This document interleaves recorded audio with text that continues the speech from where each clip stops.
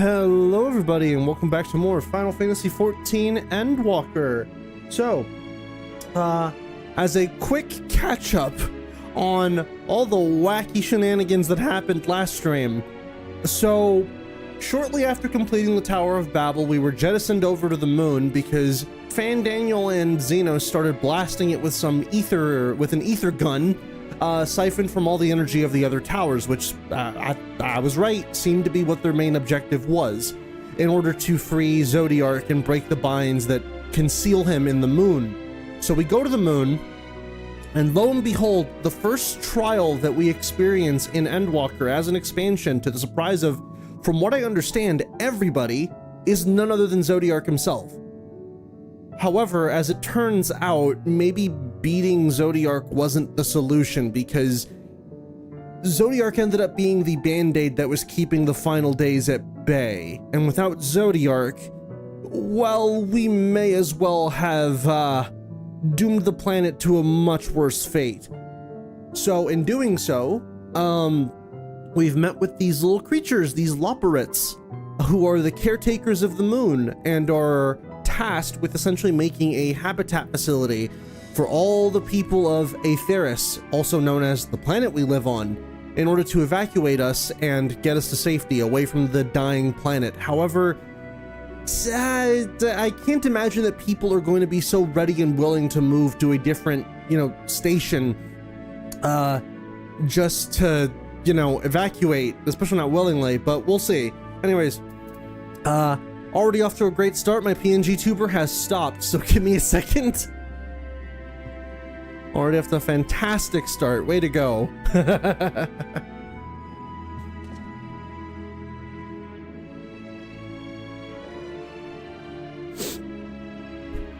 Convocation, it's your responsibility now. Chuckle nuts. You didn't like our solution? Let's see you figure it out. It's like, you didn't give us a solution. What do you mean? Alright, hold on. There we go. There we go. I'm back. Alright, so, without further ado, let us continue. So last where we left off, these little rabbits were playing us for fools. They wanted to confide in Urianger to basically, hey, Mr. Urianger, Mr. Stiff Elf Man, can you keep a secret for us? And Urianger's like, okay, here we go again, I guess. But no, he didn't end up keeping a secret from us. This is something that he plans to share with us. However, these old Loporitts are playing deceitful with us. They're throwing us for a loop. So let's find out what all that's about. Heart of the matter. Oh, what to do? I promised Livingway I would help, but no, I promised I'd help, so that's what I'll do. The archives are on the second floor of the main plaza, the eastern wing. Follow me. Urianger has been elected king of the moon people. I suspect the Loporitts are up to something, but if there is aught to be learned of the final days, it's best we play along. For now, at least. Alright. Let's see what's what with the Loporitts. Fucking rabbit people.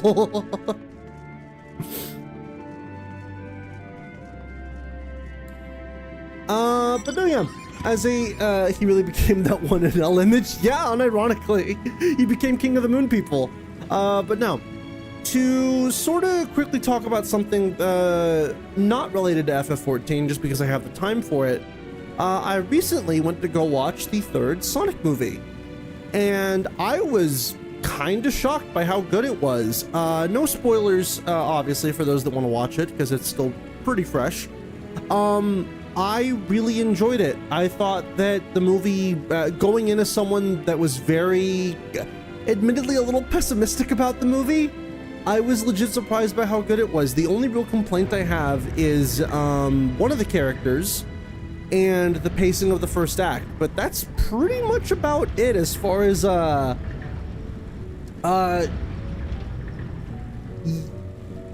the child get shot? She may. So wait. Okay, so it's back.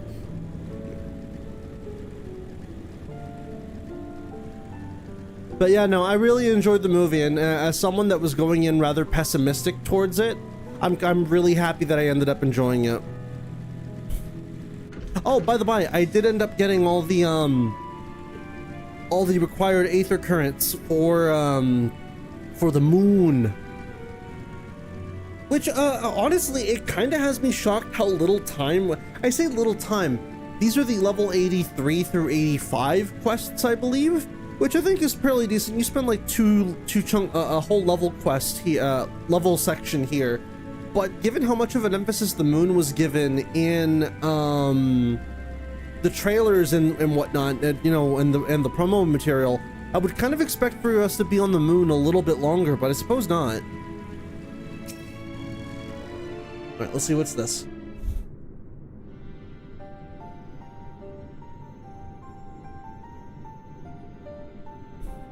The archives are right through this door, but it seems to be locked. I guess we'll just have to go and find whoever has the key. Growing way. Enough. If you've naught else to tell us of the final days, you need only say so. We can ill afford to be wasting time here, as you well know. Did you yourselves not tell us that we must act, we must act quickly? Yes, we did, but the moon was to be a perfect paradise for the people of Aetherius, and we're running out of time to make everything ready for their arrival. We hoped you'd see the wonders we have to offer, but you found nothing but faults and flaws in our work. Only one of you saw our potential, so you others must be kept here. Ah, so that's Livingway's game. Run us about in circles, and failing that, lock us away so we can't put the planet at risk. Everyone except Urianger. He understands what's at stake, what must be done. I fear you've misjudged us, Growing Way.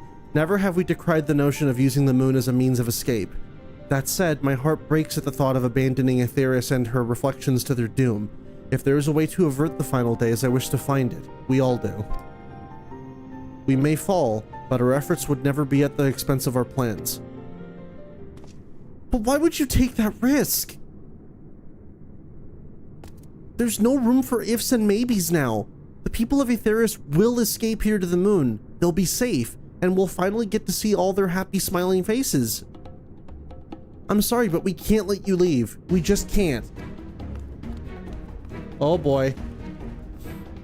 Oh. Do what you must, but try not to hurt them. I'll be back in a moment. Don't do anything rash while I'm gone. Oh, we're gonna fight the Banois?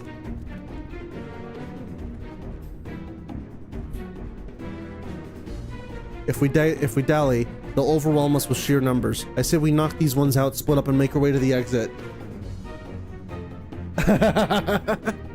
Agreed. Let us reconvene where Argos awaits outside.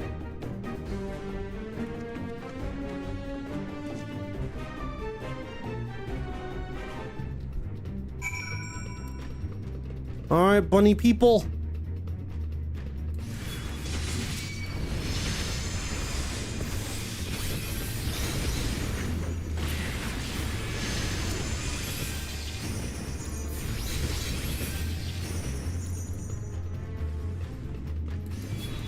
I'm gonna beat these bunnies up.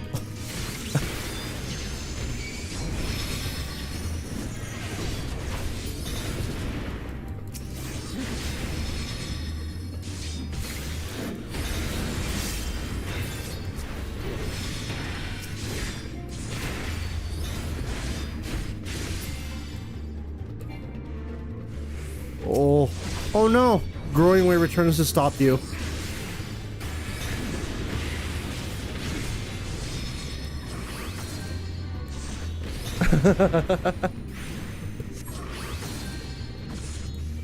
Eldritch God, no problem. 50 buddies were fucked.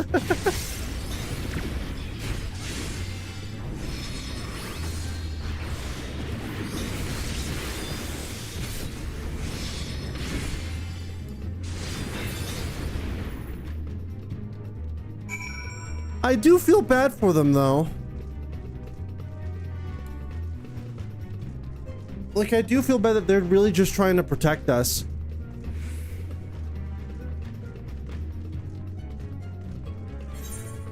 Speak with the Stola. Wait, where's the Stola? Up above. Ah, so they're at the exit.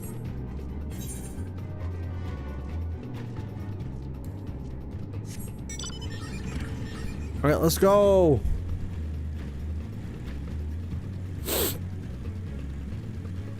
Yeah, admittedly, I'm kind of glad I stopped around here last stream, just because now we get this. Exciting!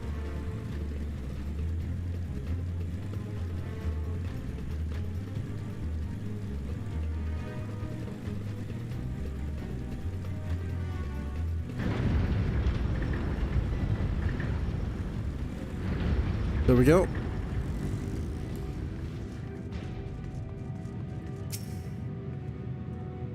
Good, you're here. We must hurry to the Watcher's Palace and find Orionje.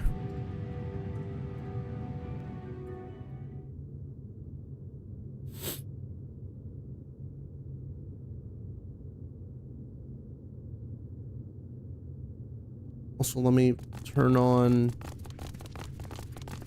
stream remote. I don't know if you guys can hear those Discord notifications or not, but now you shouldn't. Oh, come off it, friend. You know full well why we're here. The time has come for you to return to Atheris and help your brethren prepare for their journey here and beyond. Forgive me, Living Way, but I cannot in good conscience proceed with this plan. Huh? But what about the final days? The death and the doom? Oh, we have to hurry before it's too late.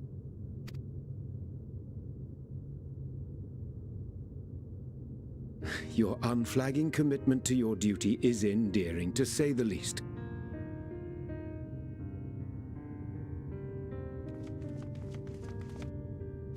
Oh, bugger!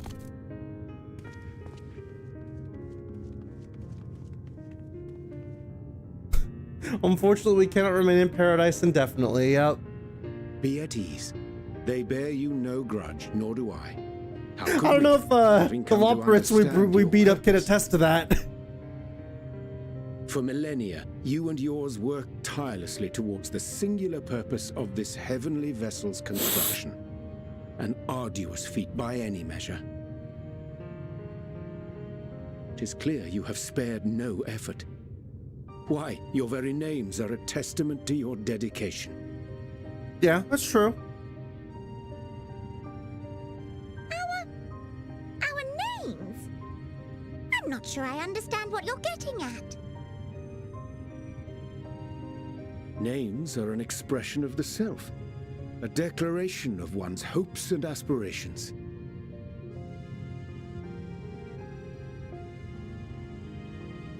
Your use of contemporary, uncomplicated nomenclature doth ensure clarity of purpose. There can be no doubt that your love for the people of Atheris is boundless and pure. Or whatever your parents decide to call you. Yes! Yes! A most mellifluous phrasing! We Loporitts were born of Heideland's love for Atheris. That shining, shimmering blue jewel, brightest star in the sky, brimming with life and possibilities. For as long as I can remember, I've toiled in anticipation of the day when this vessel might be needed. All I've ever wanted was to meet those she cherished so dearly, to serve and serve well. That goes for all of us, don't you see? So help us help them. Lead them here where we can keep them safe. Where's Reflex Way? If there's anything wrong with what we've built, we'll fix it. We'll make it right.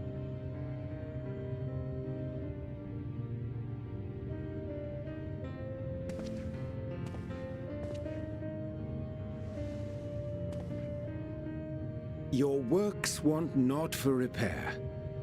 Yet there remaineth much for you to learn of men, and your own kin besides. Singing Way, thy name bespeaketh more than the simple marriage of rhythm and rhyme. The songs of Aetheris are beyond counting, and span the length and breadth of emotion. Maps are monuments to man's pioneering spirit and his devotion to Yeah, it's like charting there's the it's not a matter of furthest reaches our fixing star. things, it's a matter of learning more about not just Aetheris, but Many yourselves. have devoted their lifetimes to exploratory pursuits, to venture unto the highest mountains and the deepest oceans in search of unknown frontiers. And thou, my friend, I do not think we've met.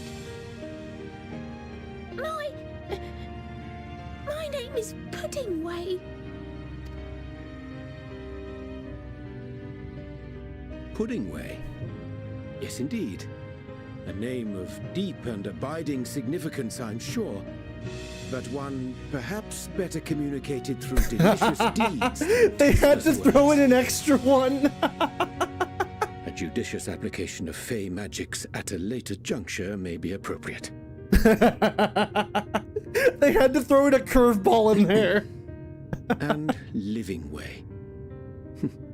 'Tis no easy feat to convey the significance of thy moniker. That fellow would destroy Aetheris himself. When I was a bookish Contrarian boy, way. a dear friend of mine was fond of peppering me with questions as I read, to my occasional annoyance. One day, I posed to her a question of mine own. What doth it mean to live? After much contemplation, she proffered this answer. The anticipation of a half-read story's conclusion. The hope today's mistake may serve as tomorrow's lesson. The wish that a new acquaintance may one day call thee friend. She believed it to be all these moments and more.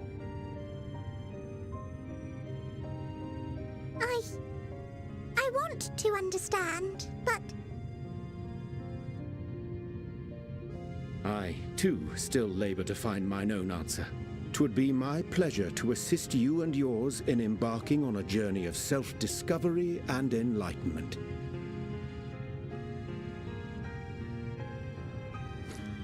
For thee.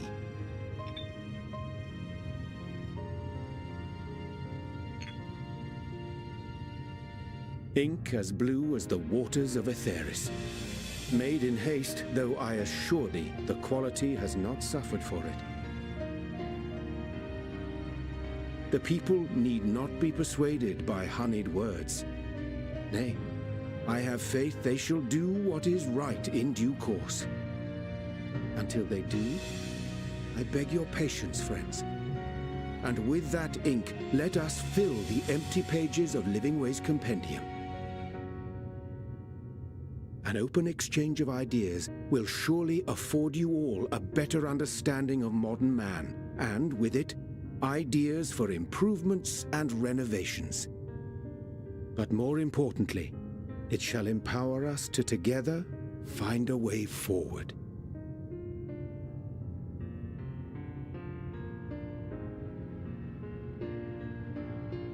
I hope you're right. Thank you for this lovely gift. Little rabbit dudes are good people.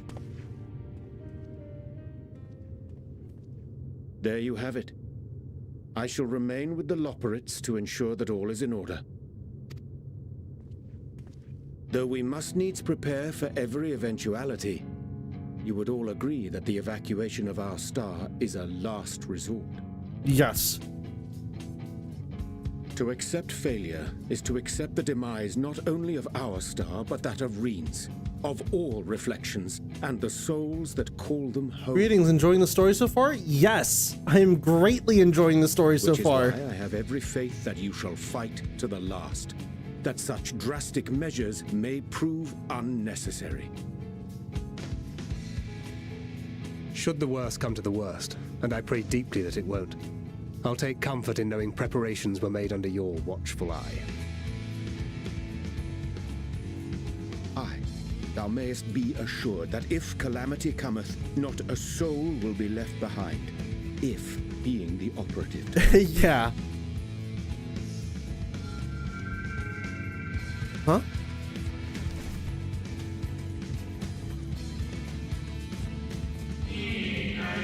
That flower, how came it into your possession?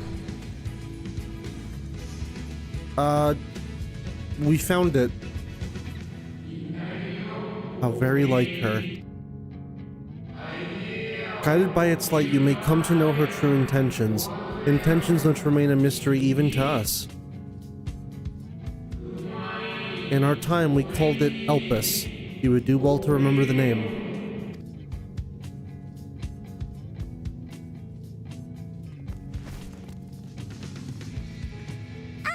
I hate to interrupt, but I feel like I need to make amends for all the secrecy.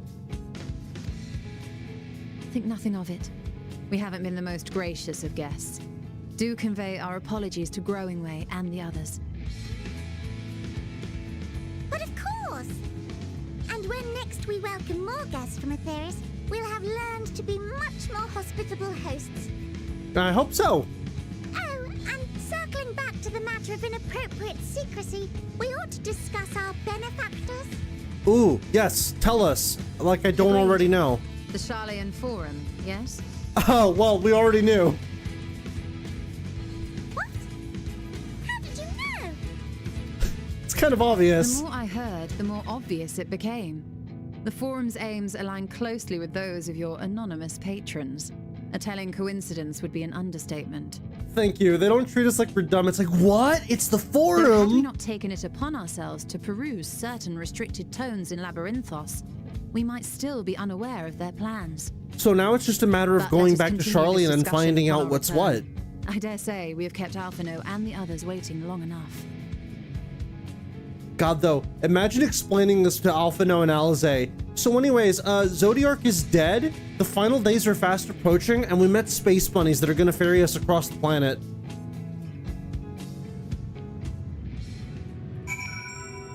Fucking wild.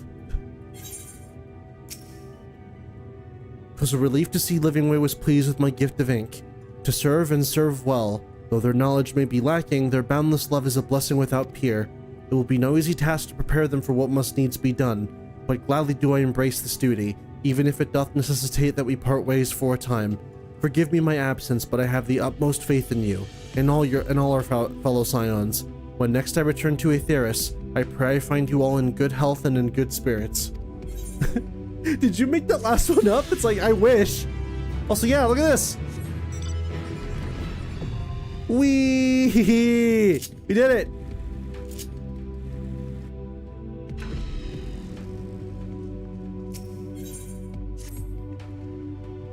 With the Loporit's and Urionja's capable hands, we needn't worry about affairs here in our absence. Knowing now the face of their earthly collaborators, there is much to discuss with Alphino and the others. Let us return to the Tower of Babel. Our battle for the star will soon begin in earnest, and we must be prepared. Alright, hold on. I think it's time I opened up some of these coffers that I've been just kind of chugging around with me. Hold on. Disciple of War, Thalos Scale. Let's open these up.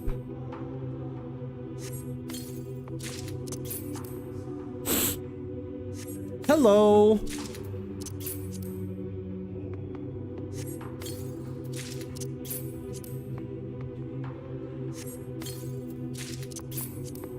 Let's opening these up. We're getting a full set of armor. I don't know if it'll be better or worse than what we're currently wearing, though.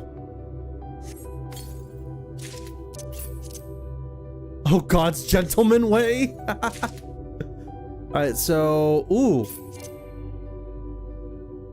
Oh, okay. Wait, insufficient armory. All right, guys, bear with me for a minute. Let's get rid of augmented Ironworks armor offending. That's Ironworks gear. Orthodox coat offending. Okay, let's get rid of some of our early game stuff because we don't necessarily need this anymore.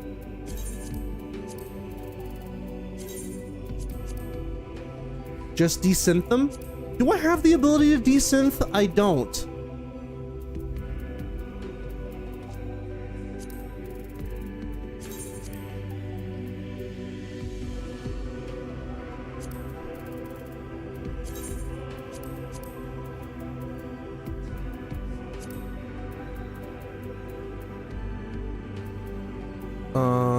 Let's do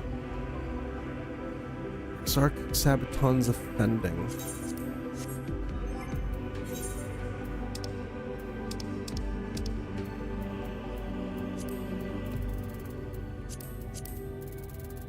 Place it all in my armory chest, that way I know what's what.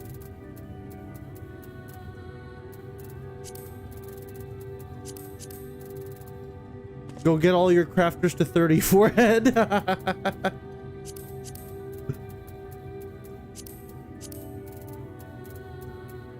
There we go. Tonberry's Tears. I don't think I have that orchestration roll yet. There we go.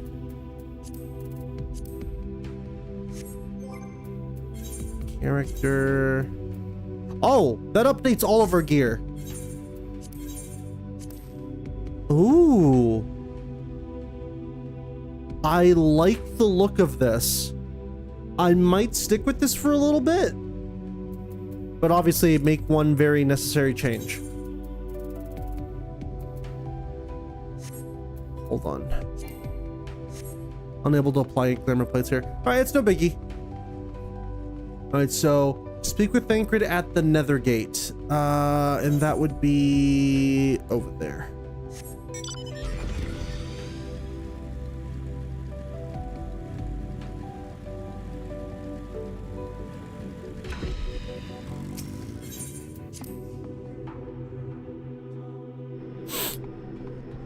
We're back. Gods, I can scarcely believe that we went to the moon and back. But we'll have time to reflect on that later. Right now we need to head back to Camp Broken Glass and deliver a thoroughly detailed report to Lucia. I'd like to very much know how everyone is getting on here as well. They'd only just begun to treat the tempered prisoners when we left. I share your curiosity, but warning our allies of the final days is of greater importance. I speak not only of the contingent, of course. The heads of state of every nation must know what we have learned. We know not when or where in what manner the final days will begin to manifest, and so we must see that everyone is prepared. Agreed. Though we may wish to stress the importance of discretion, lest the public be sent into a panic, not that anyone in a position of responsibility should need to be told as much, but it bears repeating.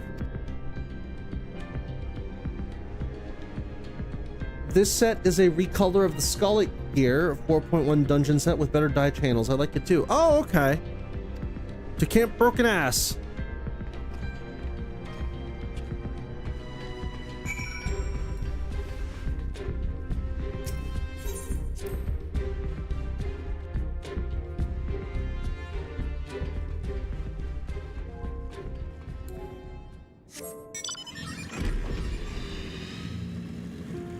Also, yeah, being able to fly in a map is such a, finally being able to fly in a map is such a refreshing feeling. I agree. I agree. It's what makes going after all the Aether Currents just very much worth it.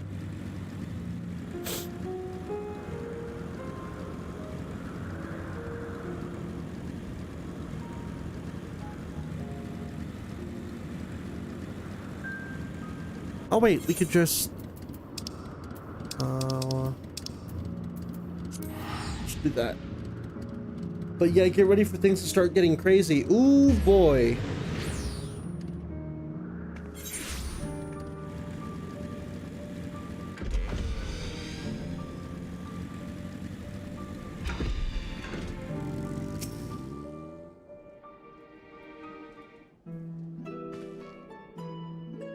Hang on a second. It's good to see you all again. No worse for your lunar adventure, I hope. We've done what we can for now, but believe me, we intend to tell you all about it. But before we do, might you tell us what's become of Garlemald in our absence?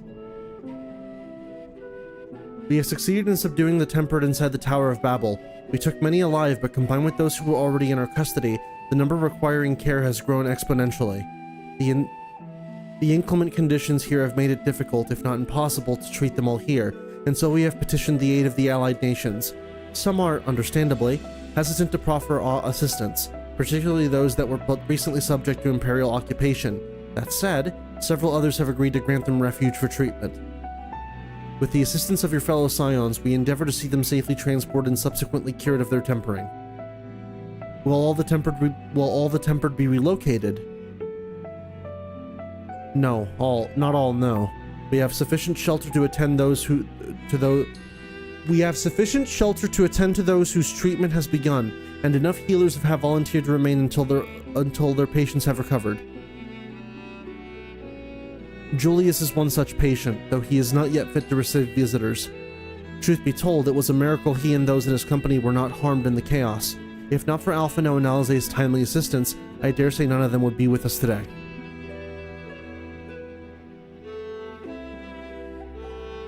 In light of recent developments, have the Alliance leaders come to any decisions regarding Garlemald? Nope. Given the tremendous ramifications of what has happened here, it will take time to determine what must be done. In the meantime, they intend to work with the Eastern Alliance to keep a close watch over the provinces. We have other news to share. Shortly after Anima was defeated, we received reports that each and every tower has vanished. Oh! Well then. Yeah, I guess there's no more use for them now, huh?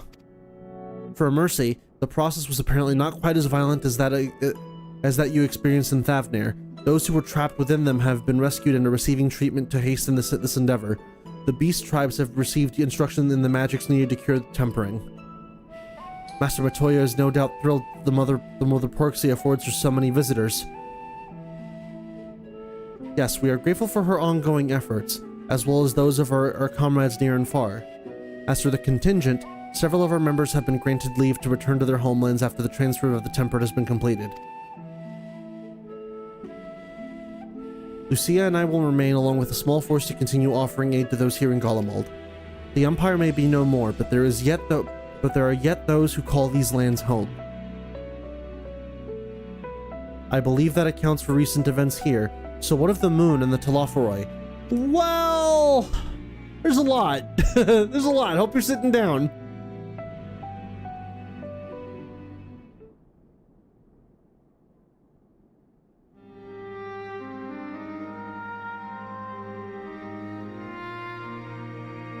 Final days. Gods, I prayed your victory would mark the end of our troubles.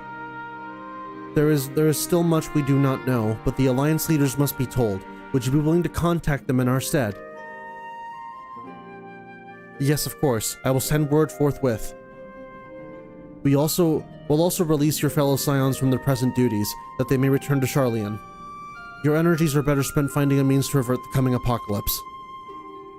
Speaking of your fellow scions, you will be happy to hear that Mistress Kryl, though still on the mend, has been moved to the Baldessian Annex and given into Tataru's care. Thank you. I look forward to seeing them both upon our return. Let us be on our way then. One last thing, if I may. After your confrontation with Zodiark, you said Xenos took his leave, and in all likelihood he has returned here, to Garlemald. I have a mind to dispatch scouts to try and ascertain his whereabouts, but first wish to ask if you believe that there is merit in doing so.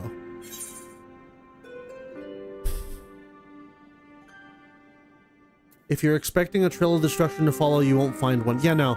I don't think his goal right now is destruction. I think at this point, he's just gonna wait until we've cleared our plate of what we're currently dealing with the final days, and then he's gonna pounce. And even if my men found him, who but you could even hope to bring low that monster? Pray forget I entertained the notion. While on the subject of Xenos, the 10th Legion has made an official proclamation. They denounced the Crown Prince and condemn his role in the Empire's downfall. His very title has become a source of shame among his former subjects, and its continued use serves only to hinder relations with foreign nations. Yeah, Xenos Ye Galvis is no longer a name that will be uttered in Garlemald. For this reason, he has been declared a Xenos Viator Galvis, outcast and enemy of Garlemald.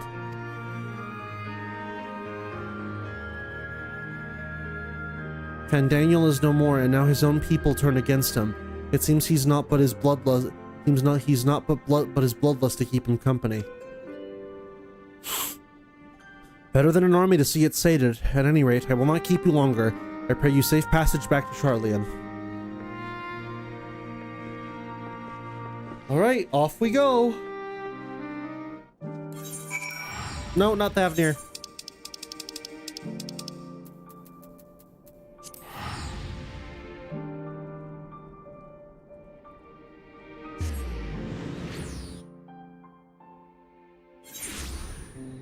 Also, give me just a second, please. Just a second.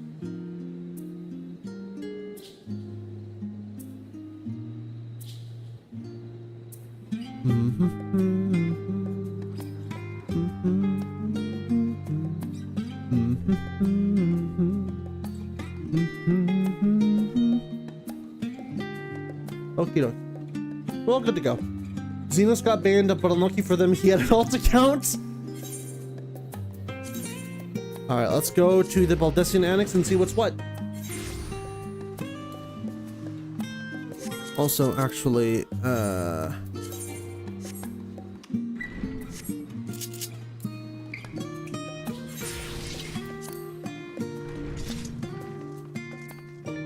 Oh, hey, Kryl. Welcome back, Vel. We were so terribly worried about you. Though it is plain I have caused my own fair share of worry, and for that I apologize. Hylan called to me that day when you entered the Tower of Babel. Her pleas were faint but desperate, and I knew at once she required a vessel to carry out her will. What came after feels like a dream barely remembered, my body flowing through the life stream toward Garlemald. When I regained consciousness, I was all aches and frostbite, exhausted of Aether, so exhausted in fact I could only laugh, for it was in that moment I understood Raha's weariness from the Tower of Zot. Would that I could laugh at a time like this. Though we prevented Zodiark from being unleashed upon the world, I'm curious to know what else took place there on the moon. Well, Viator for Latin. Viator, Latin for wanderer, traveler, as the title for a traitor to Garlemald. Emet-Selch really held a grudge against Azem, did... Oh. Oh, damn. Wanderer / traveler just means... Oh, damn. That really puts into context how Emet-Selch kind of felt about us. It's like, ah, yes, my distant friend that I hate.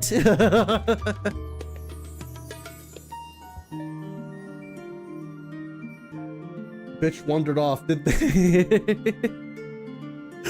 Perhaps we should wait for the others to join us before you give your account. Let us reconvene in the main hall once they've arrived.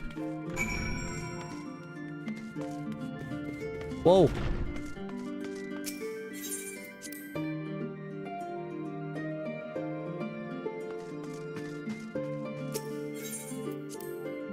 Alright, let's see what's what. He did the same thing as naming a really ugly dog a friend's name.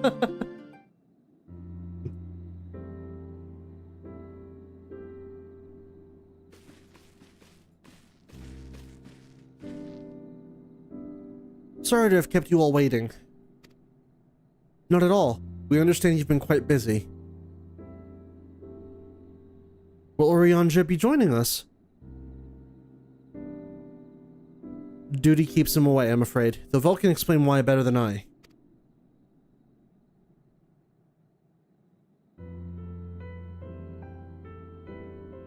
Yet still loving that ugly mutt deep down. Yeah, that's definitely the case with Emet-Selch.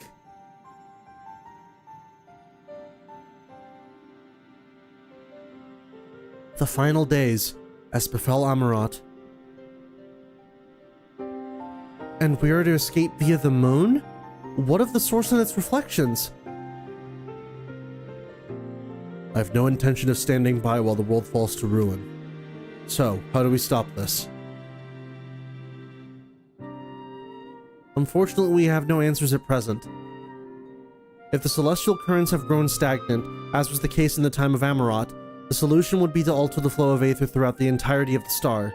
The ancients accomplished this by summoning Zodiark, sacrificing half the star's population in the doing, but it should go without saying that such a sacrifice cannot be repeated. Which leaves with the daunting task of identifying the underlying catalyst for the final days, a feat which even the Amaratians could not accomplish. Unfortunately, we found no clues in Mare Lamentorum. There's still so much we do not know about the catastrophe itself, let alone what may have caused it. The final days were marked by the corruption of the Amarantines' creation magics, but we command no such power, which invites the question what havoc is in store for us. If we knew that much, perhaps we could draw some parallel with the events of the past, and thereby form some semblance of a plan. Perhaps we should start with the Forum, then. Having worked with the Loporitt in secret all this time, there is surely more they can tell us. Forgive me the interruption, but I have urgent news. The Forum is holding a public assembly in the plaza outside. Some sort of Oh? What is Father up to now? There's only one way to find out. Alright, let's get going. Y'all think this rabbit can clap without using his hands? Maybe. Also, let's see what awaits us.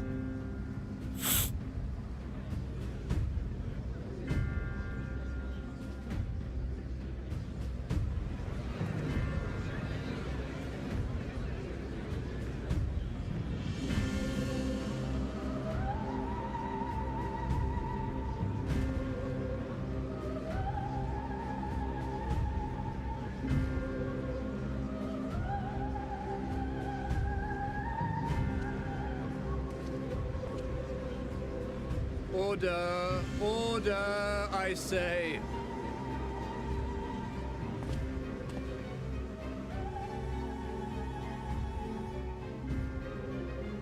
I thank you all for gathering here on such short notice. This day we must speak of grave affairs and their implications for the future of Sharlayan, nay, of this very star. Said affairs concern all citizens, and so we have called for a public assembly.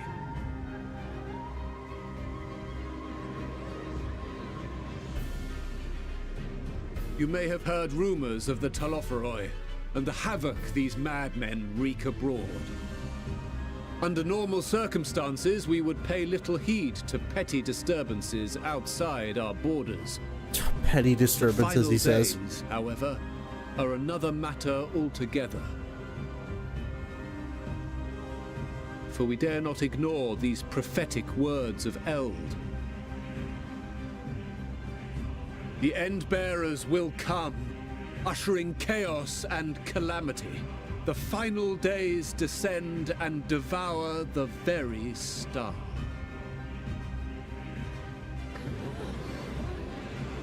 I've never heard this prophecy. Is it true? Will all that really happen? Calm yourselves. The time has come to speak of the Forum's most sacred duties. But first...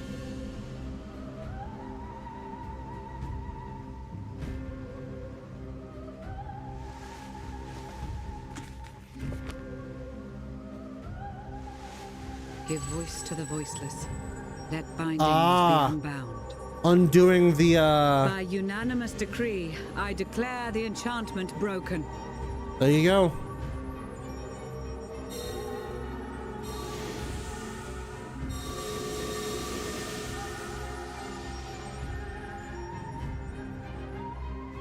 So now they can talk about the final days. Well, not just the final days, but like what the duty of the Forum is. If you would. Very well.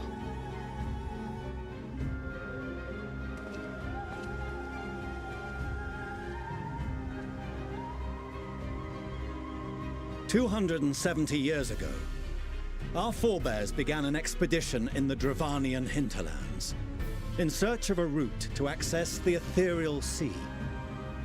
This much is public knowledge. Their findings, however, would become the Forum's most closely guarded secret. Unmuting the entire chat after the important dialogue is over. Yeah, pretty much. Discovered in the hinterlands was not a passage unto the ethereal sea, but the very heart of our star, and Hydaelyn herself. What? She spoke to them of a calamity that would extinguish all life, and of a means by which we might be spared. The moon. 'Tis in truth a gargantuan vessel built to serve as sanctuary for her children and deliver them from this doom. Much like Njunkref's hope in ages past, it will bear the people of a world in the throes of death to a new home. Needless to say, this will be no small undertaking. To facilitate the great work, the Forum has maintained close contact with the servants of Hydaelyn, who presently reside on the moon. Not that close, Convinced apparently. that the foretold end was all but inevitable, we began amassing a wealth of knowledge, not merely for the betterment of our nation, but in preparation for the journey to come. Wait, is that what they're gonna do? You reveal this to us now? By the gods, how long do we have?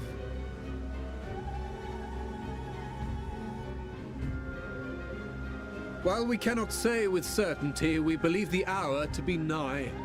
We received a transmission from the moon suggesting as much not long ago. Which is why we must in earnest begin preparations for the great exodus. For his impressive contributions and the leadership he demonstrated during our withdrawal from Dravania, we have elected Master Leveilleur to oversee this initiative.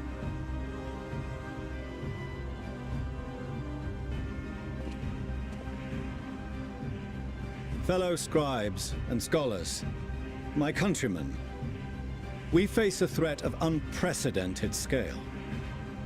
We must challenge the trials before us with composure and conviction if we are to find salvation. The wisdom of Sharlayan has ever been a shining beacon in the darkness, and so it shall continue to be. It is our solemn charge to see our heritage preserved for future generations. For those who will come after, we will brave a new frontier.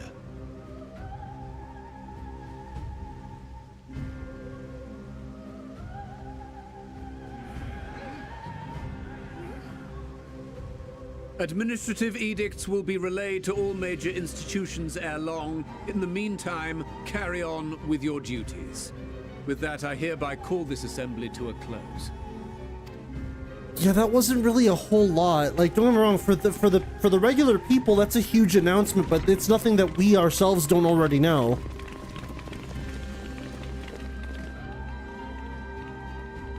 So now we have to press them because they're still being secretive about stuff. Do you remember what Mother told us when we visited home? That it wasn't until after we were born that Father seemed to lose himself in his work. If that great work of his was the evacuation of this star, then... Yes. It wasn't for his benefit.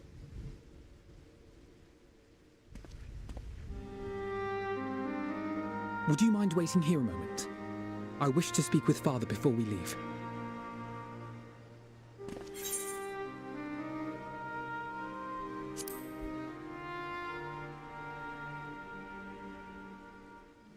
Thank you. I shan't be long. If it's all the same to you, I have a few choice words to share with Father as well.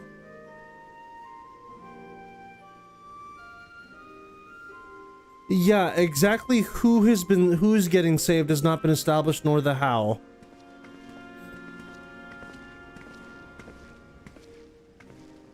So, come to call us cowards and bid us join your fruitless battle against the inevitable.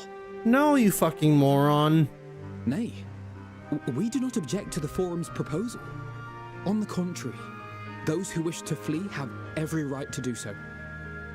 Urianger is cooperating with your associates on the moon to ensure that all is ready should evacuation be our only recourse.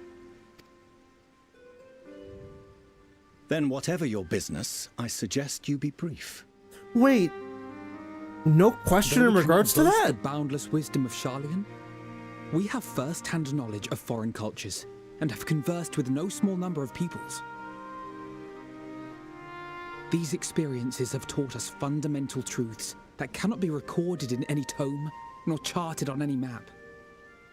The beating heart of this planet is its people, many of whom would give anything, even their lives, to protect the lands they love.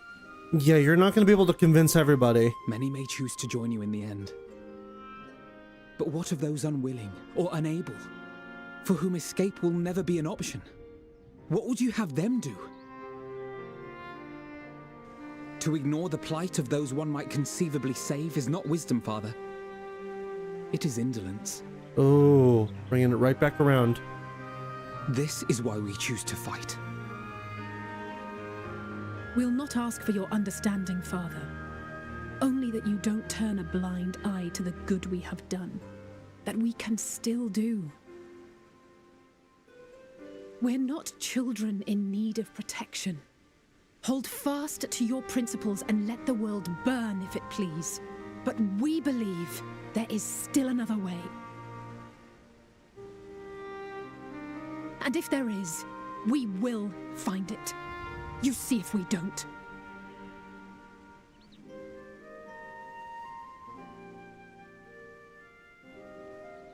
Do as you will. Just stay out of our way. But, wait, but that wasn't a...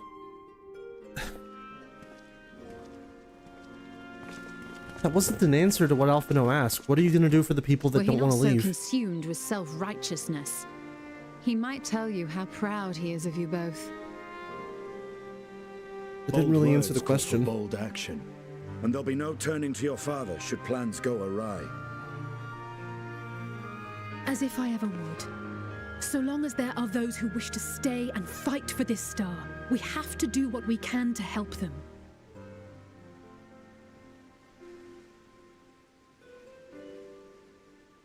And if we're to do that, we'll need to be well rested.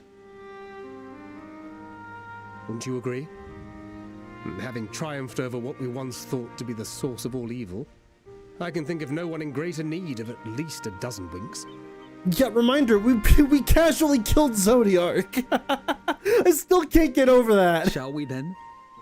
To the annex. To prepare for tomorrow.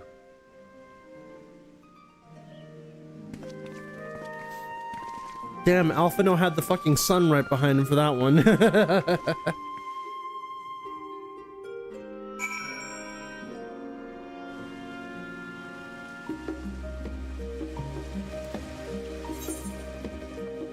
Not a complete Zodiark, to be fair. No, yeah, but still, you know? Like, I understand, we didn't beat a complete Zodiark, but regardless. Also, you know, unironically, I think I am kind of eager. Someone mentioned it in chat when we were fighting Zodiark.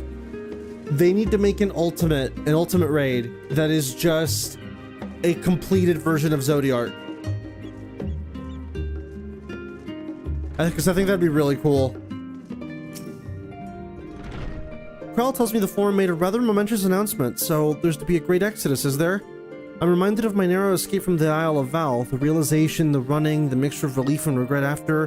Why me, I asked myself. Why me? Why us? Why now? Why wonder? There's no use fretting over the cosmic morality or lack thereof. We're here, and we'll get through this together. And who knows, maybe my luck will rub off and grant everyone a narrow escape. There's no harm in praying for as much. Oh, but enough of my rambling. I'm sure you're exhausted. Your chamber awaits.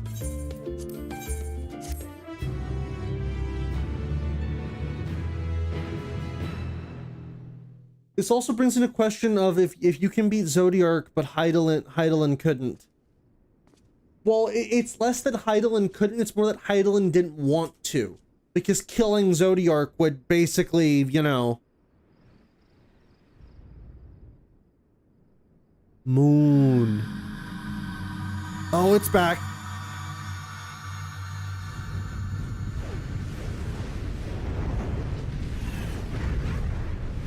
Oh, shit.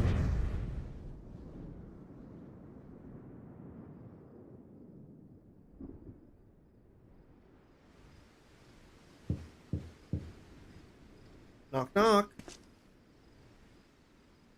Visitors come knocking at your door. Whoever could it be?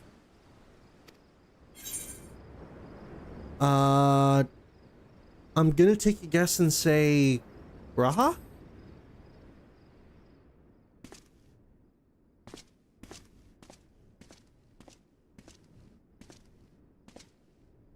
It's Raha! Oh, apologies. I didn't mean to... If you could spare a moment before bed. Thank you. I fear this may be the last quiet night we have to talk for quite some time.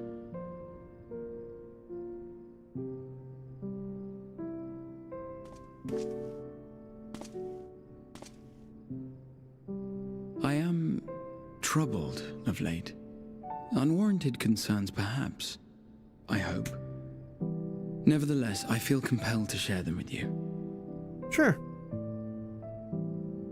Though you have bested your enemies thus far, Xenos and even Zodiac, your victories have come at a considerable cost to yourself. No one is without their limits, and you are no exception. I worry the added weight of the final days will prove more than you can bear. It is surely too much for any one man. But you needn't bear it alone. Let me share your burden. My, carrying capacity pales in comparison to yours, but I could still help. Shoulder the occasional satchel from your ever-growing mountain of, baggage. You have already done so much to help relieve me of mine own encumbrances. 'Tis only fair that I repay you in kind. Of course, it needn't be only troubles we share. Moments of joy may seem few and far between now, but there will come a time when we look back fondly on this journey. The inquiry at the Forum, our march through the snows of Garlemald, our impromptu dinner in this very room. All of it. And that is to say nothing of the journeys yet to come, to the ends of the world and beyond.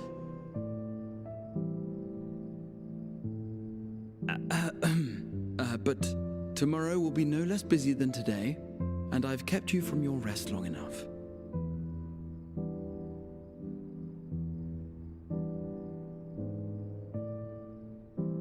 Sleep well, my friend.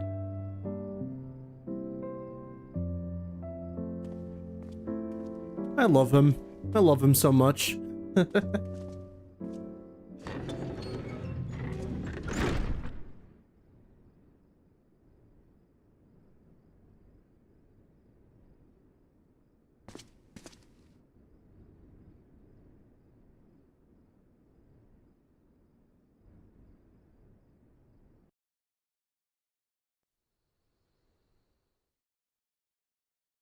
A short while earlier in the Alamegan Quarter.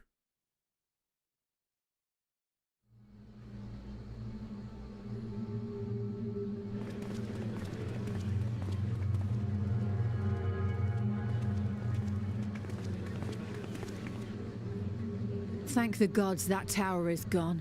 The sight of it was enough to make me sick. Thank the Ilsabar contingent, more like. Word is, they fought their way into Garlemald and toppled the bloody thing themselves. Not just the one, neither. All the towers have up and vanished. Aye, I heard the same. Commander Aldin and his troops helped keep casualties to a minimum too.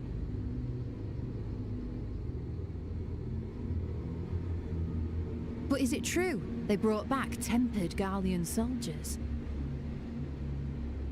As Commander Aldin tells it, they've a treatment for that now. But don't you worry. Cured or not, they've no plans to bring them into the city proper. I see. Well, that's a relief then. I know we've brothers and sisters among the lot, but I can't say I'm eager to welcome them home.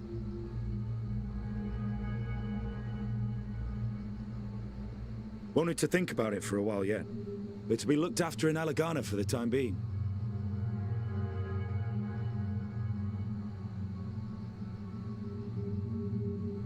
Oh, is that...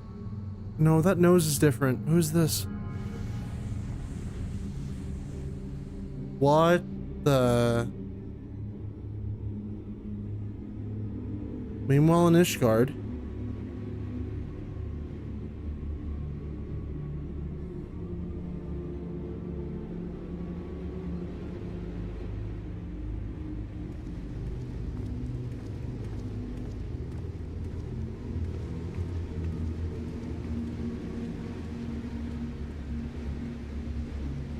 Oh, hey, Erinville.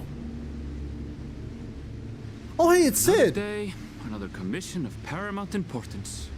Not Sid Garland, Sidurgu. Well, what have we here?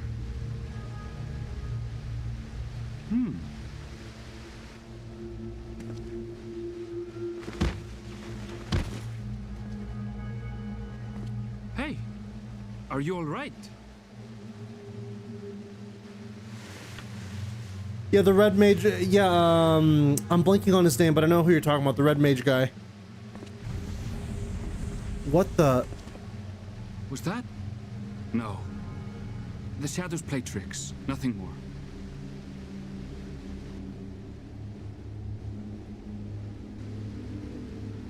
The towers are gone, and the Garlean threat is abated.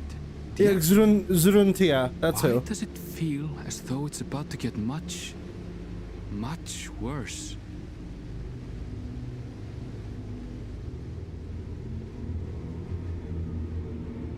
Huh.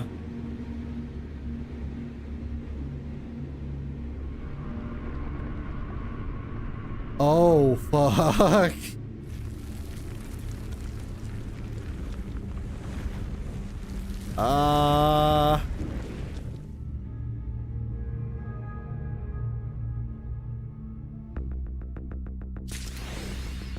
Oh shit. Skies aflame. Who spilled black ink on the map? Yeah, who indeed? Oh well, Vel, I was just about to call for you. I'm afraid we received another call for assistance. This one comes from Radzit Han. The others have assembled in the main hall to discuss the situation. You must join them at once.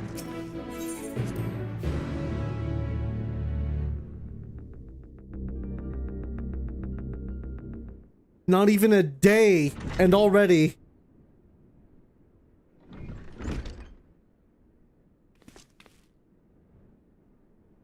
Ah, there you are.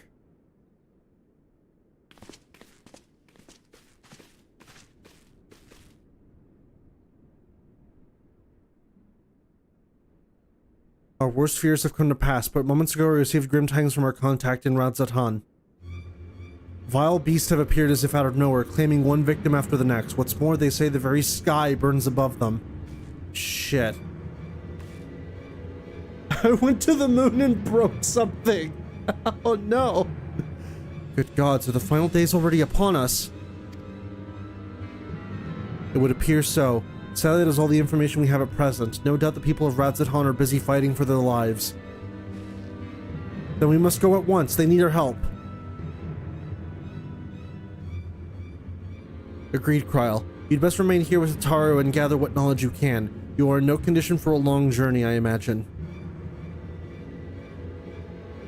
It's just like Sonic Adventure 2 for real, and broke the moon. Served elsewhere, and if so, we must know about it at once.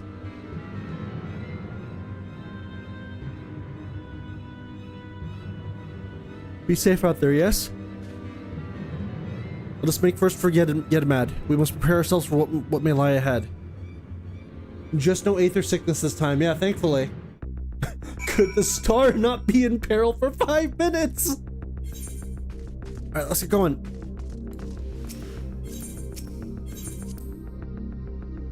And Daniel pissed on the moon.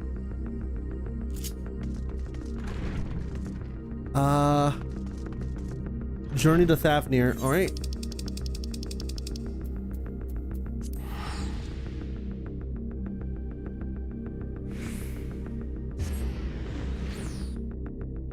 This is Diner Dash, where every table catches fire for 10 seconds or less. Dang. And lo, efficient. Vile beasts did rise. Oh.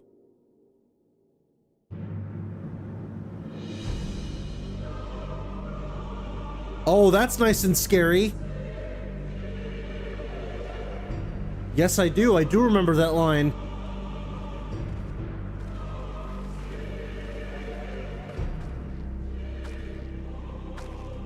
The flames of disaster! In their wake but blood and ash. Sun scorches earth and boils seas. Jesus Christ. And our sins ascend unto the heavens. 3 dooms to unmake all we were.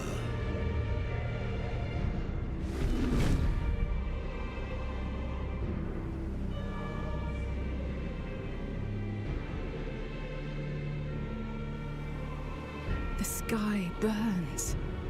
The final days are truly upon us. Yes, I do remember Amarat. My friends, I trust you have heard the news. We have. What can you tell us of the situation, Your Ex?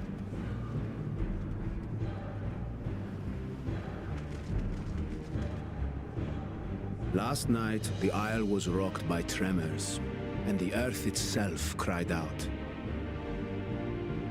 Hold on, I need to get Hildebrand to take a selfie. Hashtag final days vacation. From all about, unholy beasts, the likes of which we had never seen, came forth in fury And that was just a recounting of what happened back then. Yeah, and now we're seeing it ourselves. To say they came forth would be inexact. The people of Radzat-Han themselves. Oh, don't worry, that was just transformed into these baleful fiends. Wait, what?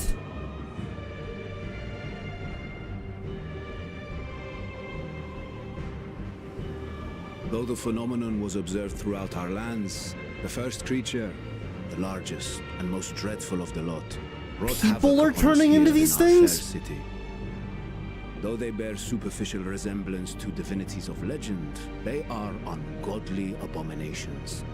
The people decry them as blasphemies. The large one's rampage has since taken it to the northern reaches of the island. I mean to dispatch our radiant host in an attempt to quell the threat. And what of Vritra? Hey, Alice, I heard red was your color. Like what I did with the sky? It's like, no! He knows the blasphemy and its minions were but yesterday his beloved people. I pray his boundless compassion and mercy does not deter him from taking unenviable but necessary action.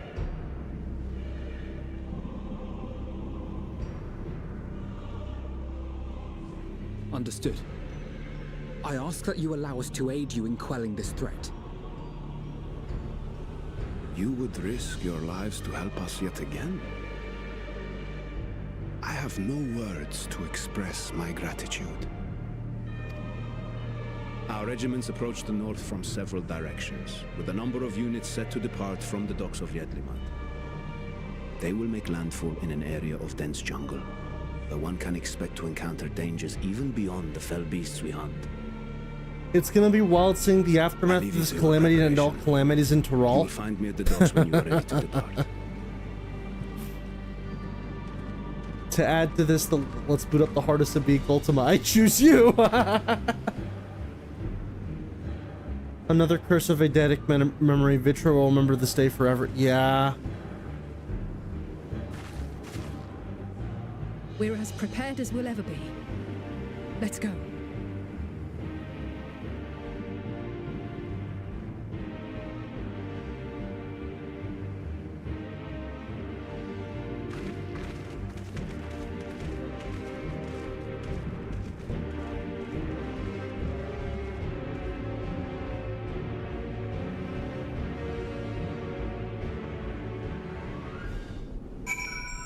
All right.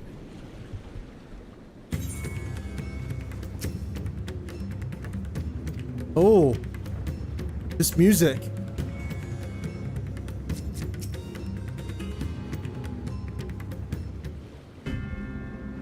Of course. Everyone is assembled, yes? I thank you for lending us your aid in our battle against the blasphemy. Let's review our plan of attack.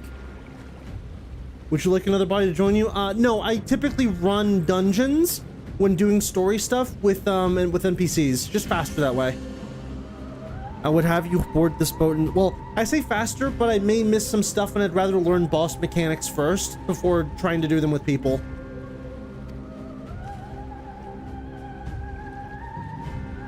You will find the Dunstone will be called Vanaspati.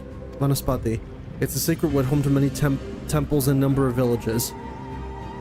I have a plan. Attack! Vitra and the Radiant Host have gone out there ahead of us. I ask that you join them and do all in your power to destroy this blasphemy.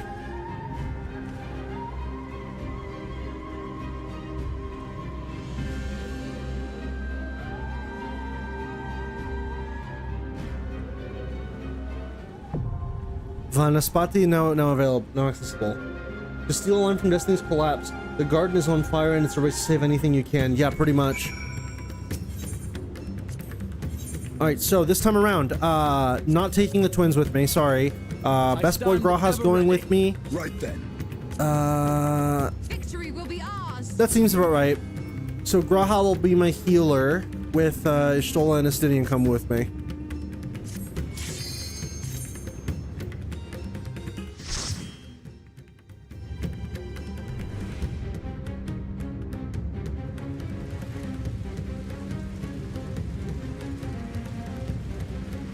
Holy fuck.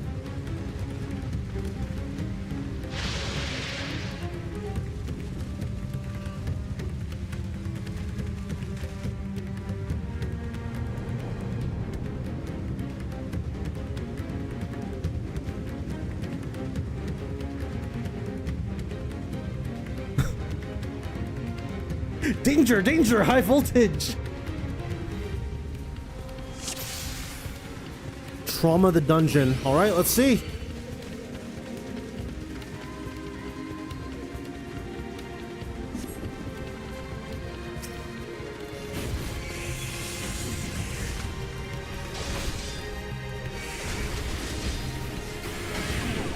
Apologizing in advance for maybe lack of talking from me. I'm just going to be trying to focus on this.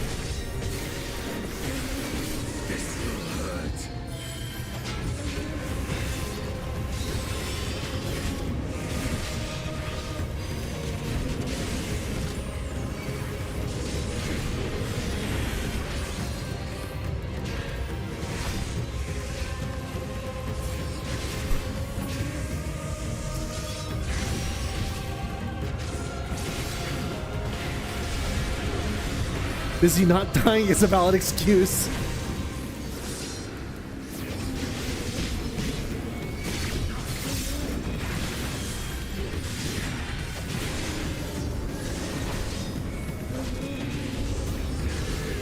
Looks like I'll probably have to change the thumbnail for this stream again once it's over, and I think I already have a good one in mind. Also, yeah, these are some pretty spongy mechanics. Oh, Vitra.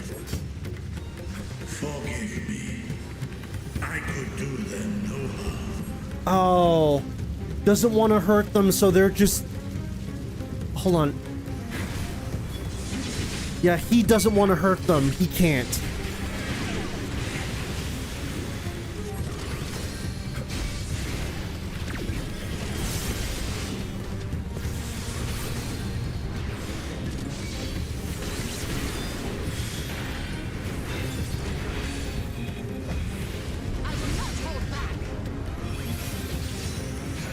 Eat this.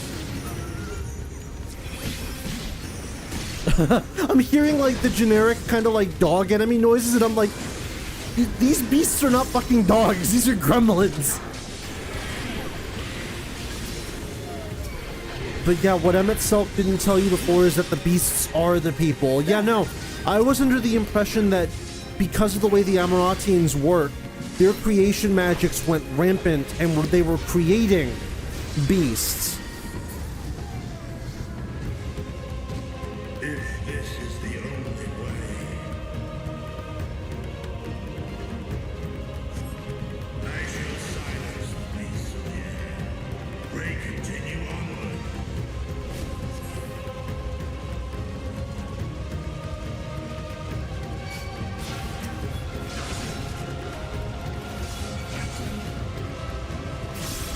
Yeah, the etherical density of the Emeraldians is what prevented them from transforming. That makes sense.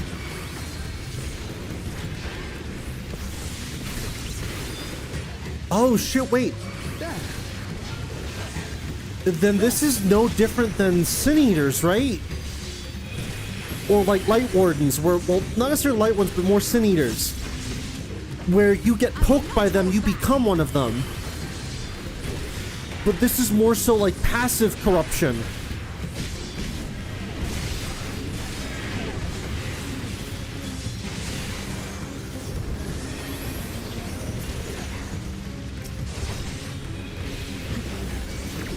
Not quite.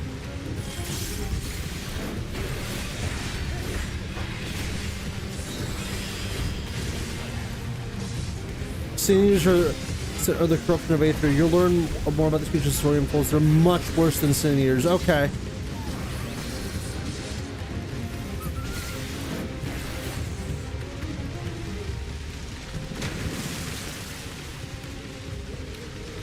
But I'll leave it there. Alright, sounds good.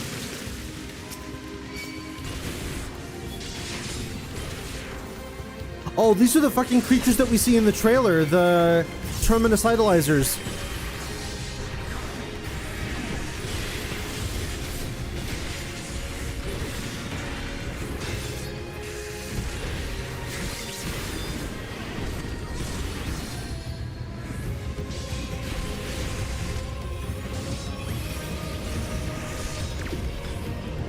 A much smaller version of the first boss in Amarat. Yep.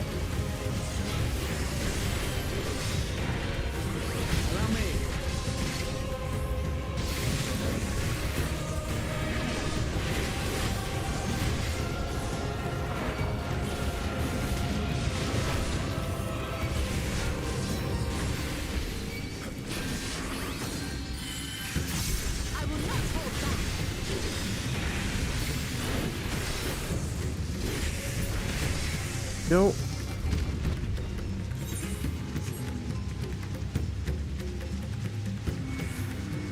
Don't forget you can low blow to block the AoEs sometimes. Yeah, I figure. Oh, it's too late for us all. Jesus Christ.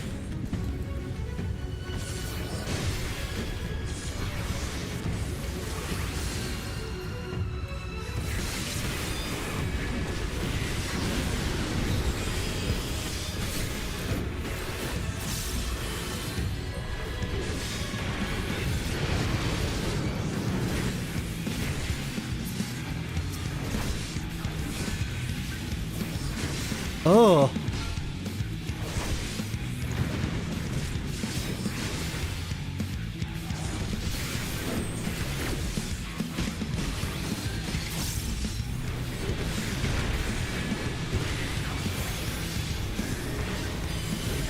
I figure this expression is probably the best one for this fucking dungeon.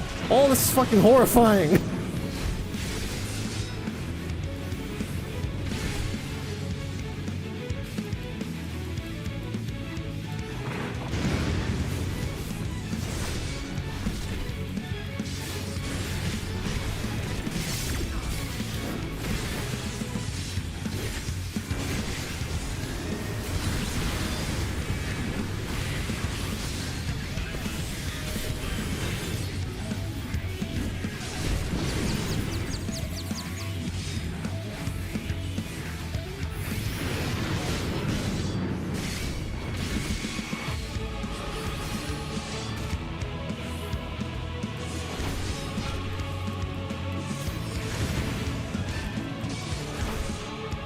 Panic music time, yep. Allow me.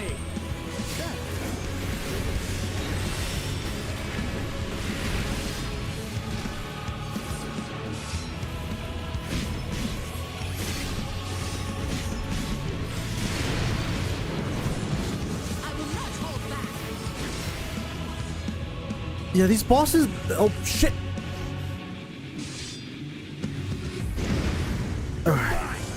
Yeah, this boss doesn't exactly have a whole lot of mechanics to him. It's just he just seems to be doing the same thing over and over again.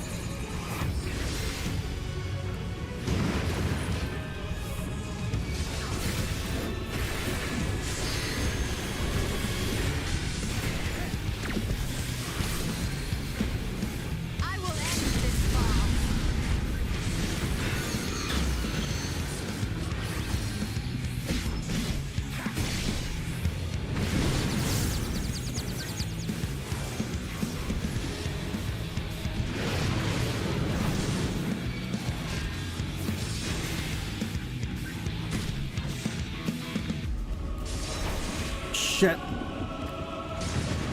Nope. That's a bone stack.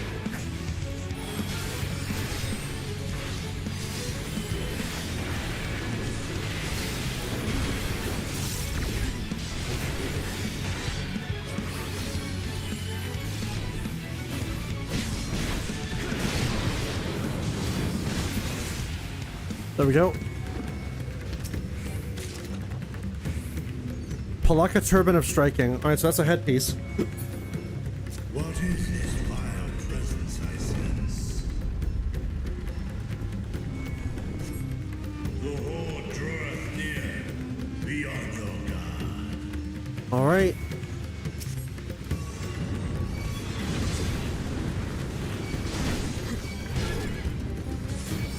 What the fuck?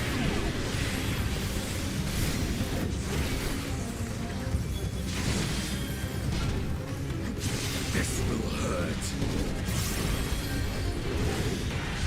Allow me.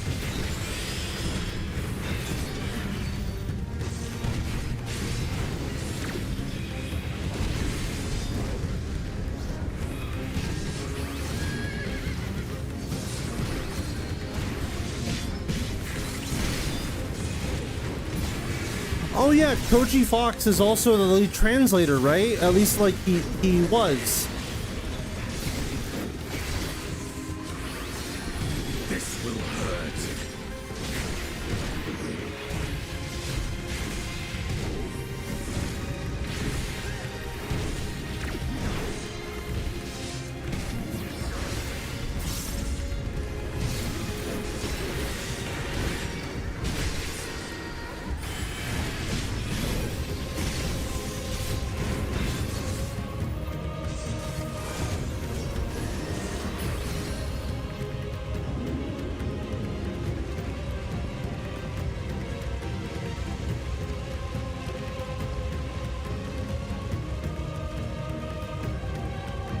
From here. What's wrong, mother? Oh, Jesus Christ.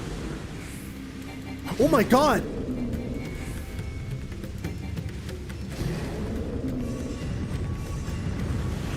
Oh my... What the fuck?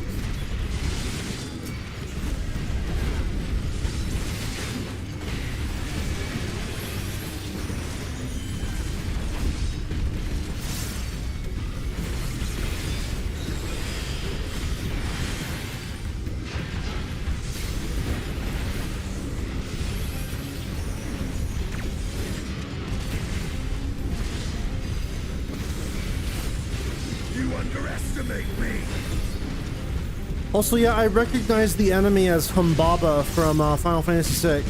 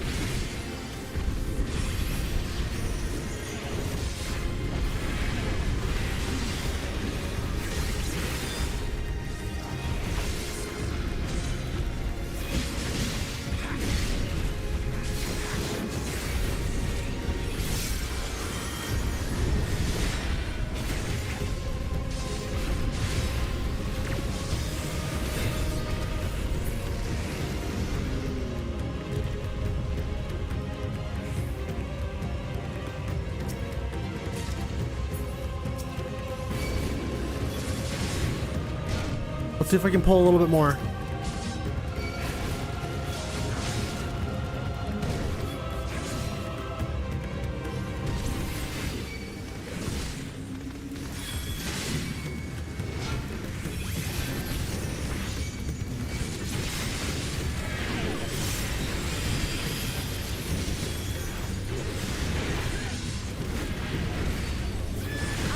Raha, don't let us down. You underestimate me.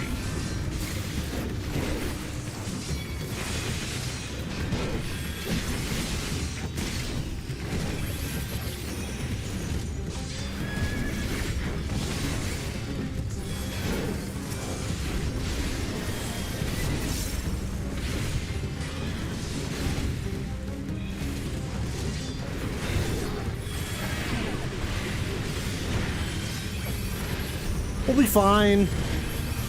We'll be fine.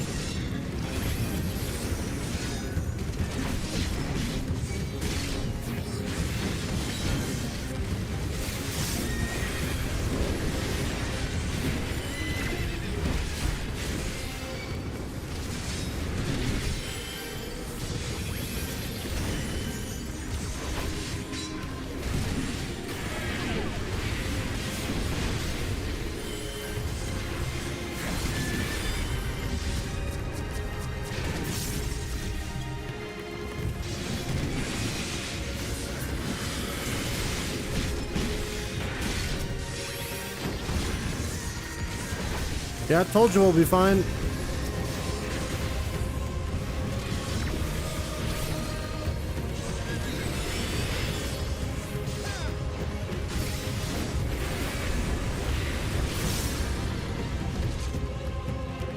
Go, go, go.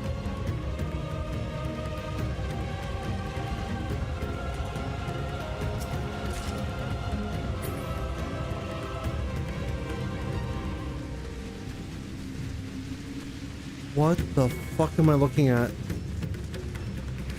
Terminus Wrecker? What the hell?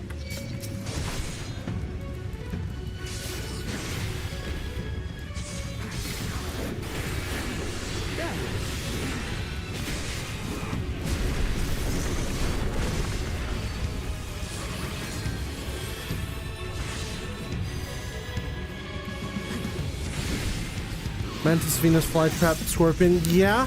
Oh, I just noticed what this thing is.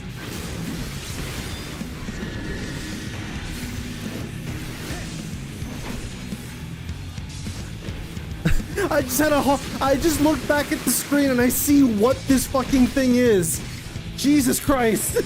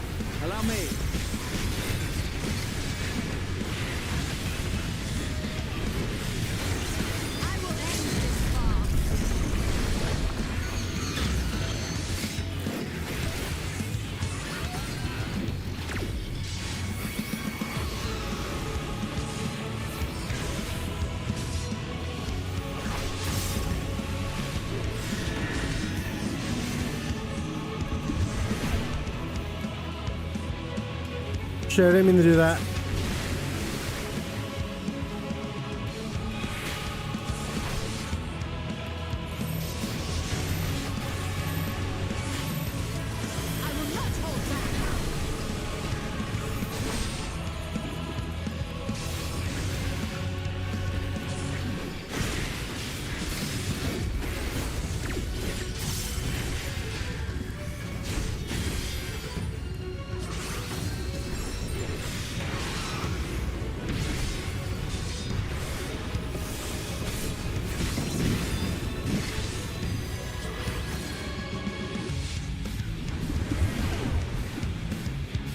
Oh no! Oh no! Oh no! Oh, thank God! Because it looked like I was outside of that bubble. This boss might be suffering from some elephant.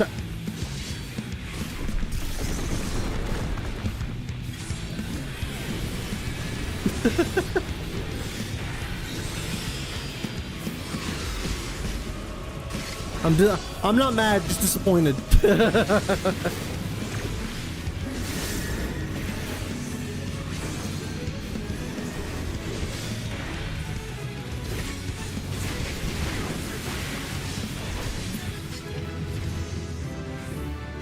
Level 86. Wait, action learned explication? Wait, action. Fucking hell. More shit to add to my hotbar.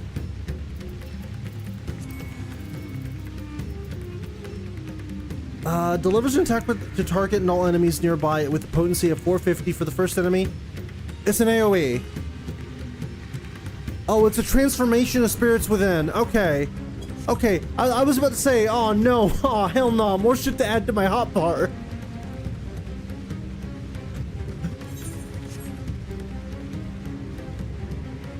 Boosts its potency, it makes it an AoE. Okay, good, good.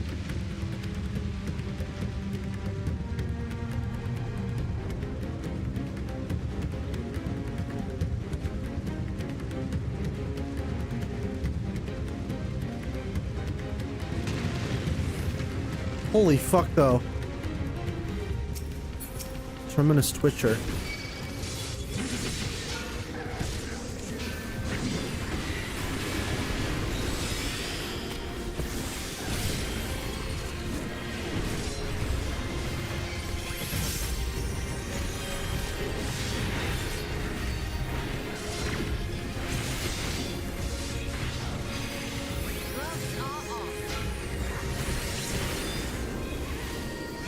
Your safe Paladin's Expo is the biggest in the game? Yeah, it is. It really is.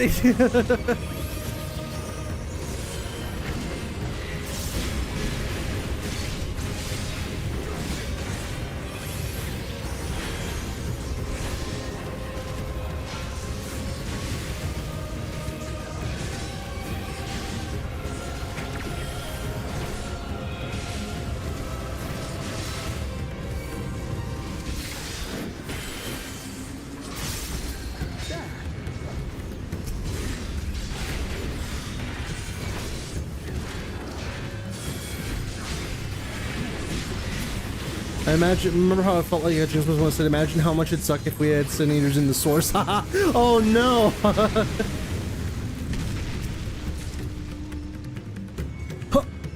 Oh no! Oh wait, I gotta...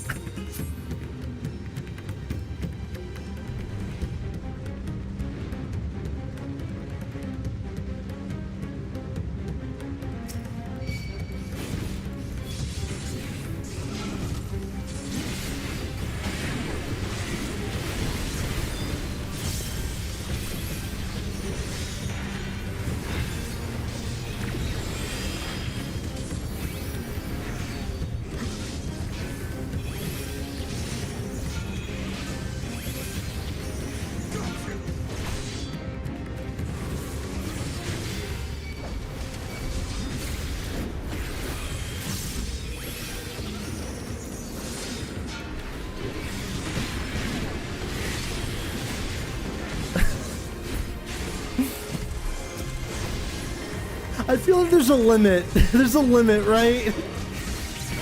With how much we can dog on Dawn Trail, and I'm not even there yet.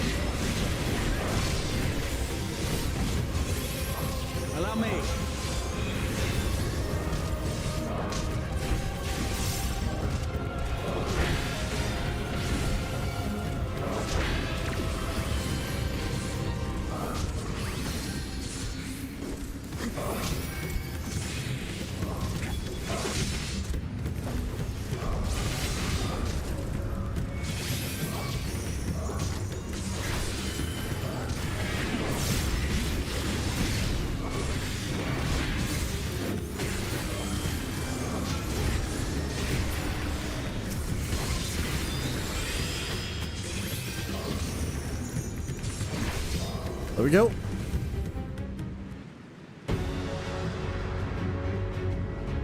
Bum bum bum bum bum bum bum bum.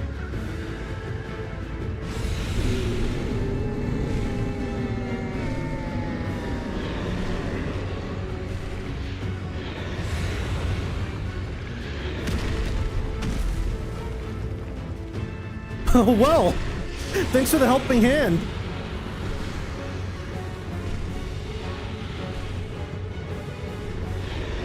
Varvanu.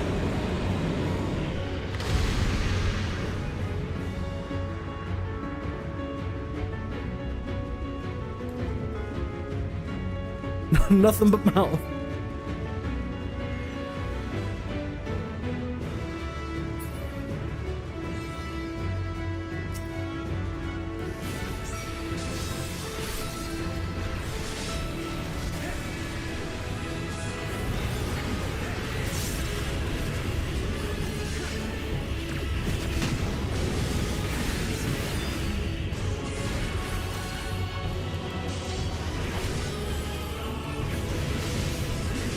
hold on. What's the gimmick here? I'm on, okay. I'm on red, it looks like, so be on blue? Yep.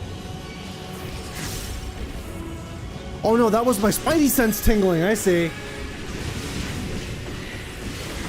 So what does my spidey sense tell me this time? Blue.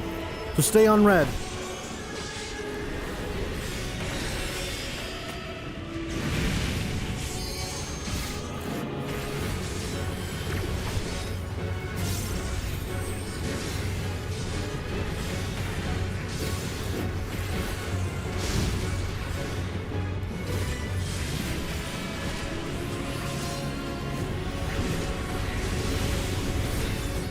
Spidey sense? Lead me. Oh shit. Okay, so stay on blue.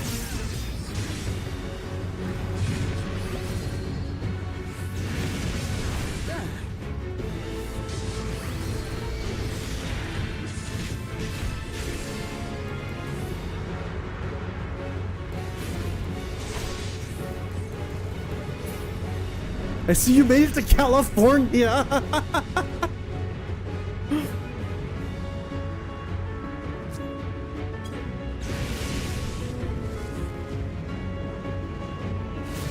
Third lane.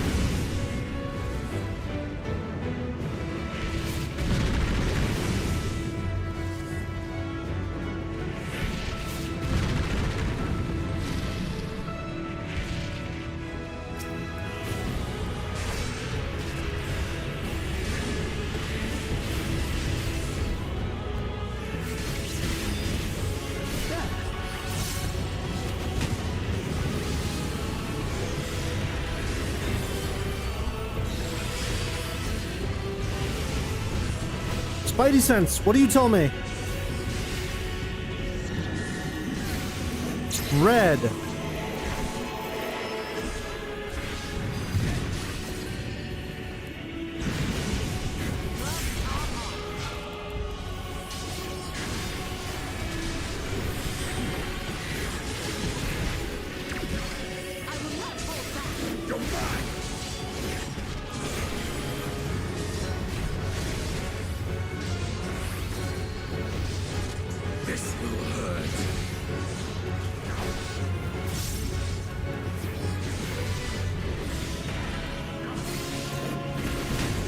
Ouchie.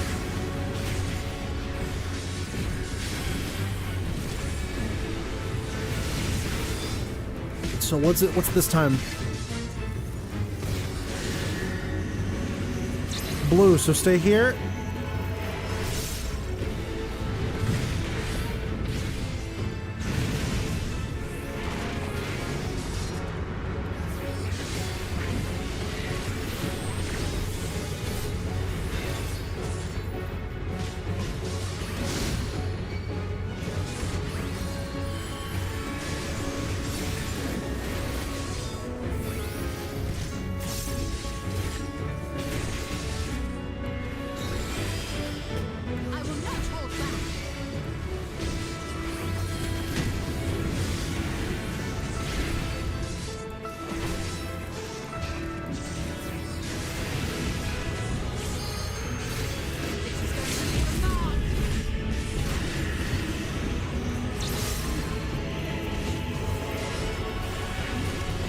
There we go.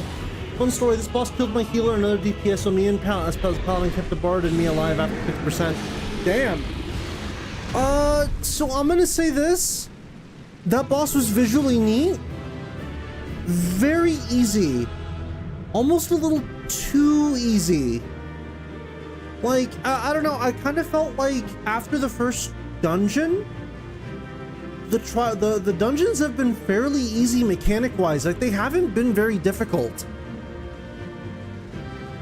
Which is a bit of a shame because I really liked how hectic everything was in the first dungeon. Was it Tower of Zot?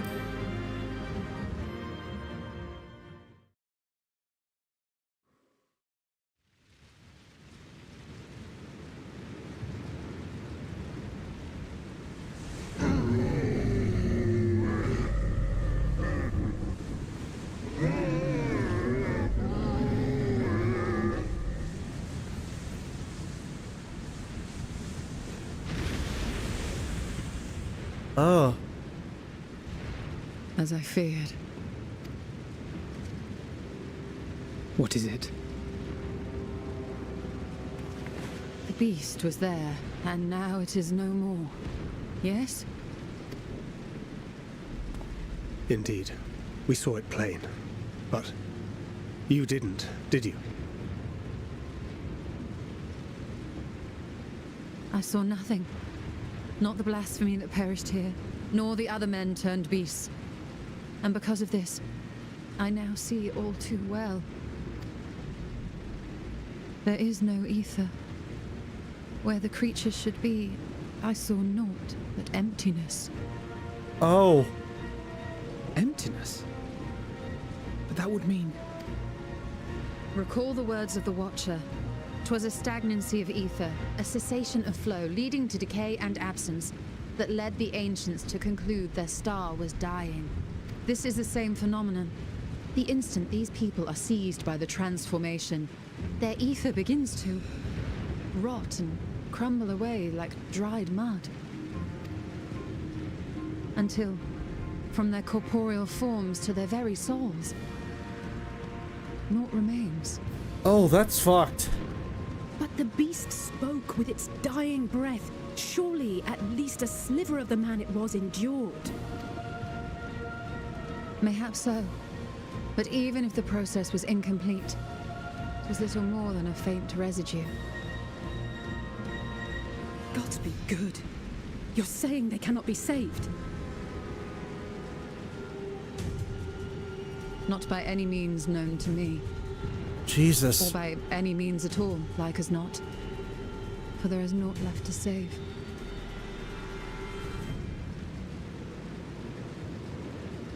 They return not even to the ethereal sea.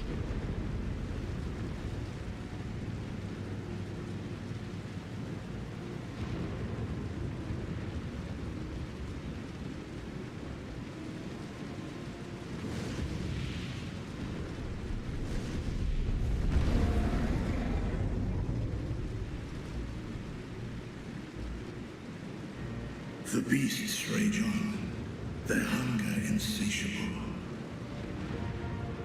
Even deprived of their master, they perpetuate his legacy of hate.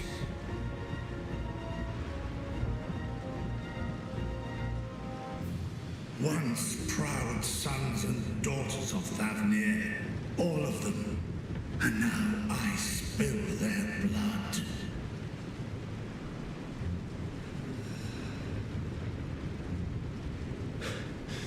Vitra, my friends, I am heartened to see you safe.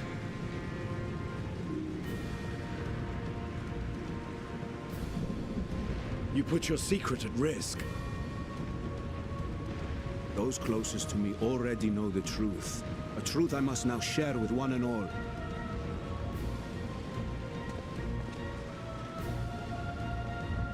Vitra, calamity has come to Radzatan. Our fair nation is rent by screams of pain and despair.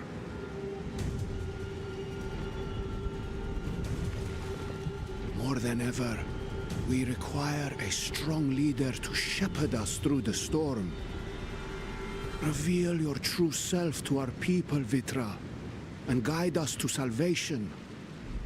Yeah, not that the secret matters anymore. People are fucking dying. What madness is this, I One? Thou dost forget thyself. Were we to reveal our duplicity, it would do naught but foster confusion and chaos. Nay, I shall remain the Satrap's loyal ally, and do battle with the beasts. Easing hearts and leading the people to safety is thy task, and thine alone.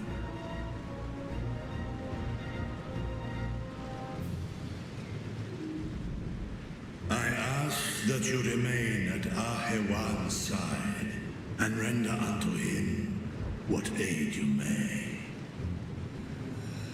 I know not what lies ahead, but without you, Radzatan will not survive.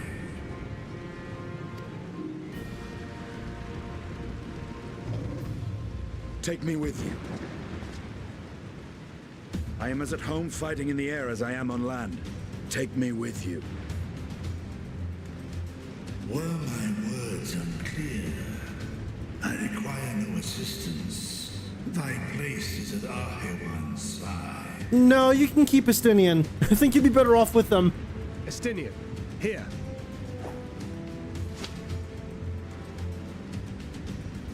It's the last thing you ever wanted. A link pearl. We'd gain much from knowing your elevated perspective. And it'll keep you from getting lonely, which I know you loathe. You heard the man. Seems I'm coming with you after all.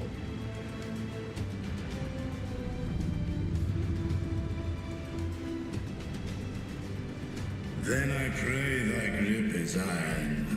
Be it on thy head if thou dost chance to fall. Estinian, the link quote goes in your ear, not in your pocket. Now, shall we?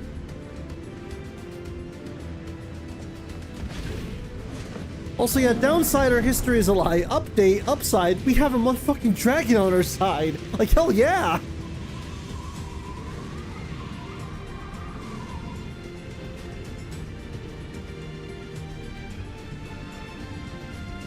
I fear it is as Vitra says. We will not survive this on our own.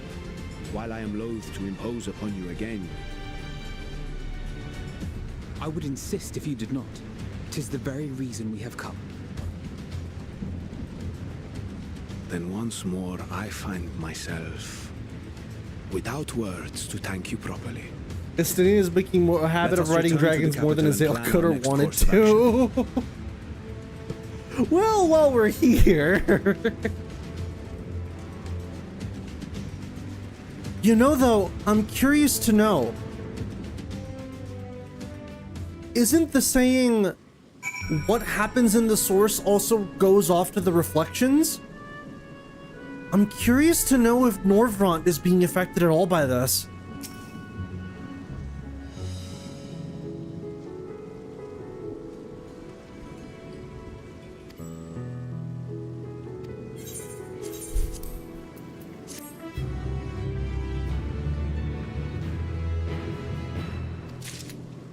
Both Shiva and Azil rode a dragon at least once.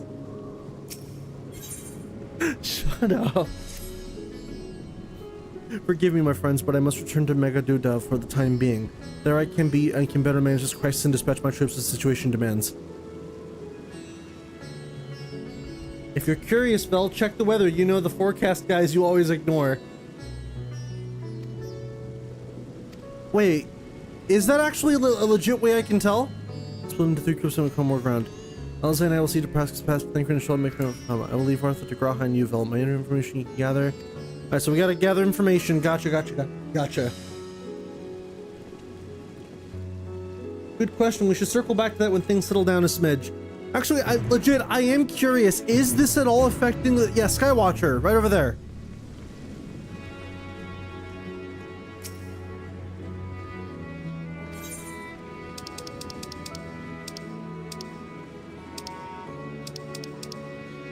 Okay, no. It seems to be fine right now.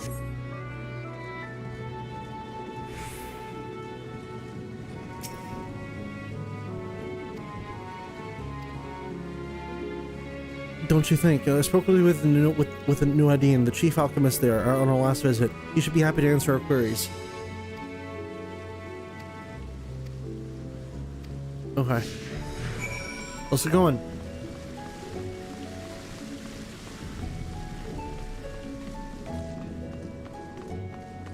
What's it say for Thavnir? For Thavnir, let me double check. What does it say for Thavnir? You can select the weather for an area and it'll give you a description.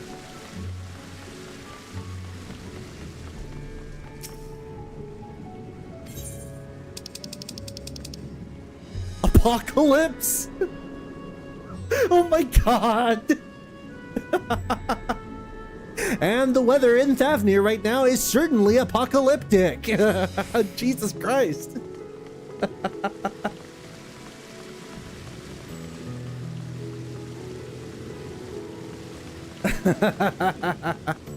Oh wait, press it. I keep circling back to this. Hold on.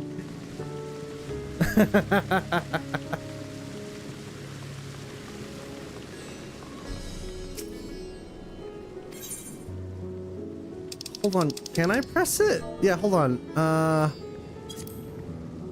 Whether my apologies, but I feel wholly unqualified to speak about it at this time. Yeah, no, even she doesn't know what to make of it. She's just like, I don't know, man.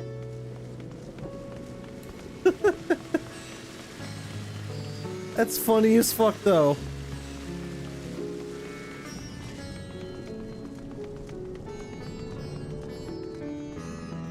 Oh, wait, really? Apocalypse.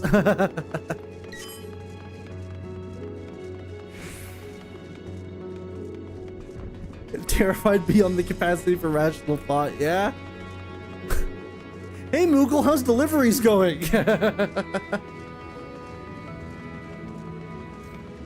Fucking hell.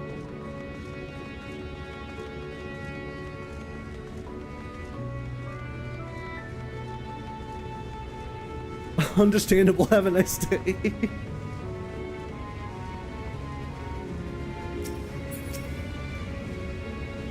Ah, I remember those red eyes. You were with the Scions who commissioned the skills from us, yes? I welcome you back to the High Crucible. What brings you here in these troubling times, to say the least? We're assisting the satrap in investigating the crisis that plagues the city. Did you happen to catch a sight of any of the creatures? I did. As I was going about my work, I was disturbed by crashing footsteps so powerful that the very ground shook. I rushed outside and could not believe what I beheld. The night sky was burning. Suddenly, I heard the panicked screams coming from the direction of Balshan Bazaar. In the next instant, a monstrous beast poked its head from out the midst of the stalls.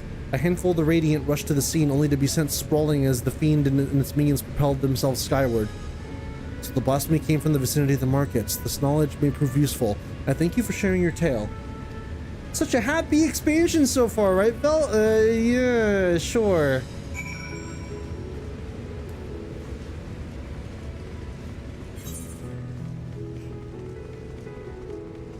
Such a happy expansion.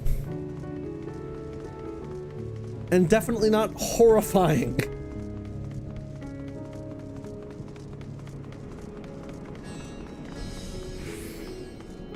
Actually, well, now would be a good time to check my menders.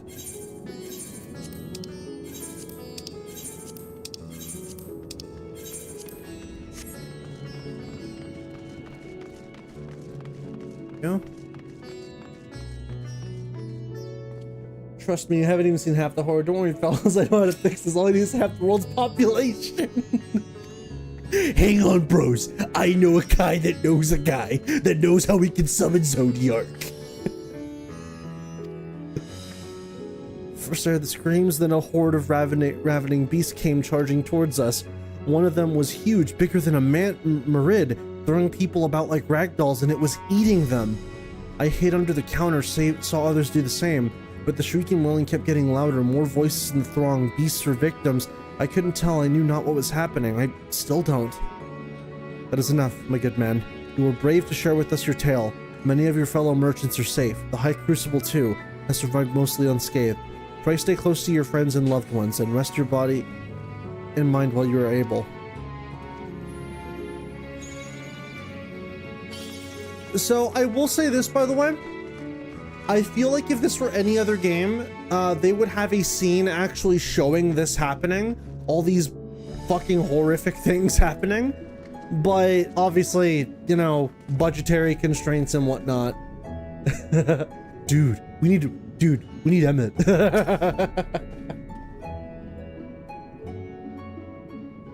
Is something the matter, traveler? If you are lost, perhaps I could be of assistance. Your offer is most appreciated. We are not lost, but we are in need of information. Might you know anything about the gargantuan beast that rampaged through the bazaar? PG-13. Yeah, that too. If this was given an MCU peak budget, then maybe we'd get hats for Vieira. And it just appears like, I've seen this before. Meanwhile, the form is like, we should take Charlie and push it somewhere else. Yeah, I feel like we're missing that, right? Like the scene in Amarang where Tesseline turns into a Sin Eater. I feel like we're missing that equivalent of this, just to really sell how fucking horrifying all this is.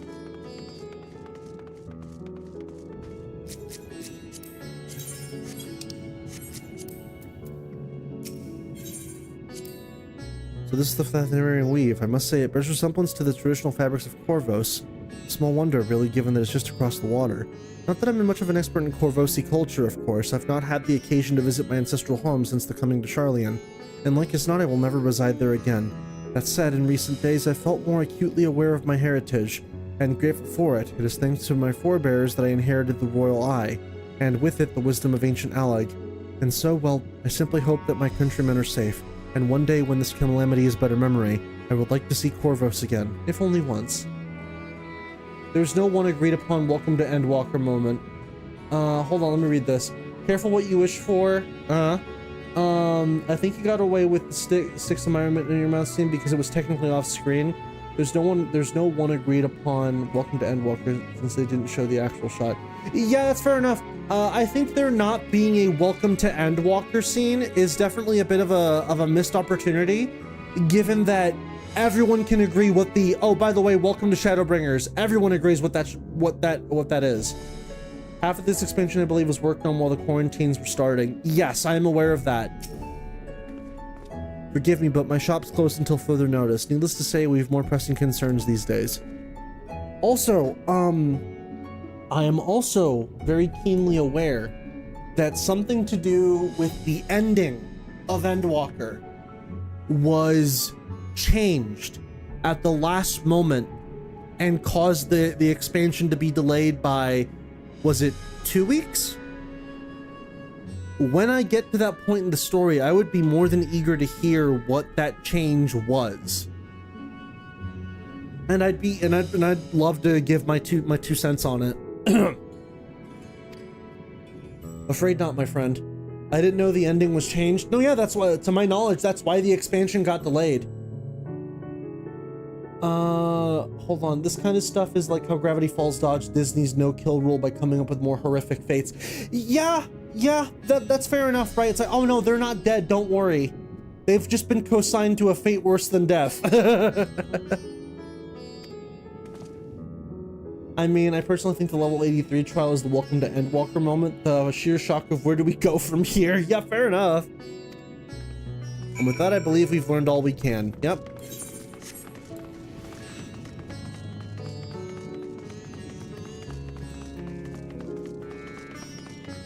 I think the welcome to Endwalker moment is slaying Zodiark to me, because that just sets a, wait, what are we doing now? What is happening? If not that, then Quintus is suicide. Yeah, I think I can agree with that. Oh, there we go.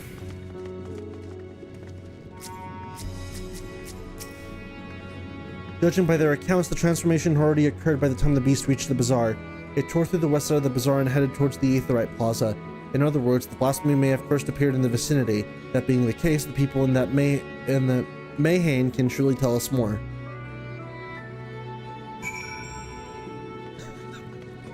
That's fucked. Quintus failing to properly perform Super Polite. It's like, no! Wait, I'm not at the welcome to Endwalker moment? Damn, okay.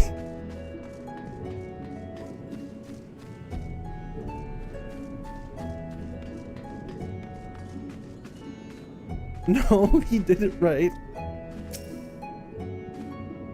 Even after all the after repairing all that damage, it'll take a while for business to pick up again. You mean the blasphemy? That's what the Radiant have been calling it anyway. I saw it too. We all did. I was standing here at the counter at Merhide as Merhide poured me a drink, when suddenly there came this dreadful sound like a pained, angry groan. It was unlike anything I've ever heard. I turned around in shock, and from an ominous cloud of black mist rose the creature, enormous and ghastly to behold. As for what happened next, to recall it sends shivers up to my spine. By some stroke of fortune, I was able to slip outside before the beast got its claws on me. but by the sight that greeted me offered no solace. The blue sky above turned red as blood. Merhide, myself, and the other survivors clung to each other for dear life until the radiant host came to our aid. Wait, did I hear you correctly? The beast manifested before the sky began to burn. I'm certain of it. The windows here offer a clear view of the sky, and I saw nothing out of the ordinary until the beast appeared and began to rage.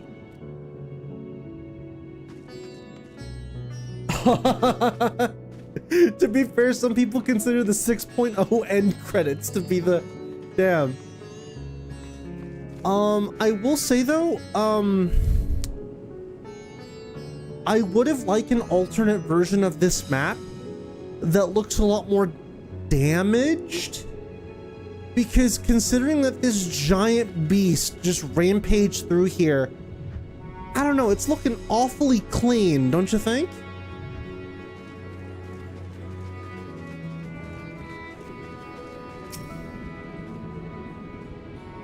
Going after that enormous beast, are you? Aye, I saw it, including the very instant that poor bastard transformed. Damn the gods for putting me there. It started over there by the window. A few men, merchants probably, talking and drinking. Conversation must have taken a turn for the worse. Next thing I know, their leader, I suppose he was, buries his head in his hands and black mist was swirling about him. Then his whole body bursts apart, and there stands a hideous slavering beast, massive and foul, all gaping maws and bulging eyes. His friends start shrieking, then the black mist comes again until the change takes them too. Stuff of nightmares, I tell you.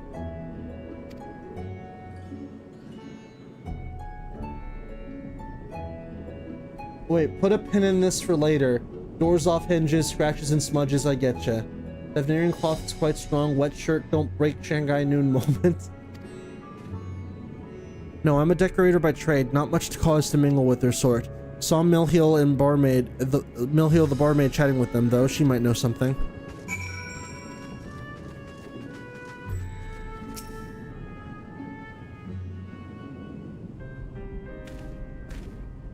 Oh, hello there. Welcome to Merhide's Mayhem. What can I get you? We've come not for libations, but rather for information. You are Millhill, yes? We are investigating the so-called blasphemy on the satrap's behalf. We hear it was one of your customers, a merchant that first underwent the transformation. What can you tell us about him? He was something of a regular here, especially of late. Kalzal was... Oh...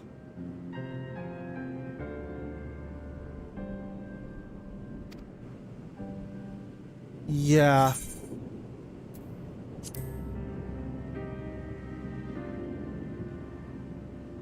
Yes, the name rings a bell. Didn't you meet them both on your first trip to Thavnair? If I recall correctly, Kazal ran a trading operation in Yedamad, and it was there that you made Matsia's acquaintance. Yes, that is the same Kazal, no doubt. A rather successful man from what I gather.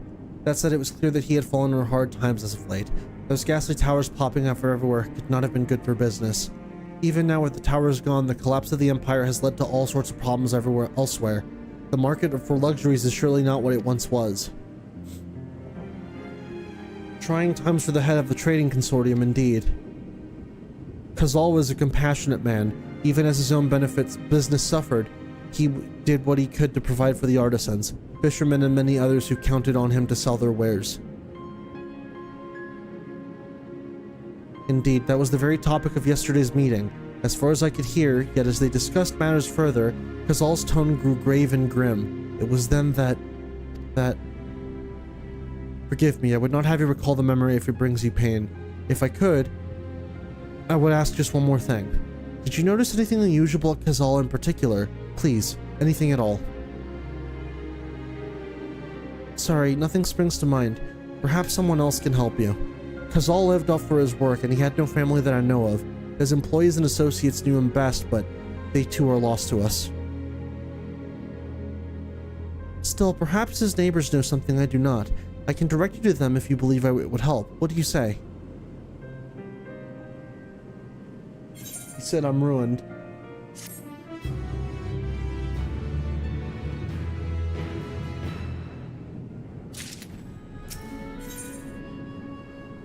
Millhill has information that should serve you well. Kazal made his home in Kama, a nearby residential area. From what I gather, Khazal lived there since childhood and was known throughout the neighborhood. Comma. The name is new to me.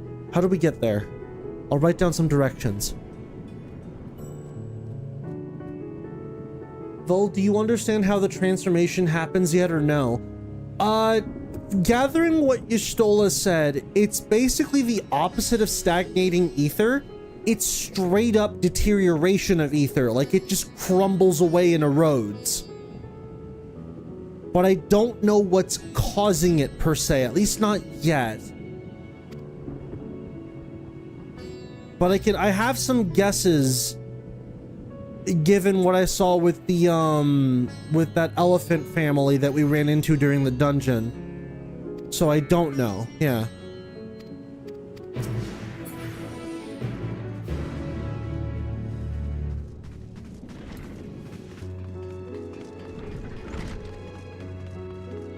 Wait, am I attuned to these aetherites?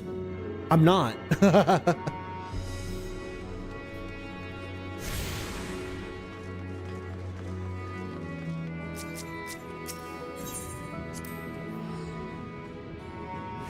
Let's see. After leaving the Mayhain, we were to retrace our steps and head back towards the Aetherite Plaza.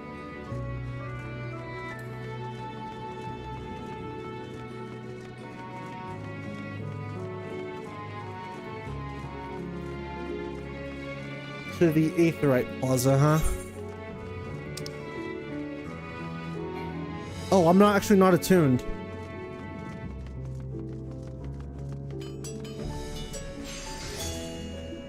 Wait, when I saw another content creator go through Endwalker, they were an FF historian from 1 to 13 and 15. They immediately had a theory and shared it was Lavos. Ah, well see, it sucks. The only Final Fantasies I unfortunately have a knowledge of, at least an intimate knowledge of, is 7. And I played 6 rather recently, and I know some stuff about 1. But outside of that, nah, I can't say I'm too familiar with it, unfortunately.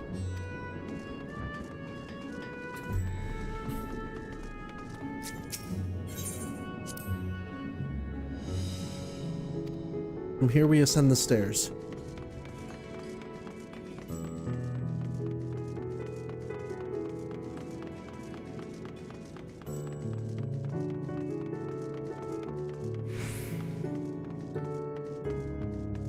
Also, I definitely want to adjust my Twitch chat a bit because I'm noticing that Twitch chat messages are being cut off because they're too long.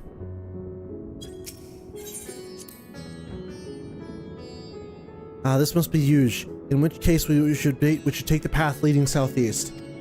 FF10 is quite good if you're interested. Oh no, yeah, I've been recommended 10 a good chunk of times.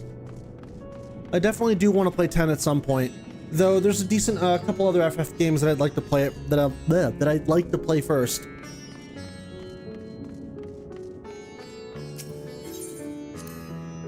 If we keep going this way, we should arrive in Kamra before long. Walking these unfamiliar streets is quite the adventure, is it not? I can only hope we can explore Ratset Hunt at our own leisure once this crisis is past.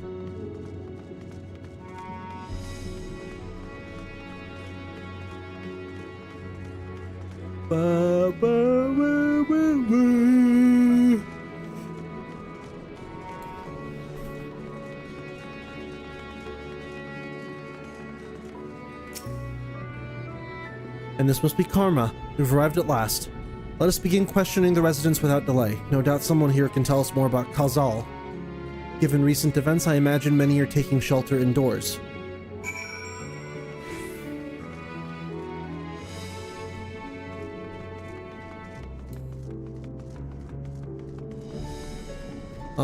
And is this an aetherite that we have attuned to?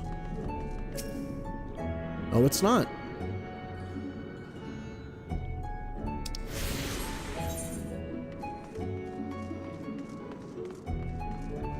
So, high likelihood that they are indoors.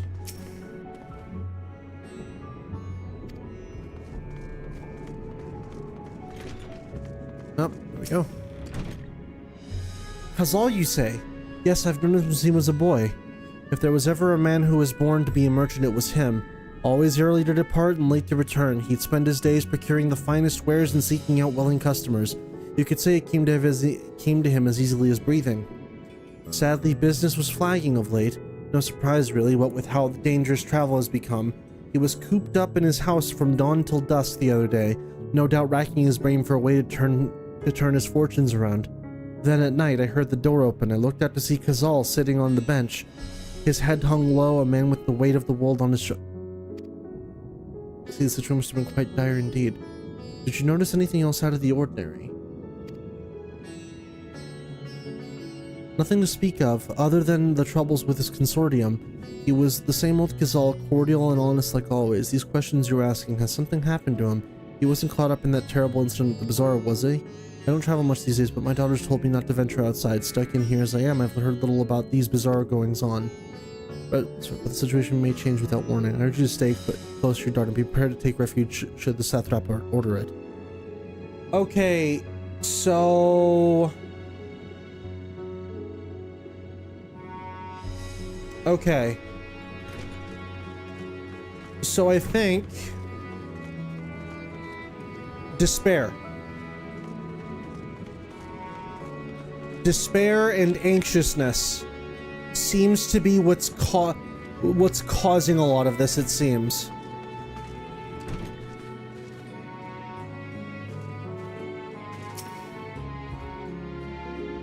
Could you come back another time? I just woke up and I'm not exactly in the mood for idle chit-chat.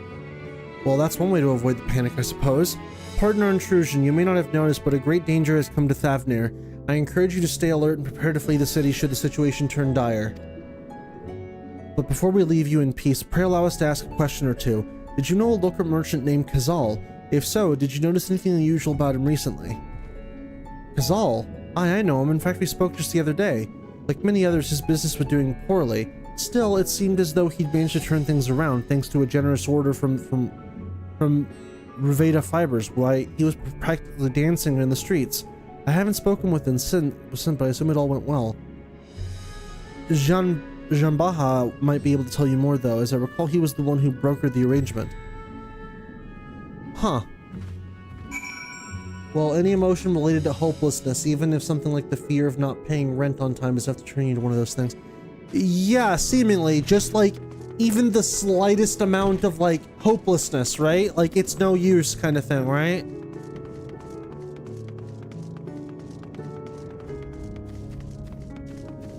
Huh. Anger can also be a trigger, I believe. Interesting.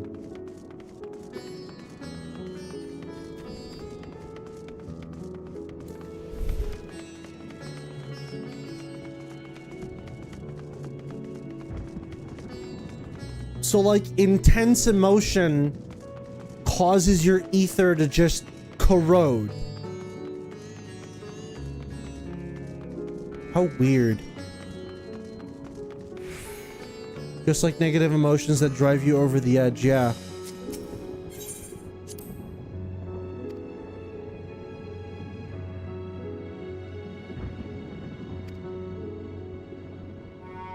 The heavens burned and the stars fell. Creation magics run amok.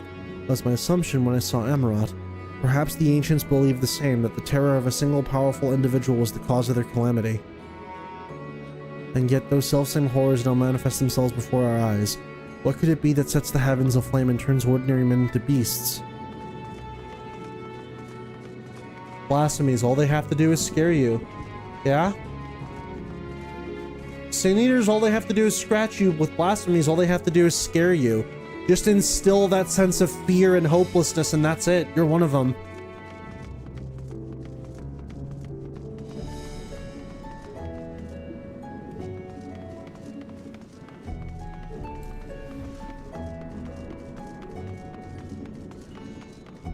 Ah, and suddenly I'm thinking back to that flower that Heidelin gave us.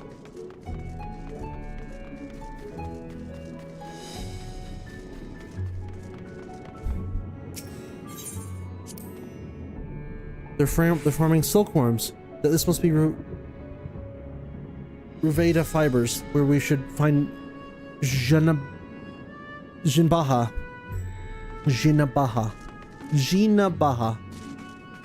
Hello?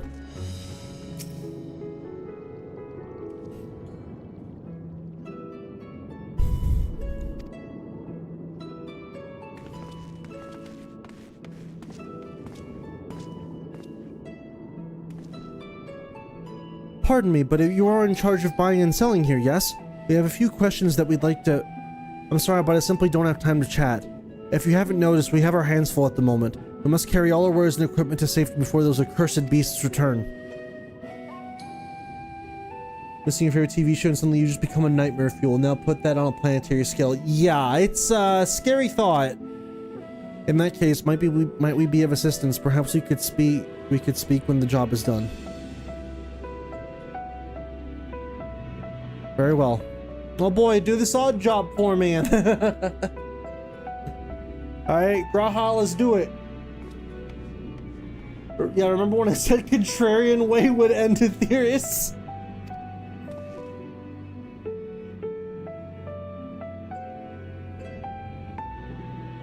Go through that door and speak with Kamala. She'll tell you the rest. Remember, these textiles are our livelihood. I don't care. It's literally impossible to win situation because the only way to win is just to lobotomize the entire world or just die. Yeah. So we gotta figure out what exactly is like the root of what's causing this. Like we know why it's happening now, but we just need to figure out how to stop it.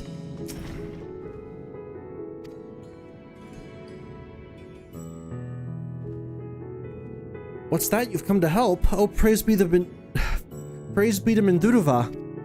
Kind stranger, I welcome your assistance. On your way here, you passed 3 storehouses, yes? I'd like you to carry that small crate to God, these names. Nabrifal, by the storehouse near the hatchery. The crate of clothing is from Manhua, and that massive crate goes to Zayamara in the middle of the storehouse. Watch your back with that one. Those are all the crates we have ready. Once they've been delivered, consider your work here complete. Okay. So... light crate... Oh, so we're just doing them bit by bit. Well, specifically we know what's happening, we don't know why it's happening. Yeah, there you go, that's better.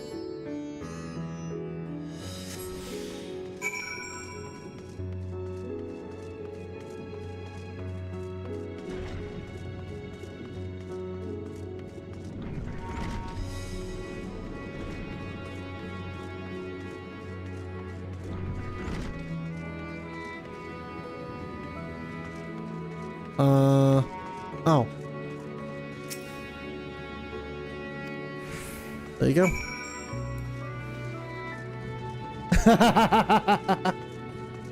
Even in ordinary crate.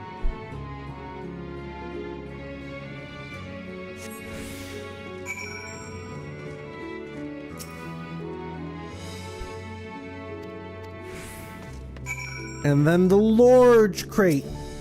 Come here.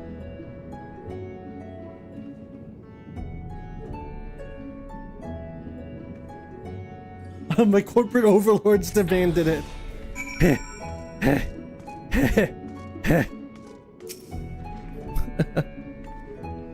Good thing that. Never know when you'll need to defend yourself in these unpredictable times. Okay, crate full of fabrics. That's exactly what I was hoping to receive. Here, let me put that away for you.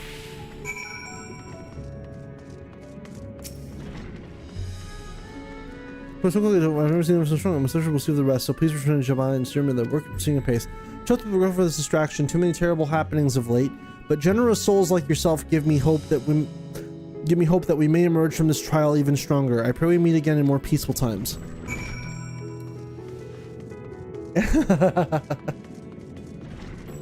Yeah, unironically, if I help you finish your chores, will you give me what I want? If Kamala is satisfied with your word, then so am I. You have done us a great favor, traveler.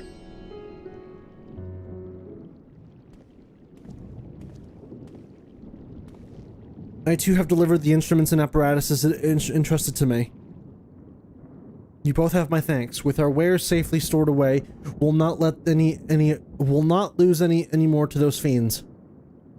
I take it that your establishment did not escape the attack unscathed. We did not. Thankfully, most of our workers had already left for the day, but those of us still here saw it all. We looked at the burning skies in confusion, and then, before we could even begin to make sense of it, a hideous creature burst through the doors, shrieking. We ran for our lives, but one of my colleagues was not so fortunate.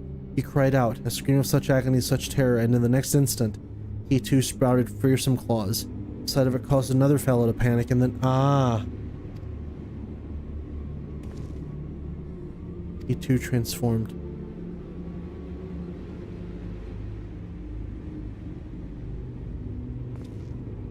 I'm sorry, there was something you wanted to ask. Indeed. You knew the merchant Kazal, did you not? I believe he had some dealings with your establishment. Kazal? I know him well. We'd arranged for his consortium to deliver a large shipment of fabrics, but in the end we received a better offer and had to turn him down. I understand his business is struggling, but so is ours. Another of our most reliable trading partners agreed to transport the goods for a much smaller commission, and we have been fools to refuse. I felt terrible for withdrawing the offer, but you must understand we simply had no choice. He tried to put on a brave face when I delivered the news, but his dejection and despair were plain as day. He said he'd discuss it with his associates, but I could tell he'd all but given up hope.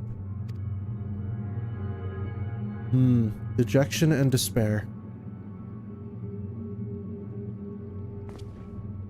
You remember what we saw in Vanaspati, yes? Soldiers and jungle dwellers pushed to the very brink, turning into beasts one after the next.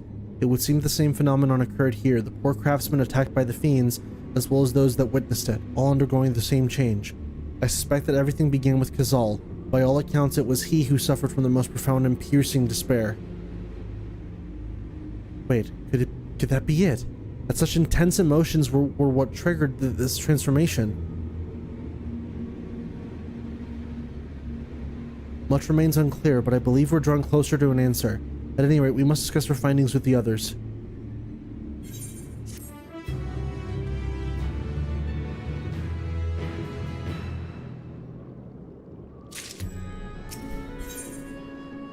Beyond the depths of despair.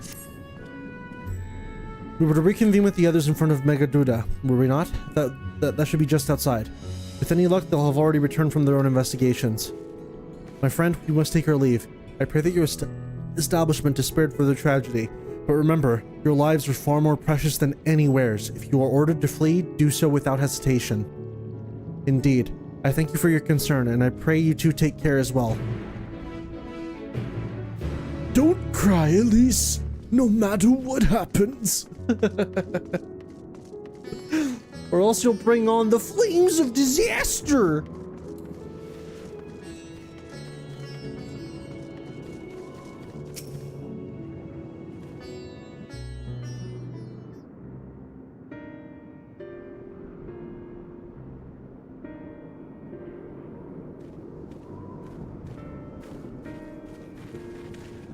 There you are. You've spoken with the survivors. Indeed. We thought to share what we have gleaned, that we might together gain a greater understanding of present circumstances.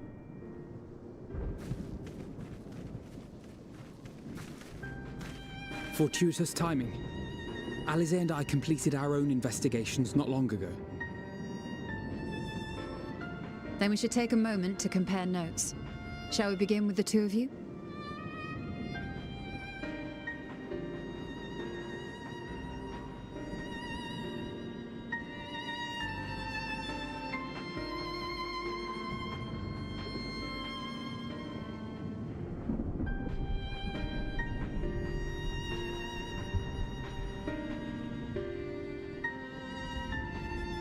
So the merchant Karzal was gravely concerned about his business in the days preceding his untimely end.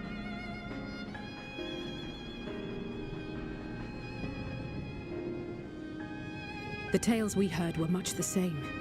The first victims to be changed into blasphemies were all overcome with anguish of one manner or another. Then those who saw their loved ones stolen before their eyes succumbed to a similar panic, setting in motion a chain of transformations. Fear, unease, despair. These negative feelings serve as a catalyst. If so, then it is not unlike the calamity that befell the ancients. With their creation magics, they unwittingly gave form to untold horrors. Had they simply lost control, surely it would have manifested in many forms, not all of them monstrous. Yet somehow, this phenomenon is triggered solely by the darkness in their hearts, a common thread with what we now witness. Common, but not identical. While the beasts the ancients faced were forged with magic alone, those of today are born of sentient beings. Why remains to be seen. But there is one fundamental difference between us and our predecessors. Our souls are sundered, whereas theirs were not. Perhaps that single variable makes all the difference. If I may, there was another detail that troubled me. We have it on good authority that Karl Zahl's transformation took place before the skies began to burn. What? If that's true, then the situation's more dire than we realized. It means even if there's no ominous sign presaging the final days, anyone, anywhere, has the potential to become a beast. Even in lands we thought safe, even as we speak.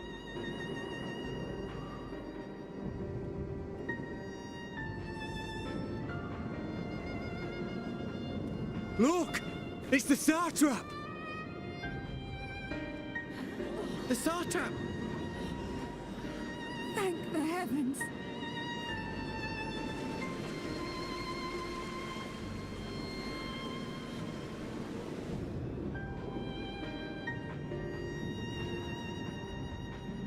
My countrymen, I am relieved and heartened to see you strong and safe. While the danger has not yet passed, far from it, allow me to assure you that the beasts that raged within the city walls have been exterminated to the last. Outside this sanctuary, the brave men and women of the Radiant Host and our dragon ally continue to battle our unholy foes. I pray these tidings put your minds at ease and help you calm your hearts. Have faith that we shall soon conquer this terrible trial. Your Excellency, is there any word from Palaka's stand? My grandson was bound for there yesterday, and I worry for his life.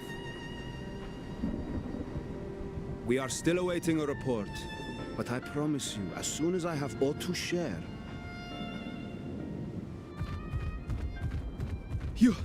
Your Excellency, I bring grave news. You are? I'm Matsya of Akyal. Oh, Matsya! A humble fisherman. Ah, I remember you from our first visit. Wait, you're...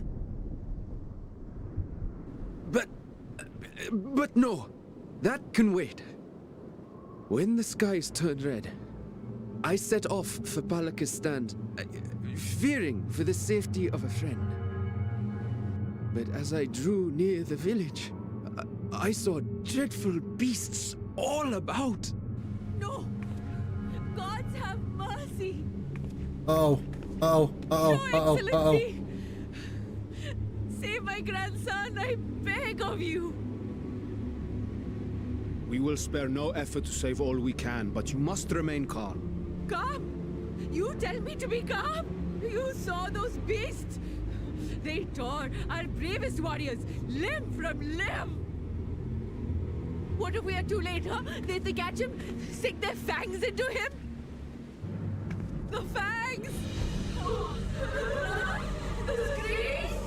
Oh, we are getting this moment, aren't we? Get away from her, now!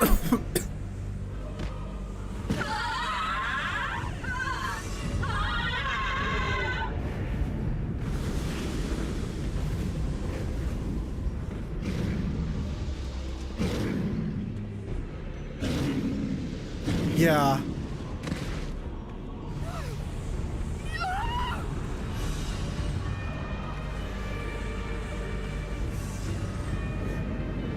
Jesus Christ.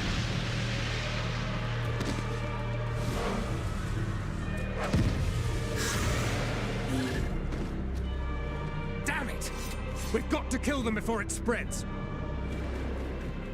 We'll handle this. See the townspeople to safety.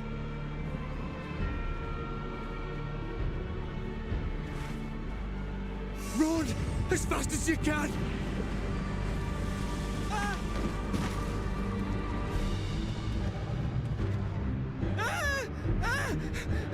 No!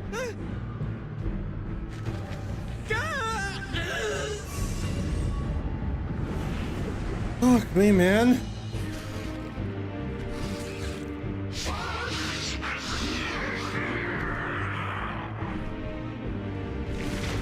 Oh my.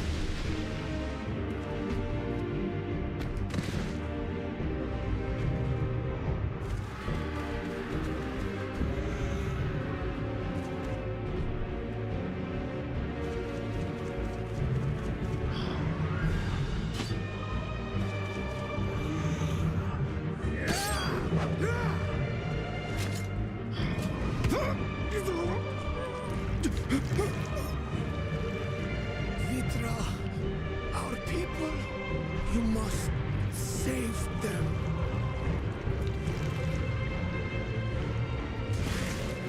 Oh my.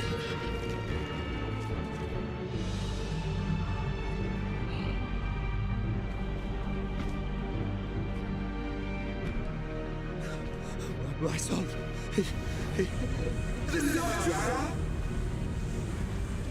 Enough!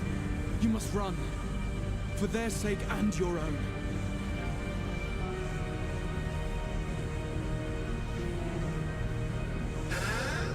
Yes, you will survive. You must. Huh.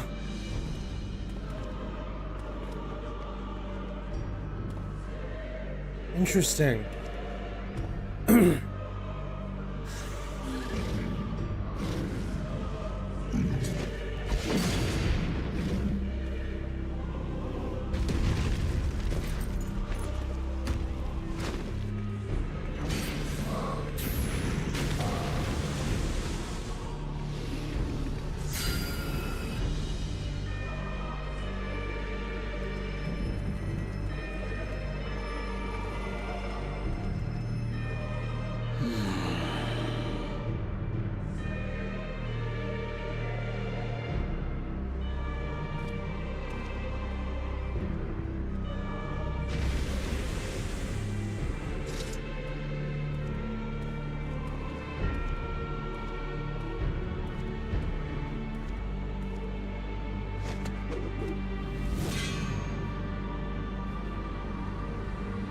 Be strong, my friends! Fear not, for we will defeat these abominations! Graha has experience in this.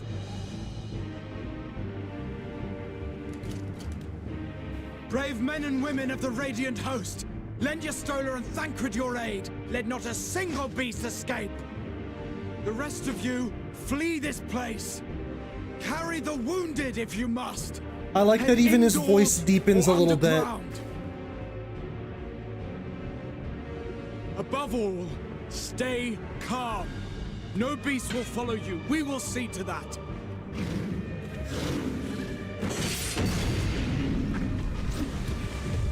Alphino! Alize! Leave the city to us, and make for Palaka's stand at once! Matya, show my friends to the village! Exarch is a character, but it's one he played for 100 years, and he's really good at it. Right!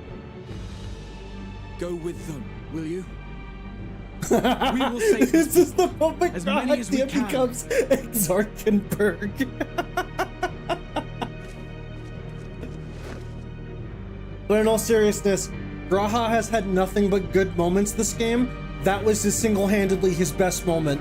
Just breaking the kind of like very kind of shy boy thing that he's been doing around us and going back to Exarch mode. I really do like that. We must save Palakistan, whatever it takes. Matsuya, it pains me to put you into harm's way, but I would ask that you aid us as well. Of course, Palakistan is not far, just down that hill. But as I told His Excellency before, the path was blocked by terrible creatures. I had no choice but to turn back. In that case, this is what we shall do. Well, I ask that you take the lead and dispatch any beasts you encounter. Alize and I will keep Matsuya hidden amidst the trees and follow when the path is clear.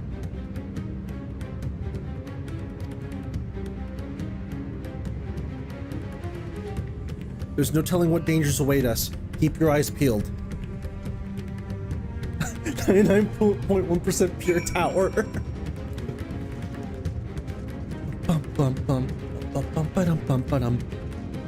Wow, I like this music.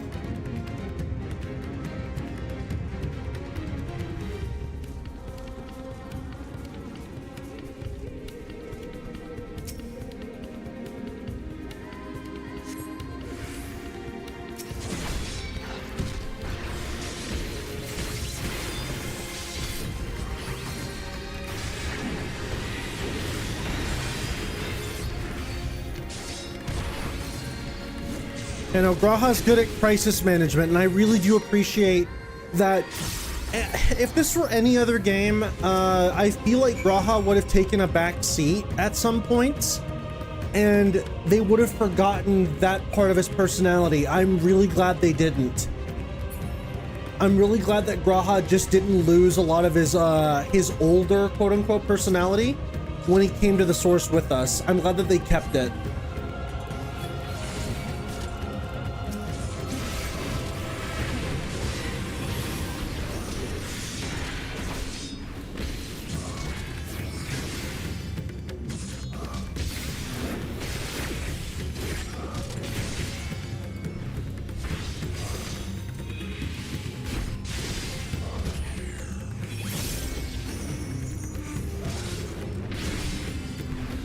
Also, yeah, I don't watch Doctor Who, but I've heard of those kinds of comparisons before.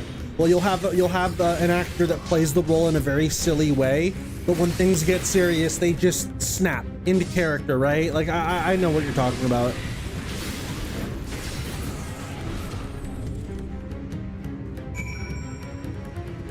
At least I think you're talking about Doctor Who.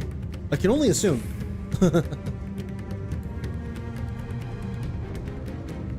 Inflin wrote Endwalker. Hey, this is like when you were in charge of the Crystarium back in Shadowbringers. Remember?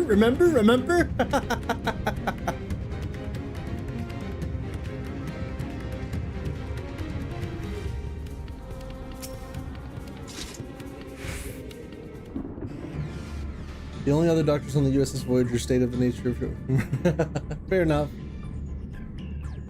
It cannot be.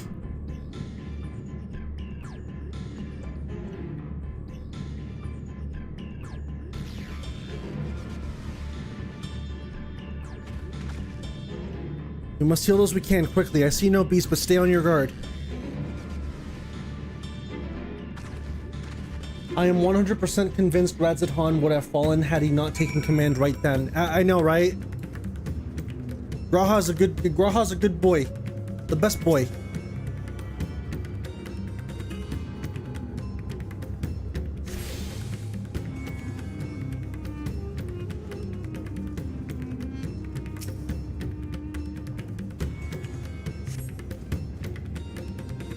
He does not respond to your efforts. His breathing grows more ragged and shallow, and his vacant eye drews those of a man who has lost the will to live.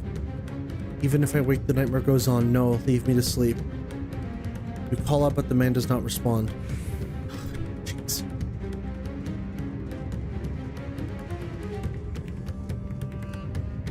Well, there'd be no Radzidhan if not for Louis Soir. Fair enough.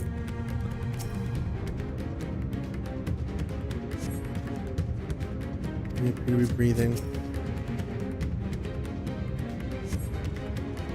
Human body was already beyond it. Massive wounds suggest the villager was gored by a terrible beast. Jesus Christ.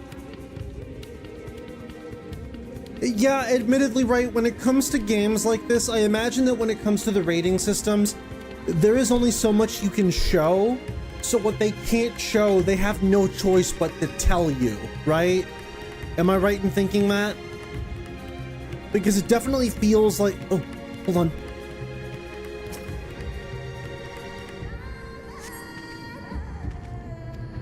Too late, clip with family or friends. because I feel like they definitely wanted to show more, but given their restriction to the rating, they can only do so much.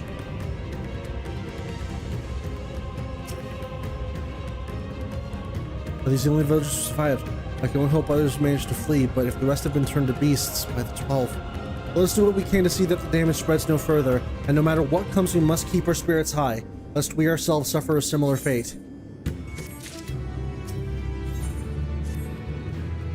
I can tend to the rest. Pray look after Matsuya. No doubt that we have no doubt what we have seen here weighs even heavier on his heart than ours.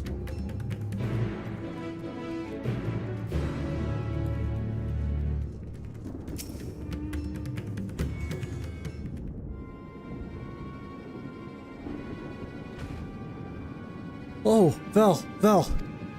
This is Yeruvet, the elder here. He is hurt, but praise be to the sisters, he still lives. Young Matsuya here has told me everything. I have no word, not the words to express my gratitude for your aid. When the heavens began to burn, we were afraid, but did our best to carry on as we always have done. Until today, when those unholy beasts came pouring into our village, a flood of midnight and death. There are no words to describe what followed. Men and women I have known since they were babes, struck down by the creatures, only to rise again to join the murderous horde, in the guise of those same hideous fiends. In the chaos, a handful of our villagers fled for their lives. I can only hope they have found their way to safety. Matsuya, do you perchance remember Kerasaf and Mevan, the young couple who always brought you your freshest catches? How could I forget, Elder? When I first came to peddle my wares, desperate to eke out a living, they showed me such kindness.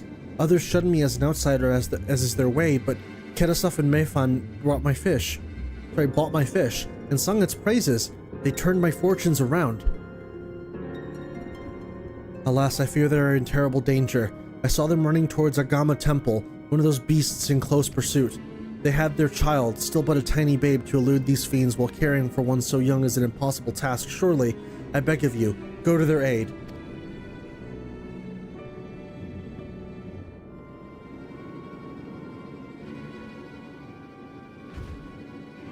Caches? I want to help them, yet I'm but a fisherman. I cannot face beasts on my own. Will you come with me? Is that even a question? To the temple.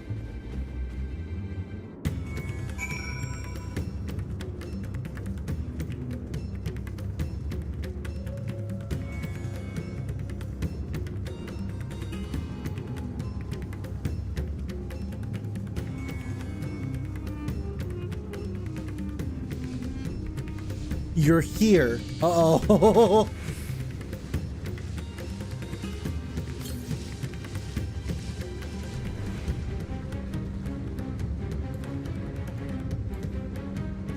You want to do something foolish?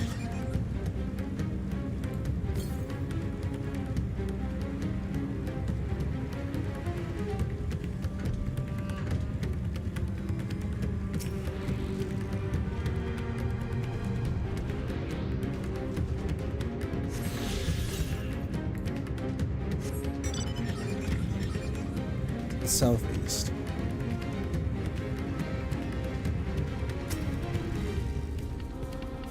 Temple is just ahead. It was built by those who worship Sancta Gama, but has sadly fallen into disrepair in the recent years. If my friends made it this far, there's no doubt they're trying to hide somewhere amidst the ruins. Uh-oh. I'll take a look.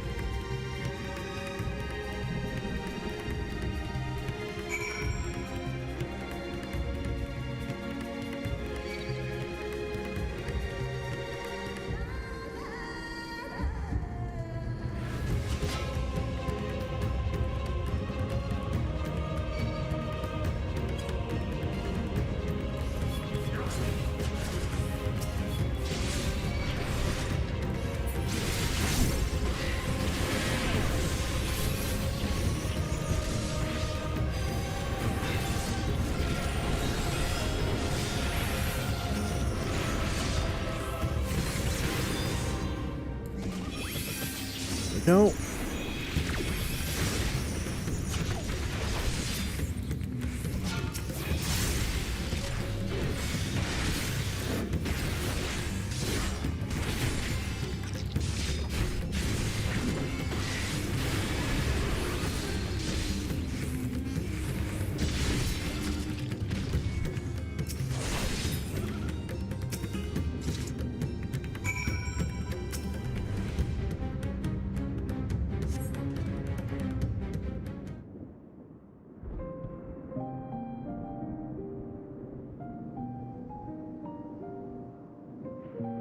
Ooh.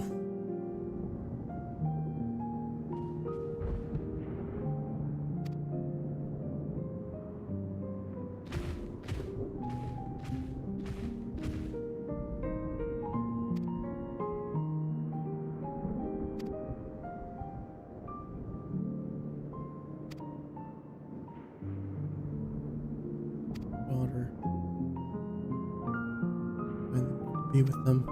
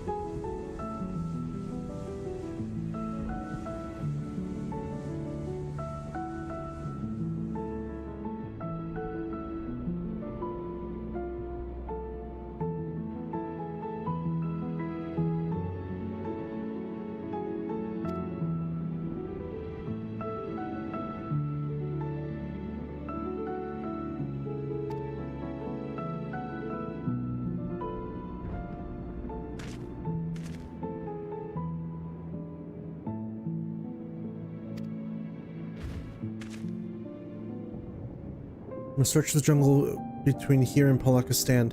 There was nowhere else she could have gone, I think. Jesus Christ. Yeah, this is way more horrific than the shit that was happening in Shadowbringers.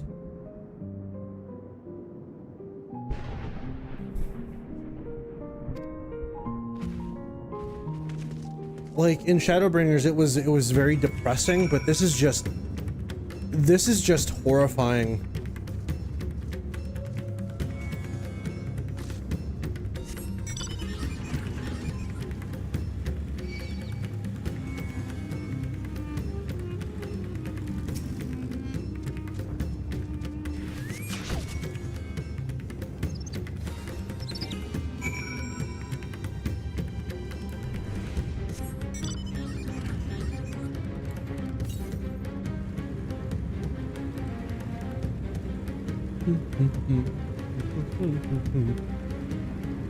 Havana's remorse.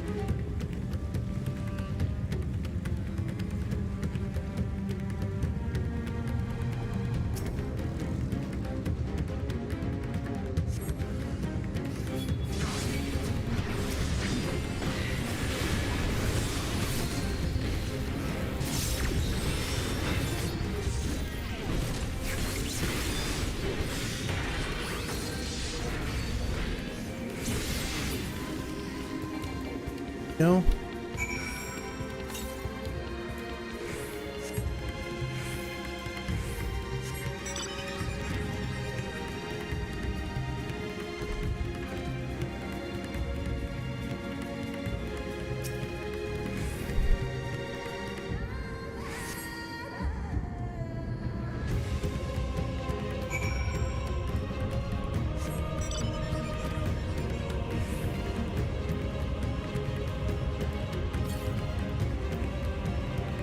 I may as well get the Saper current.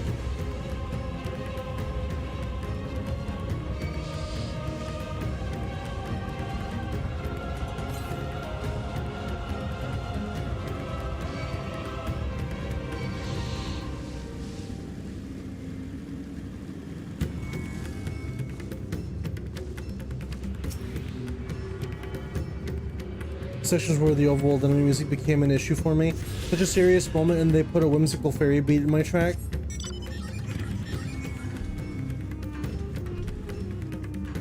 Well, if it's any consolation, Noivern, you don't really hear the overworld enemy music all that often.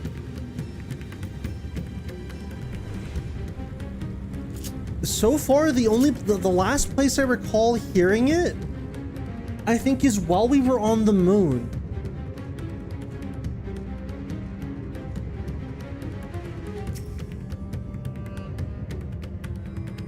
Yeah, but when it does, no, I understand.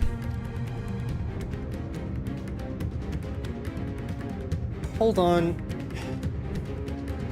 There were two of those creatures next to the body, right? Why do I get the feeling that was the mother and daughter?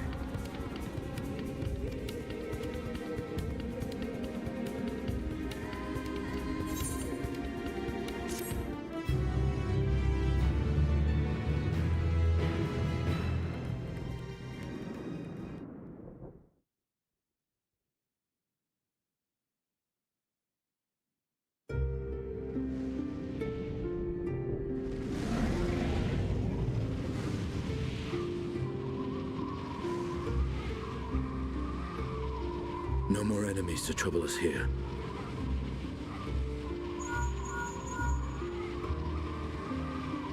It's me. How fare you below?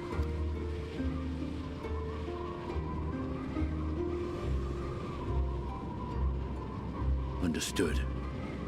I will inform Vritra. Chaos and panic sweep Raz-at-Han, and many more have succumbed to the transformations. Amidst the fray, Ahawan fell, protecting a grief-stricken father. Oh. My friends fight alongside your radiant host to secure the capital. Beasts have been sighted in Palakistan as well. We have divided our forces in hopes of quelling the threat there. Of small solace is that we now know what triggers the transformation. As my companions tell it. What? Speak up. I can't hear you. So it is the very fear and despair in their hearts which inflicts this abhorrent punishment upon them. A nightmare from which my children will never awake. O capricious and cruel fate, they are undeserving of such condemnation. Will you wallow in sorrow or rise to the occasion? Raz-at-Han is leaderless. Before he passed, Ahawan sought to reveal the truth to his people. Honor his wishes. To what end? To breed a new conflict between dragon and man. These claws could reduce thee to shreds with a touch. These jaws crush thy bones to dust. Only through my proxy could I walk with my children. Without him, I am a bringer of fear. No different from the beasts which beleaguer them. Perhaps so. Only in death were Hraesvelgr and Shiva united. Indeed, whenever man and dragon have come together, death has ever been the inevitable result. It was our fear of your kind that sparked a nigh-endless war. Fear and hate of which Nidhogg drank deep as he laid waste to my homeland. And in turn, I took my revenge on his brood. Blood for blood, pain for pain. I thought nothing of theirs, only of mine. And yet, were the chasm between us too vast and too deep, Hraesvelgr would not have borne Isael to battle and our rescue. Estinian the Azure Dragoon evolved to Estinian Dravanian therapist. Yeah, pretty much. His eyes, and the Dragonsong War would still rage on. And I would still wage a never-ending war of violence and vengeance. The future of our star be damned. I cannot speak for Ahawan's greater goals. Yet I know that he served you, served your people, long and true. In this time of unprecedented crisis, he turned to you. You could do worse than to place your trust in him. Acting like Big Brother Nidhogg, yep. It will not be easy, but the future of Raz-at-Han hangs in the balance. Before he went mad, yeah.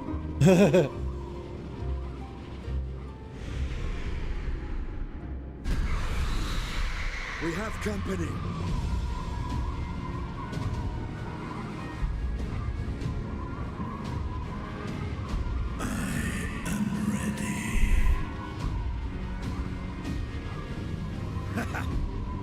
hour has come, Vritra. It's all or nothing. And that's the line from the trailer.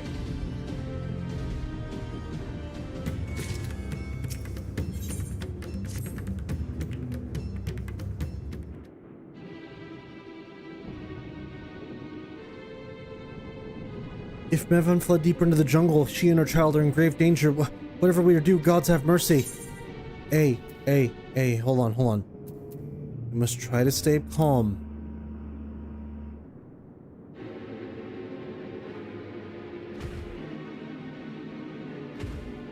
But how can I at a time like this? They could be dead.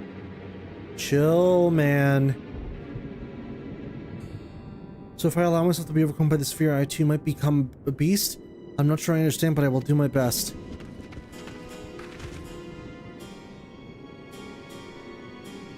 I've seen to the wounded. How did the two of you fare? Did you find your friends?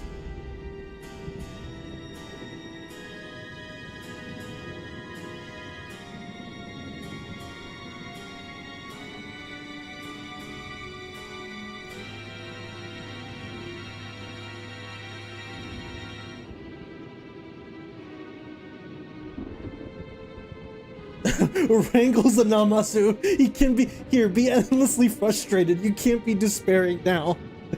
I see. In that case, let us help you find the mother and child. Before we leave, we must ensure the village will be safe in our absence. Alize and I will patrol the area and search for more beasts. What's your Matsuya? Hey. We will save Mevon and her child.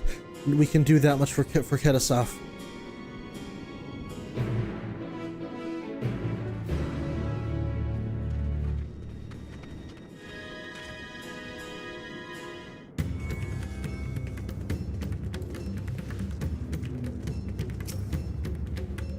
I'm heartened to see you both safe, but what of the family? We found Kedasaf, but he... Say no more. I understand. We have lost another one of our dear friends. Kedasaf may be gone, but there's still hope for Mevon and their child. Please find them, I beg you. And if in your search you come across anyone else who escaped the slaughter, pray tell them what has happened. I will do my best to keep the villagers safe and their spirits high. Come, let us rejoin your friends at once.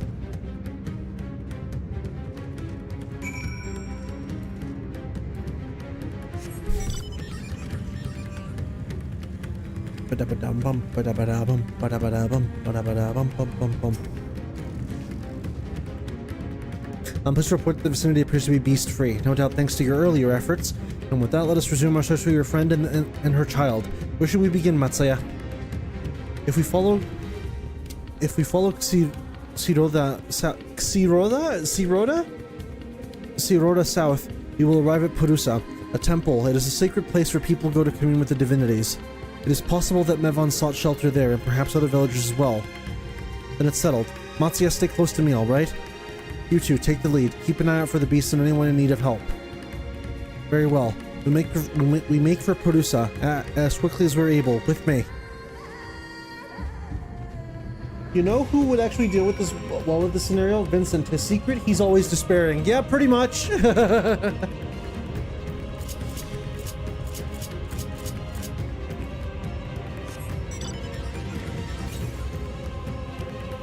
Oh, am I done with Aether Currents? Looks like I am.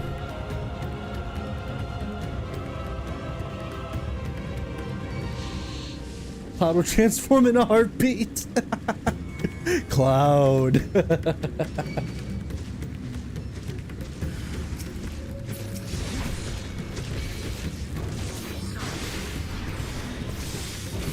I like how we just casually have a regular ass crocodile just in here.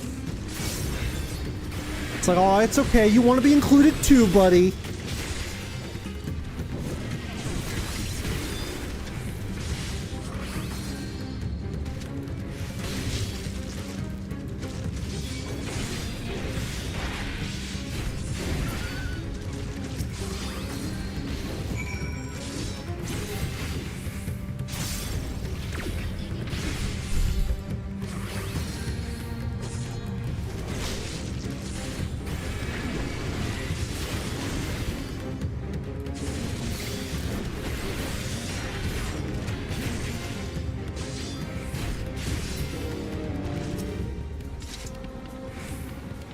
For remake exclusive characters, Roche would be like, let's ride into the fire, my friend.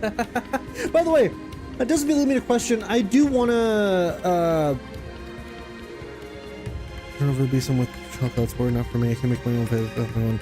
You know, I'm, once I do finish FF7 on PS1, which I do want to go back to once Endwalker's done and over with, as a nice little in-between before we start Dawn Trail. I have been considering also playing through the remake games. But first I want to play through Crisis Core if I can.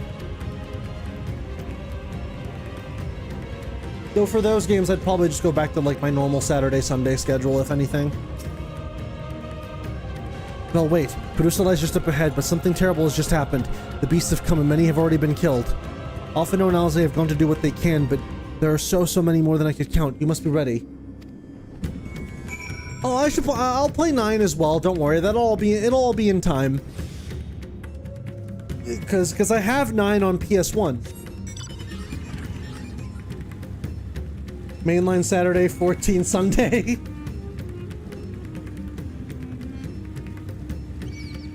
Honestly, I've been considering that might be what I do for Dawn Trail.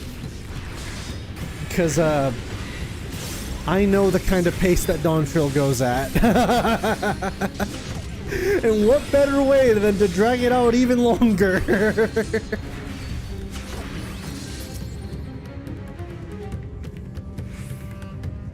Finally, Gungaga.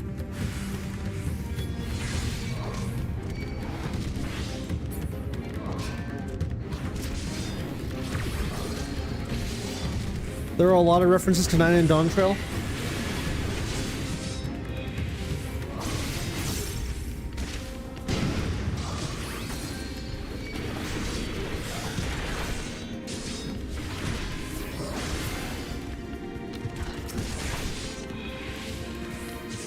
You've been on the level 94 quest for Dawn Trail for over a month now? Ooh.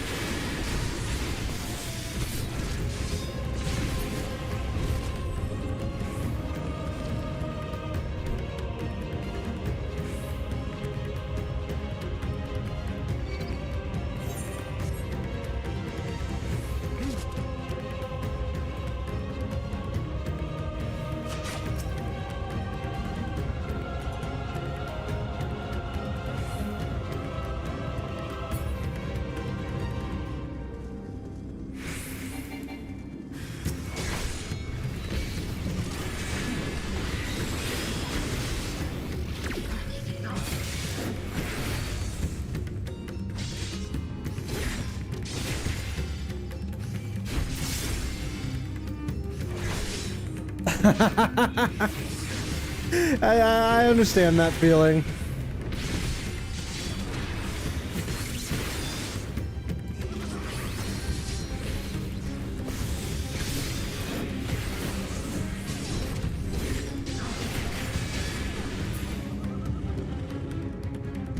From what I understand, a lot of people just don't really vibe with Dawn Trail's pacing.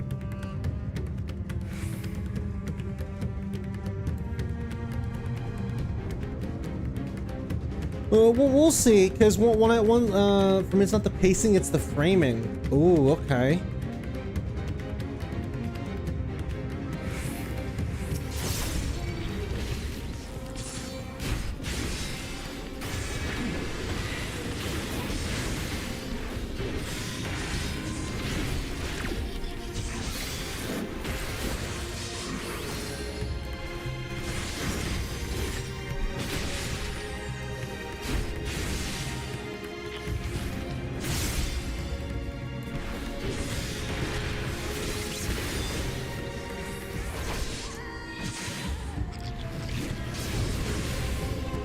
I dealt with bad pacing in the Ruby Seed, the worst zone in the MSQ.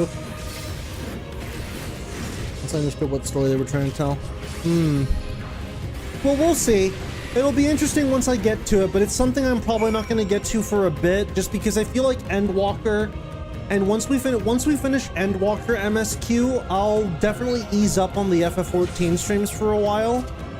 just to do some other stuff. And we'll progress, well, if anything, we'll probably progress through post-game for Endwalker normally, but we're going to be taking a long break before we get the Dawn Trail.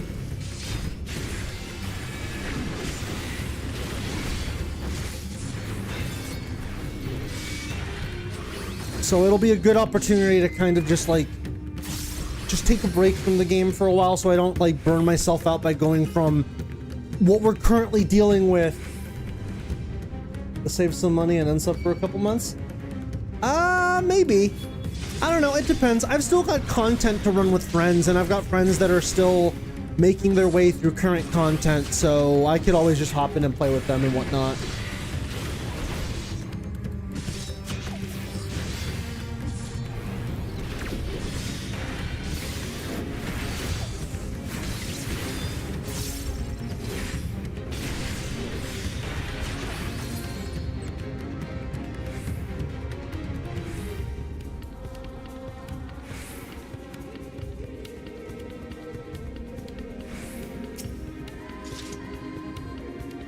How far are the others?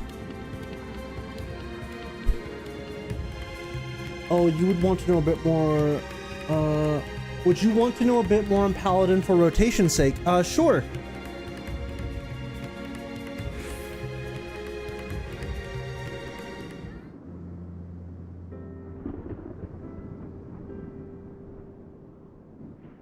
So,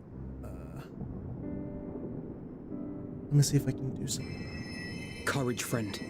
The pain will pass. Has anyone seen Mevan?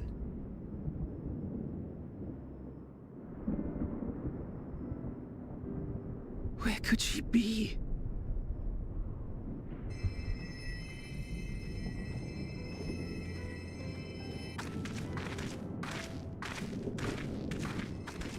We've dealt with all the blasphemies and made certain no villagers are still in hiding.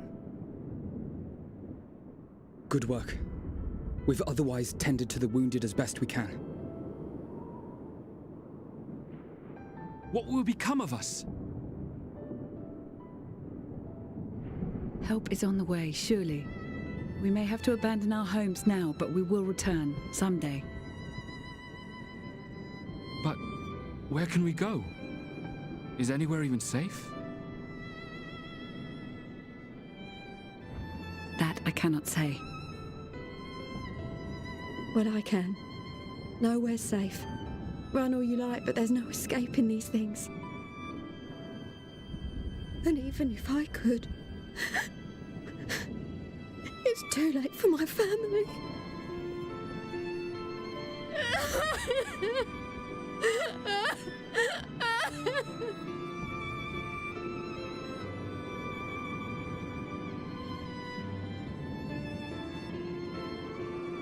This isn't good. The more they dwell on the tragedy, the more likely we are to lose them too.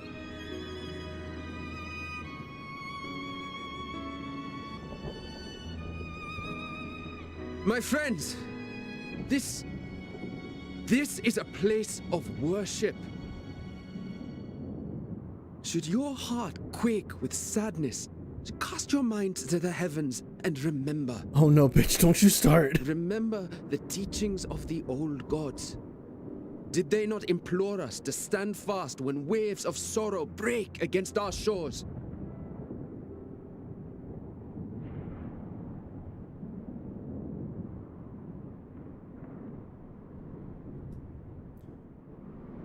When all seems lost, turn... Oh, wait, why am I angry?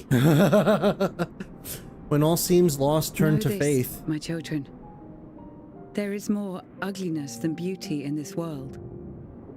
To live is to suffer. To drink of calamity and So when drown your in quest got in anguish. fire to her, your toil Holy and Spirit be is hit tested, 3 times after always and fighter ever. potency buff. Oh, okay. 'Tis a perilous path you walk. Death lurks in the dark, and is the sole promise that awaits at journey's end. You will tremble with terror. You will weep tears of anger and despair.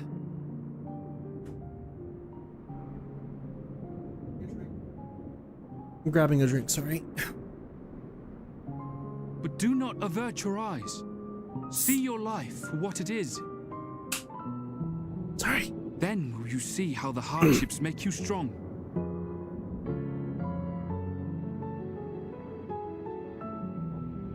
Every doubt reforged as scales for your armor. Every agony to temper your blade.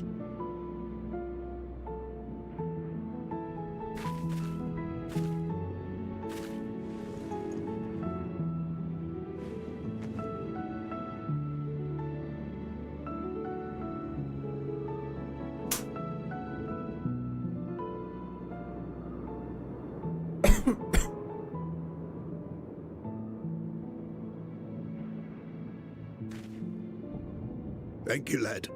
We'd almost forgotten who we are.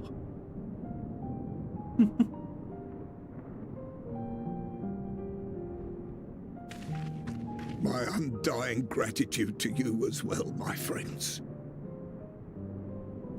You were searching for Mevin, no? We must return home. I pray you help the boy find his friend. Gladly. We dispatched what beasts we could, but the roads are still dangerous. Stay together and go in safety.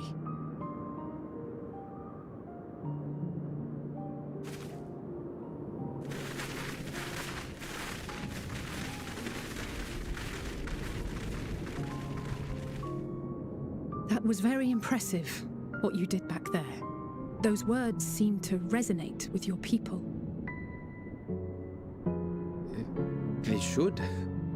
They were the first spoken unto our ancestors by the divinity of legend. I'm easily upset, and fish are wont to flee a temperamental hand, so I recite the teachings over and over to calm myself.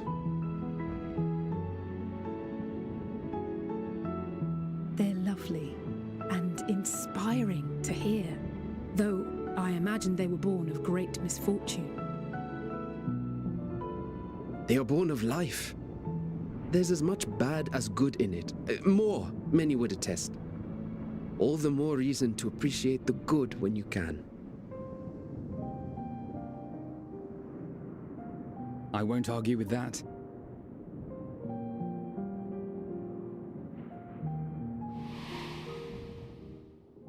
In darkness, seek joy.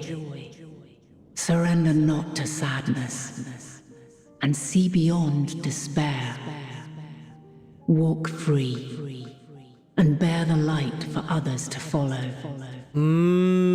Suddenly her words are making a lot more sense.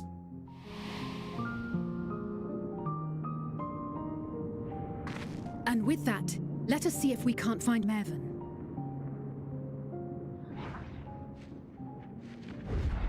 There they are. Did you see? That beast was chasing someone.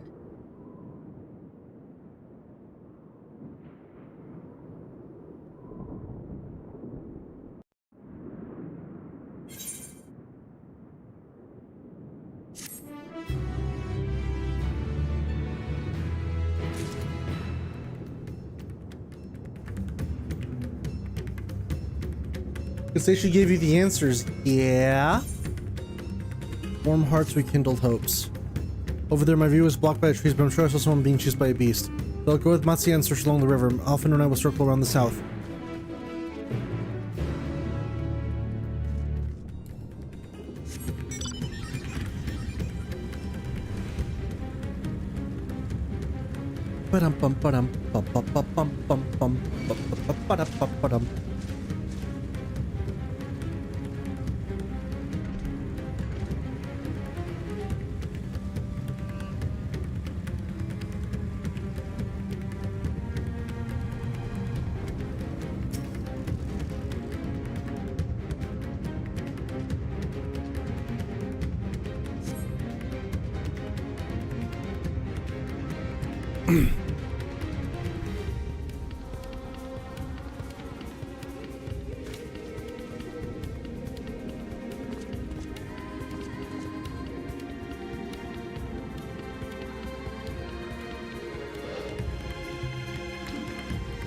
That's her!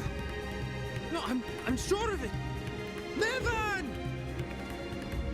Don't, please! Oh, we found her. Ouch!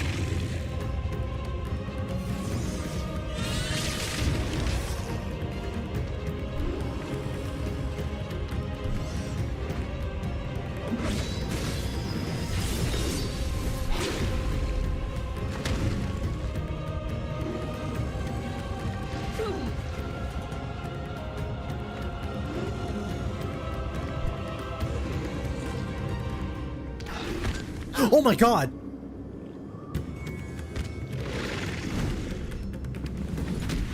Jesus Christ! God have mercy! Whee!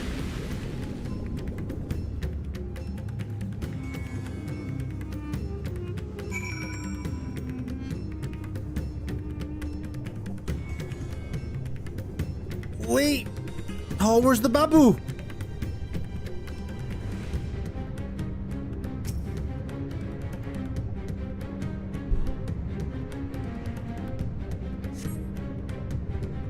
Oh.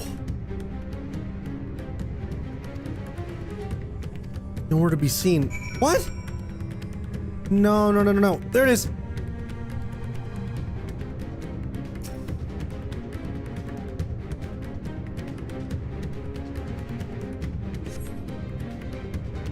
If she yells, you can't tell, but she will surely not survive unless you carry her to the surface once more.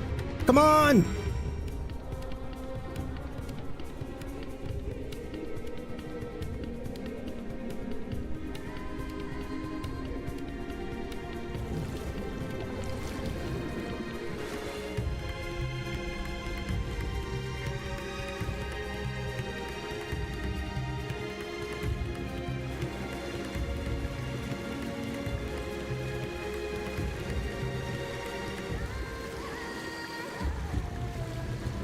Crazy how the baby was able to survive longer underwater.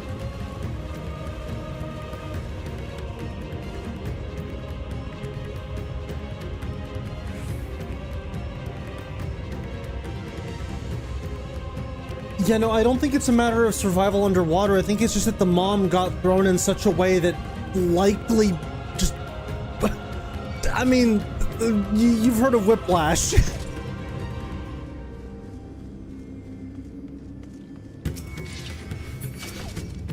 Fucking hell.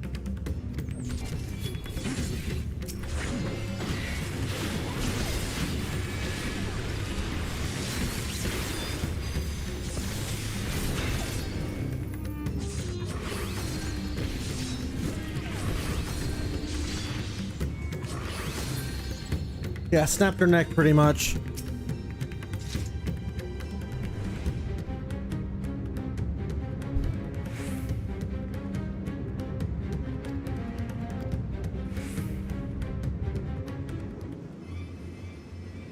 With the way she was thrown, I wouldn't be surprised if it just snapped her spinal column in half.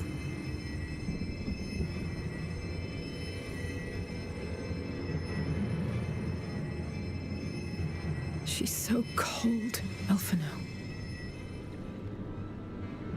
The child is alert and I see no wounds, and yet she grows weaker. My spells can do no more. What she needs is a change of clothes and a warm bed. We must hurry back.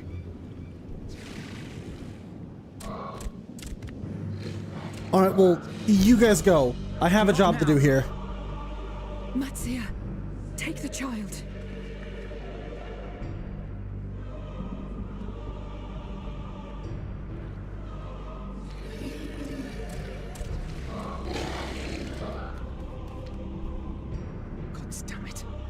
It appears we've made enough noise to be heard for miles around. More will be upon us ere long. We make our stand here. Matsuya, can you take her back to the village? But the child, all by myself. You can't be serious. The beasts will follow you home unless we stop them here. And so we shall. Be strong, Matsuya. Her life is in your hands. Right. I can do it. I know you can. We'll keep them busy, Matsia. Go! Quickly!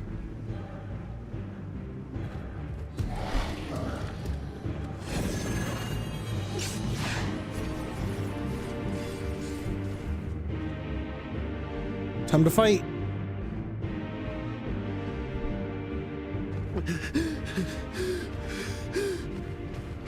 Steady.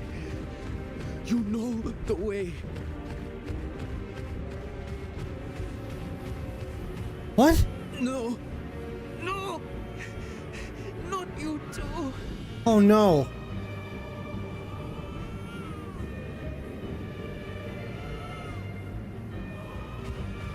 Don't be afraid. Don't be afraid.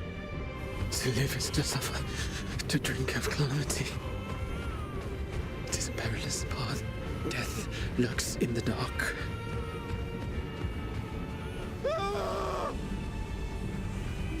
No! I'm not afraid! I'm not afraid! Ah!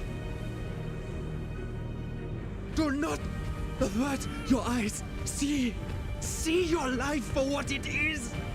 See how the hardships make you strong. Every doubt reforged.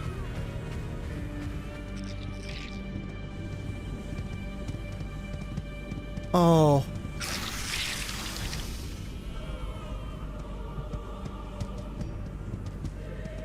Every agony.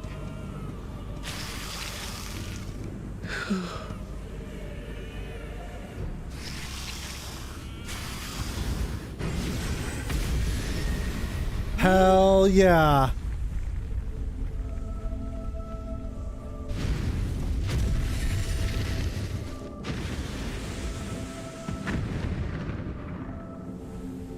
The divinity. Nay, but one who would deliver thee just the same.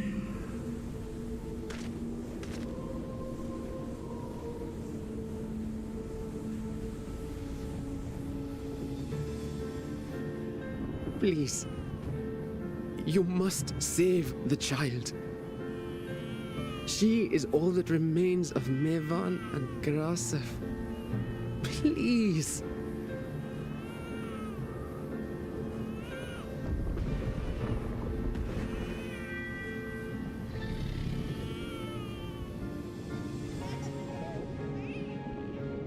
Well, well. Seems the babe's taken a liking to you.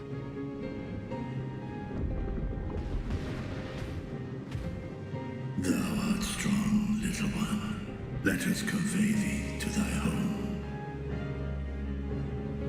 Oh, I'm getting all teary-eyed. I spied our friends as we flew in. They appeared to be holding their own against the Horde. Unironically, it's a multitude of things. Obviously the story being told, but also just generally speaking, just hearing the Dragon Song leitmotif again. In this context, of course.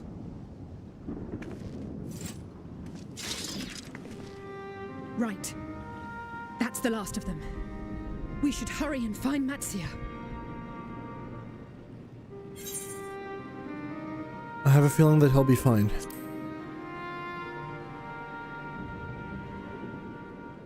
Really? How can you be so sure? A fine battle it must have been. Shame I missed it. Estinian, it was you who came to Matia's aid. I was only along for the ride. Vritra was the one who saw the boy was in need. The two are headed back to the village. Where the worm will honor Ahiwan's wishes and finally reveal himself to his people. Yep. Perhaps so. Will you go and join them? There's something I need to do first. Mervyn gave her life so that her child might live. She deserves better than to be left to drift alone.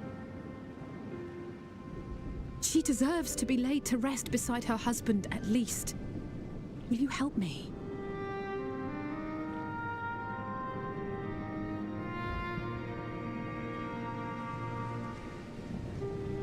A morbid endeavor, but, you know.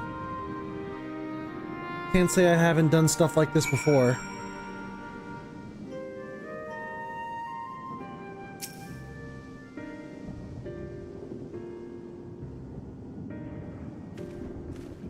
We have done what we can. As for the villagers of Palakistan to perform the funeral rites, if nothing else, Mevan and Kedasov died as they lived, as themselves, and not as beasts. Their souls will find peace in the ethereal sea. To think the day would come when even that smallest of solaces would be this comforting.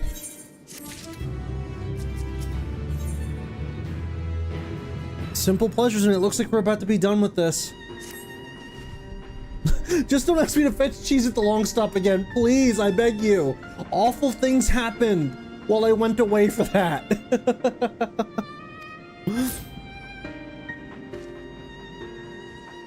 In that case, let's head to Palakistan. No doubt Vitra is awaiting us.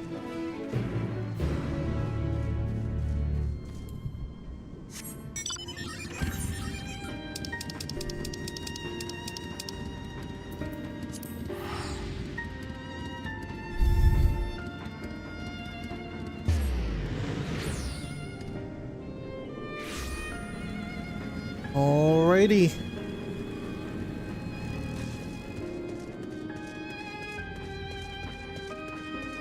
Oh. Vitra's so big that when you walk past him, it's funny. Alright, hi Vitra. Oh, too far away?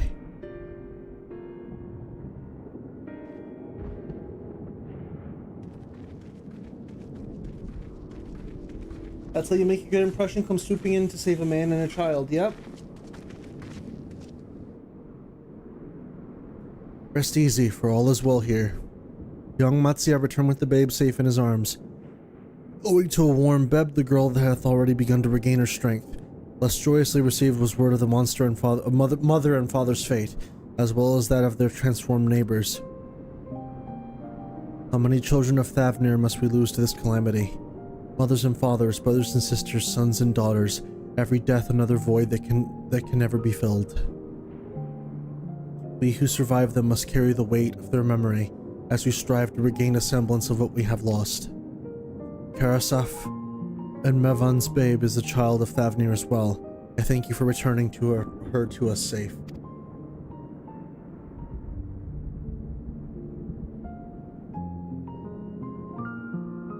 O most great merciful worm, I have not the words to express my gratitude. They say that were it not for you, brave Matsuya and the child would have been lost to us forever. Long had I heard the rumors that a mighty dragon had forged a pact of friendship with the satrap, but never would I have expected such a kind and gentle soul. Truth in part, but not in whole.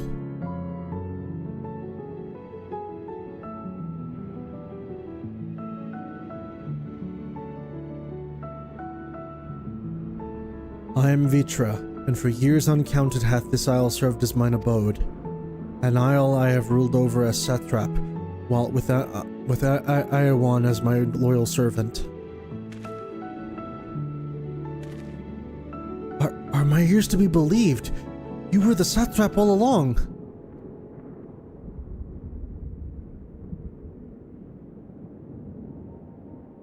Nidana, what are you doing here? Bro couldn't be bothered to count. Hello.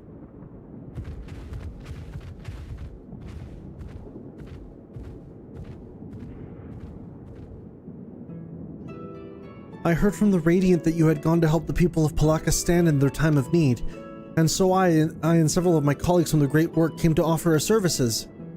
The alchemists have already brewed up some potions for Mevan's daughter. But enough about us. You and your role are a far greater enigma. If you were the true satrap all along, could it be that young Varshan was created to serve as your emissary? Thou didst suspect the boy was but a simulacrum. A rumor has circulated for many years around the High Crucible that our most skilled alchemists were once commissioned by the satrap's family in secret to fashion a mammoth indistinguishable from a living boy. Looking at Varashan with that knowledge, I simply put 2 and 2 together. I was not alone in drawing this conclusion, but like me, they no doubt recognized that the satrap was using the simulacrum to work more closely with his people and decided not to press the issue. Good. I had always assumed one of Iowan's associates was manipulating it from afar, though the truth is indeed far more surprising. It is an honor to meet you in the flesh, Master Vitra. Please allow me to express my gratitude. If you had not believed in and given unto us your scales, I do not know where we would be. Thank you from the bottom of my heart. 'Twas thou and thy fellow alchemist that fashioned the means to unmake the towers. You were the saviors not only of Radzat Han, but the star. Far too kind you are, Master Vitra, but the star yet wants for salvation. Once more will my colleagues and I commit the knowledge and resources at our disposal to the mission of aiding the people in this their darkest hour. Sip my drink real quick before I continue reading.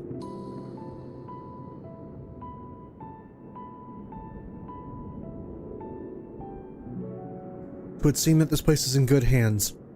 I would return to see how Radzat Han fares. What will you do, Scions? I worry for the survivors we met at Purusa. Purusa. Shall we pay them a visit before making our way back? In that case, might I ask a favor? Nothing too burdensome, I promise. This way.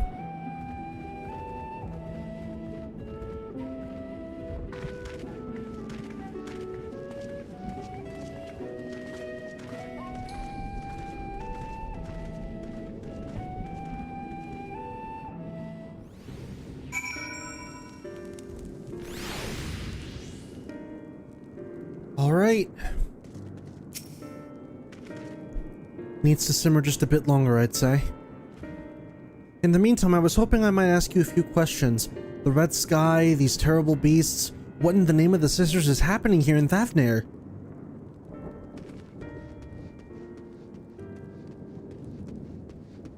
Oh my, that's a rather lot to take in. It would seem the situation is even more grave than when suspected. Hold on a minute. Oh, you want us to come to despair so bad. Ooh. And with that, here we are, a pot of piping hot chai, brewed from my own secret recipe of spices and tea leaves, together with hearty helpings of rich milk and purest sugar. I've made enough cups for everyone in the village. Might I trouble you to deliver a few cups? The drink has medicinal properties, then. Not in the least. The ingredients are quite ordinary.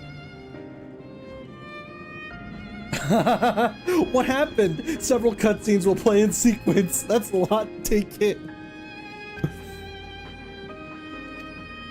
Time to deliver tea. Chai tea.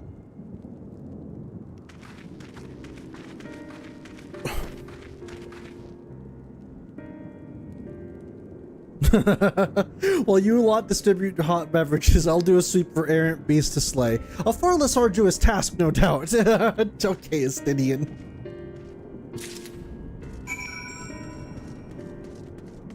Alright. Some Indian Spider-Man is angry with you right now.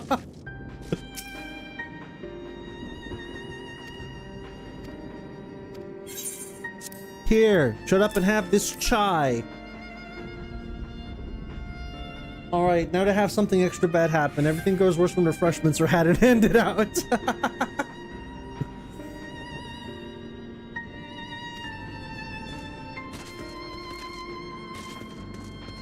Also, if I'm not mistaken, this piece of music originates from Shadowbringers, right? Like, this piece of music was introduced with Shadowbringers.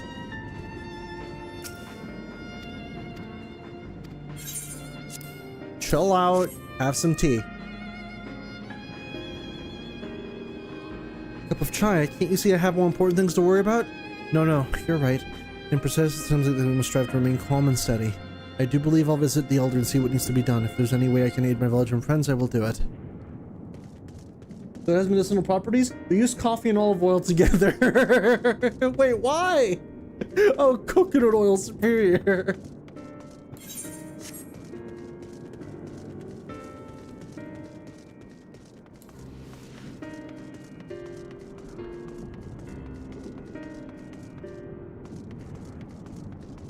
wine. Sultana gets murdered.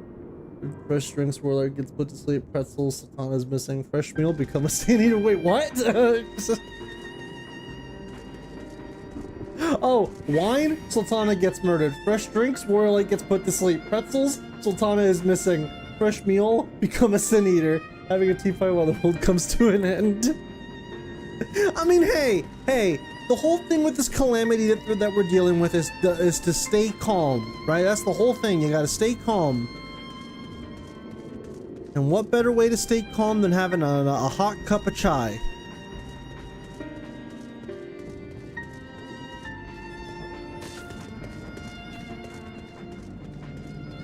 Wait, where's the last one? Probably in here. Nope, here. Oh, wasn't there a person behind the... Ah, no, there wasn't.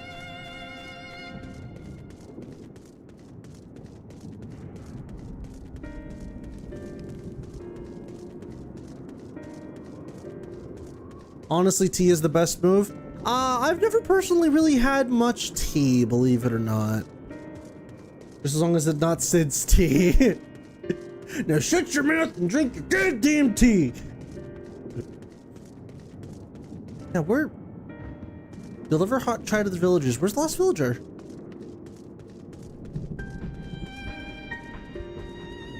I'm gonna explore. Oh, there they are. I'm sorry, I just want to be left alone. My best friend and I, we fled the village together. One of the beasts took him in. Dude, run. All the while I could hear his monstrous voice screaming my name. Ugh. It's gotta be a scary thought. We used to drink chai together, often shared stories or steaming cup. Pain may never pass, but I must press on all the same. For his memory and for we who must remember. The same, very British. Also, it looks like Aether Current quests have opened up. I'll go ahead and accept them for the time being.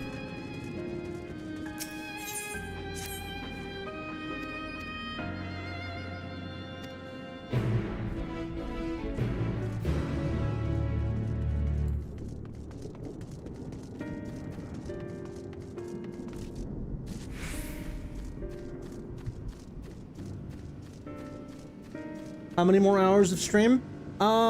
Probably gonna go for another hour or so. Depends on... Actually, I shouldn't even give it time. Whenever we hit, like, an appropriate stopping point.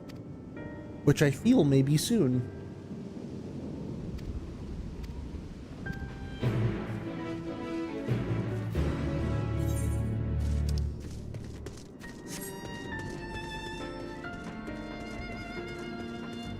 Won't the blitz interrupt my afternoon tea? Yep. That is heartening to hear indeed. The final day shows no signs of abating, but that is all the more reason we must try to keep our composure. Our lives have been forever changed. The people we have lost will never return to us. These tragedies will long weigh on our hearts. But we have the capacity to live with our suffering, to carry the agony till we too join the fallen in death. It is not a surrender, but a recognition. For it is only in acceptance that we find the true strength to move forward. But would I like a recommendation? Sure.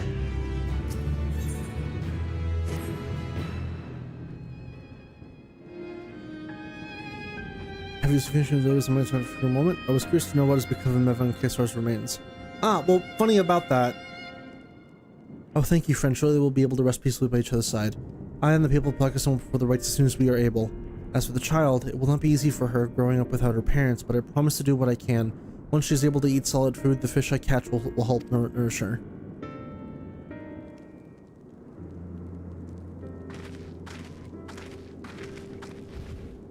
Well, we finished delivering the chai. I do believe everyone has a piping hot cup. I could almost believe there's a magic at work. How their tension fades with every sip. Let us pray that Palakistan has seen the last of those transformations, at least for now.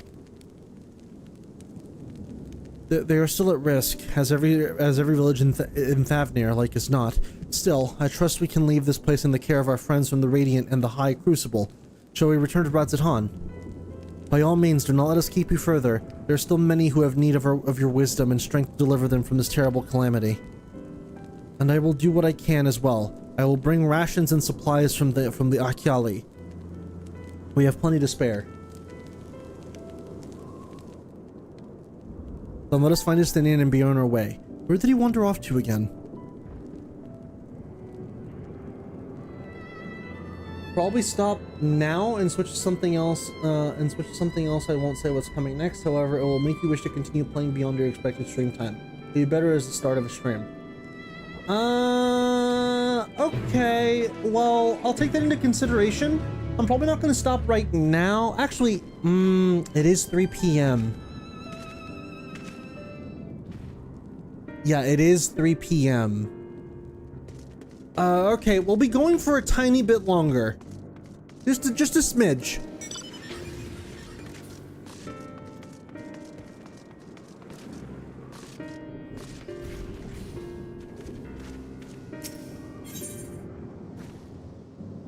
Oh, this is something else.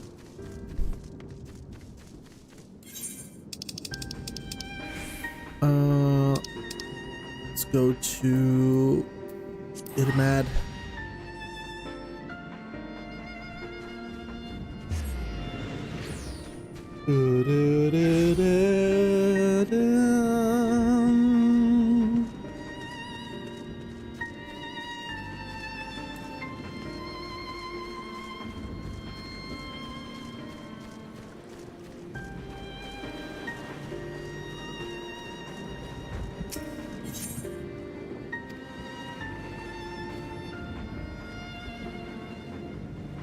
It is known to me, you were the warrior who fought for the mole and the Nadam. I am the Ogle of the Katian. It was your bravery and skill which inspired me to embark upon my own hero's journey. Oh, that's cool! Don't worry, bros. I know a guy who can avert the final days. We killed him. Oh no, bro. These Matanga are not like those of the Azim Steppe. I do not doubt your word, but grandmother would always warn me, if you encounter a Matanga, you turn tail and flee as fast as you can. Her tails were awful and bloody, and so now the very sight of them, it terrorizes unbidden. No, I cannot stay here. I must earn enough coin to buy a passage from this nightmare island back as soon as possible. I beg of you. Huh. So we have someone from the Azim Steppe who wanted to start their hero's journey, comes in here, sees another tribe, and goes, oh no, my grandma told me about y'all. That's funny. Help this girl with exposure therapy.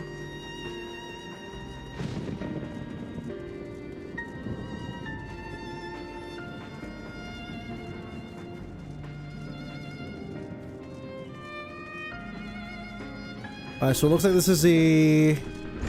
Okay, yeah, we'll do this later.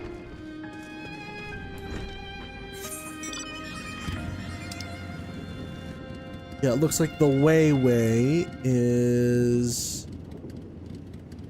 Oh. It was actually a lot closer than we thought. So let's go back to the clock.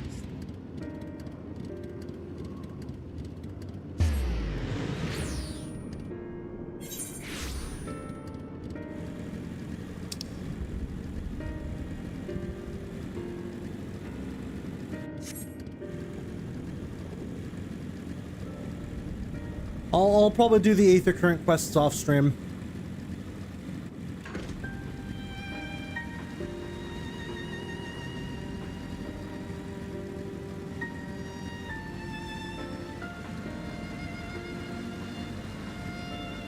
I mean, you do see Arkasodara Matanaga in the steppe, and they're incredibly violent, nothing like the Arkasodara here. Ain't it crazy how you haven't even found a solution? That this whole time you've just been doing damage control? Yeah. Which does lead me to think, are we going to find a solution to this? I mean, I fucking hope so. I mean, Dawn Trail. I know we do. But, you know.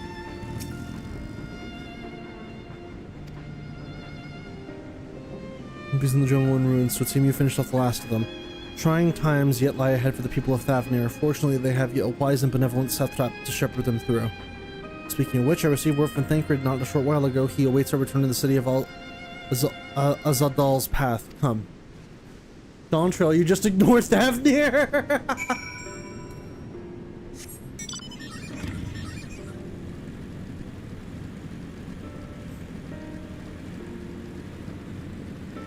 This is just what the entire game looks like for me now.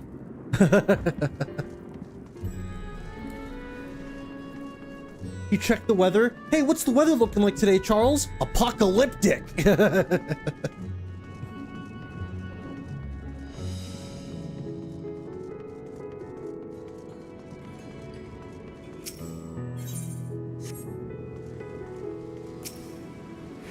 Why couldn't this happen to Alamigo?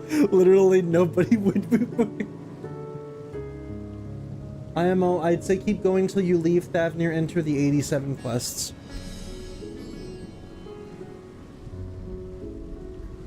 Come out of behind the curtain. I suppose we too should hear what he has to say. To Megaduda then, but before that it would appear the word of the assembly has not yet reached all the citizens. Go let the citizens know. Go let the citizenry know what's happening. Nah, keep going, 12-hour stream. There's a point where you'll know you can leave things on a cliffhanger. Gotcha. Yeah, no, I like to stop the streams when it feels appropriate because it's rated fire. Thanks for the update, Ollie.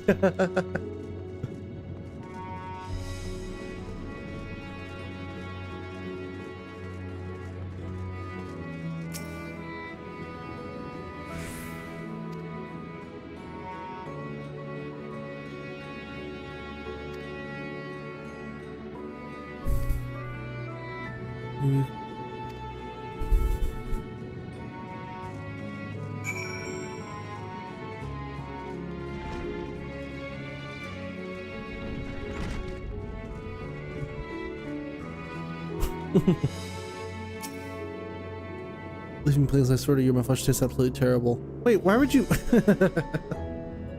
are you doing, Sir Cinema? If you're not quiet, those beasts will find us. Now entering depression, savage.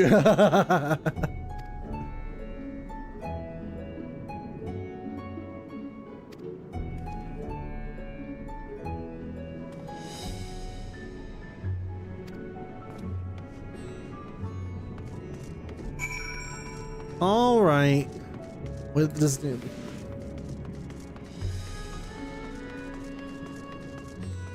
By the way, if ever you see my character jitter like this while running, it's simply because I'm bouncing my leg up and down.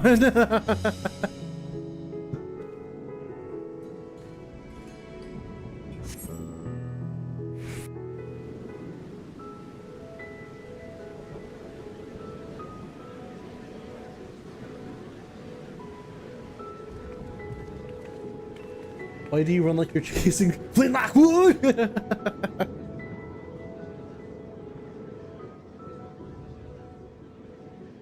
Look, someone's coming.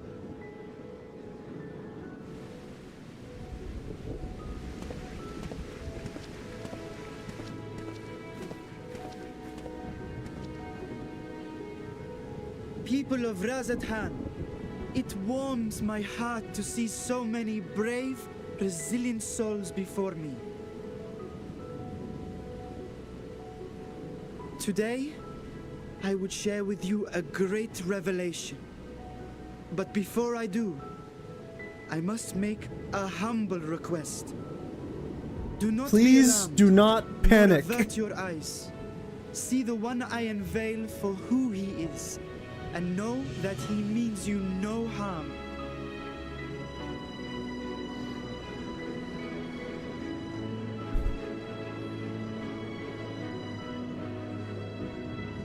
Very well. I dare say it can't be worse than the horrors we've already seen. It's a Durgan! Many thanks.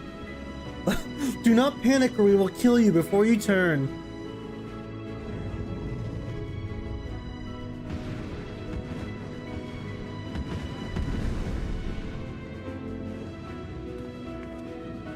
A dragon!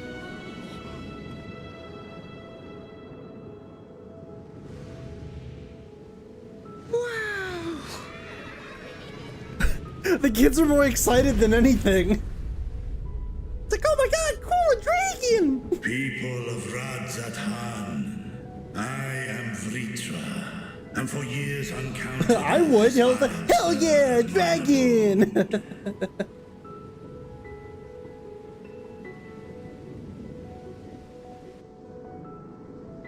'Tis as the Satrap's ally I am known. Today, I would reveal. You go to hell the truth before you unto die.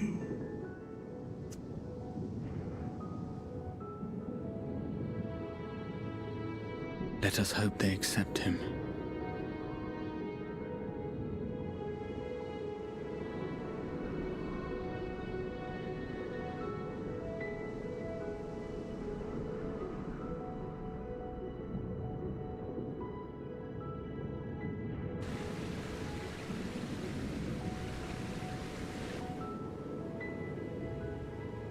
If I am hearing this right, you were the satrap all along?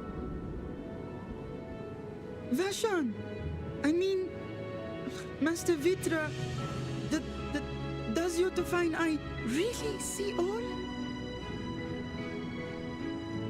Nay, child.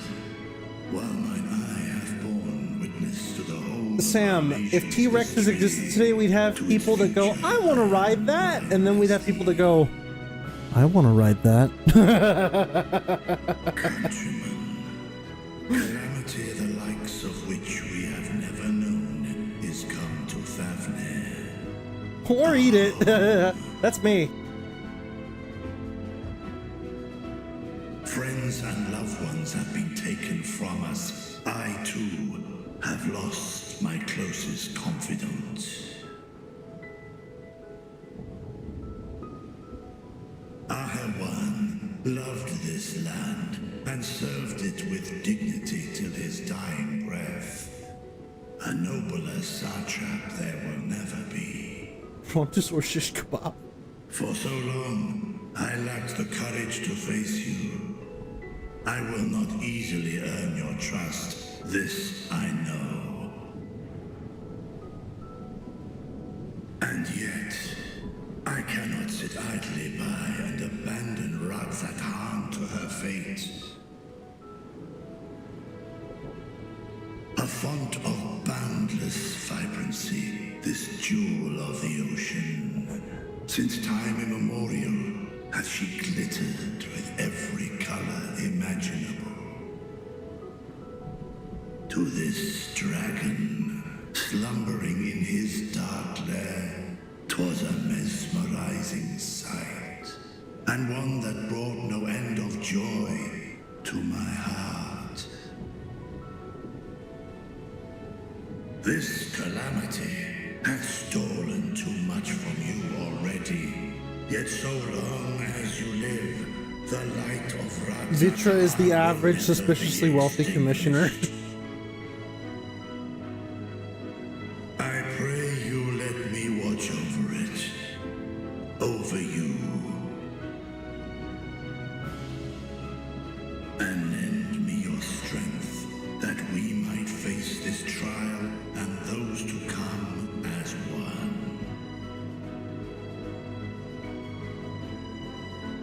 I'm sorry I could only pay 500 but for I this thank you commission. for speaking the Here's a truth to us. 50% tip.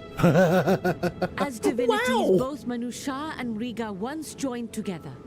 So too do I believe that hand in hand, we can overcome this ordeal. Yeah. The and only difference welcome is he an era genuinely of loves his home, peace. yeah.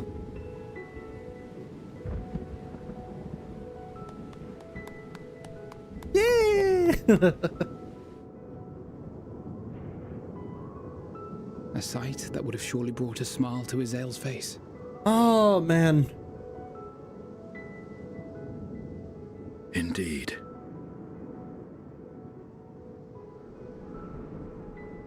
God, Excuse me. Excuse me. Excuse me. What are you guys doing here? Excuse me, but I must speak with the satrap at once. Father.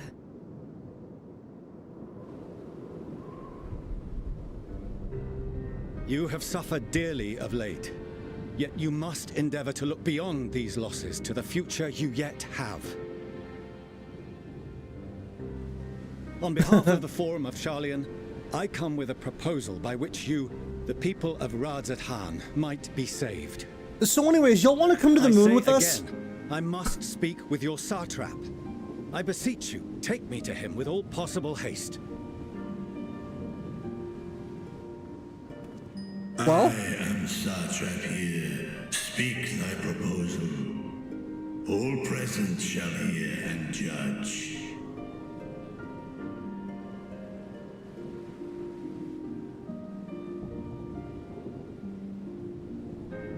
If I have given offense, then I apologize. First, allow me to share with you what knowledge we have of the phenomenon responsible for your woes. The final days. It's the dude that stole my hairstyle. I know, I fucking hate him. Fucking 4Gs. Of the star. Though the first prominent manifestation was here, in Thavner, it will invariably spread to every corner of the world. The Forum was forewarned of this apocalypse several centuries ago. Thenceforth, my predecessors sought to prepare for the end times in the only conceivable fashion, by securing a means of escape. Y'all want to go to the moon? Escape the star? What madness is this? 'Tis by no means madness. With the coming of the 7th umbral calamity, the true nature of the Red Moon, Dalamud, was revealed. That it was an artificial construct of ancient Alag.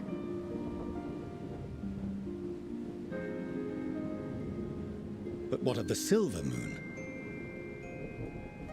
This celestial satellite is yet another technological marvel fashioned and maintained by ancient allies. A ship that will sail the heavens and deliver our people from destruction. And by our people, I speak not only of Sharlayan. We mean to save every man, woman, and child it is within our power to save. Oh, well, that's good. Including you, our dear friends of Radzat-Han. Recent events necessitate adjustments be made, and quickly, but we can and will escort you safely. Yeah, this is fucked up for Vitra because it's like, wait, you're wanting us to abandon Aetheris? Really? Long has thy Forum been allies to Thavner. I trust thou dost not extend this offer lightly.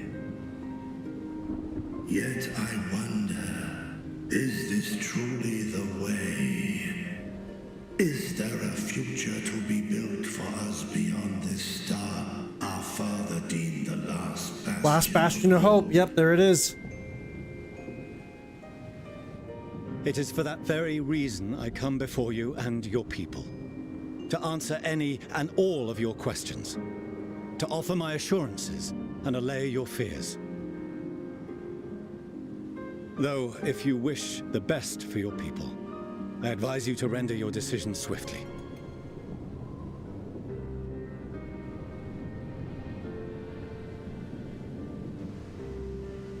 Show our friends to Megatuta. They are to be received as honored guests.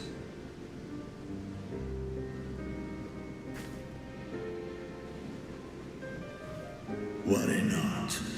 Whatever decision is reached, your paths shall be yours to decide. Until then, heed the warning of these brave heroes. Guard your hearts against fear and despair, for it is within such fertile soil that the seeds of blasphemy find purchase. Remain calm and attend to your daily tasks. I shall return anon.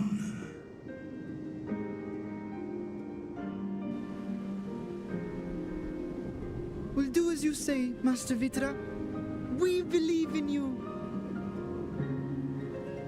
Yeah. Whee!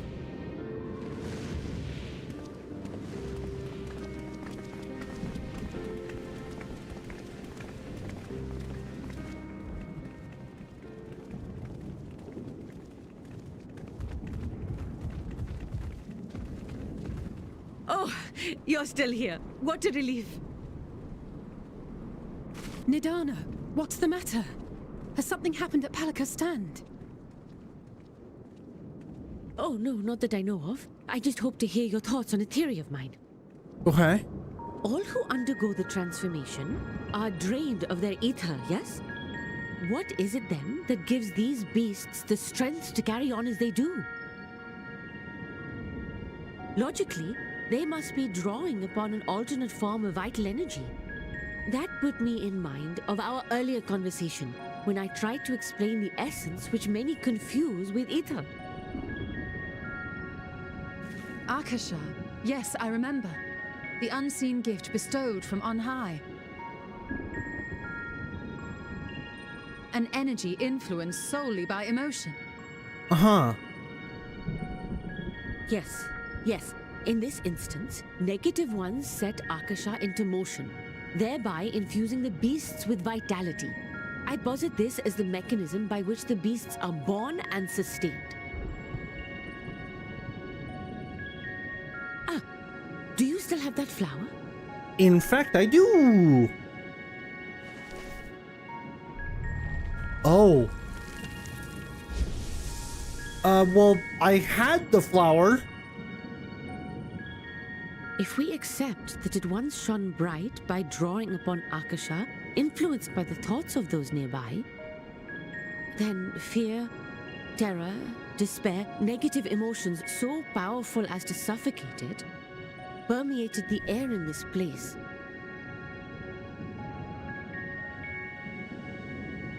You must be very careful. The forces which drive the final days may be beyond our ability to perceive.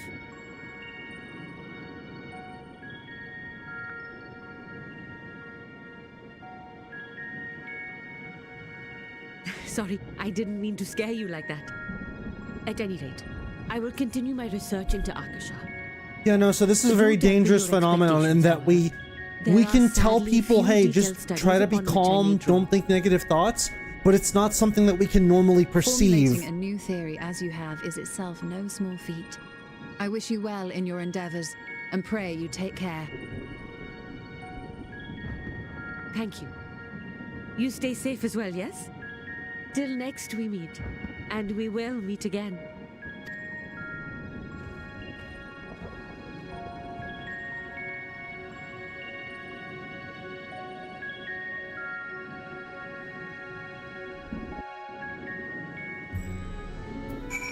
All right. As far as we've come in after all the horrors we have seen, there's still so much we do not know about the final days. Could it be, as Nidana said, that the cause of this phenomenon is beyond our comprehension, and if so, are we powerless to forestall it?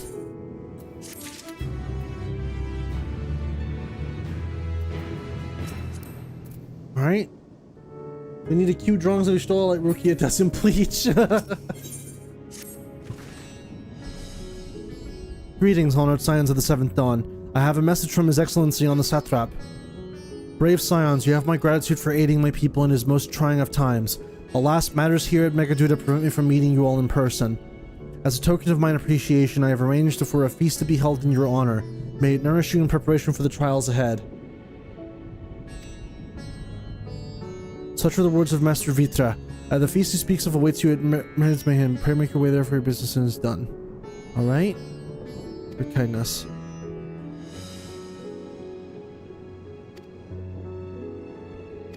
Might you spare a moment of time? Personal invitation knowing full well your service is in the highest demand right now? This must be important. Worry not. We'll save some food for you, so take all the time you need.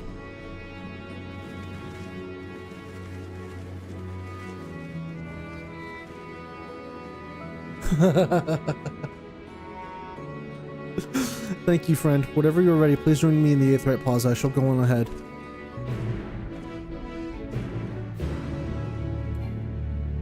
I feel so sorry for everyone who chose your hairstyle for their character. to have Forshnall come in and make you hate him for disowning his kids. Like, unironically, it's like the first thing he does when we get introduced to him. Wouldn't it be messed up if a dragon became a blasphemy? Old Holy See would argue they already are one. Oh wait, just go to the Aetheryte Plaza, right? In that case, let me just... My hairstyle too.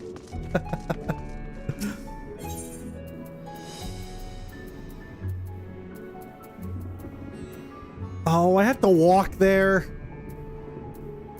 It's okay. The closest one is right here. Urge to thwart it rises.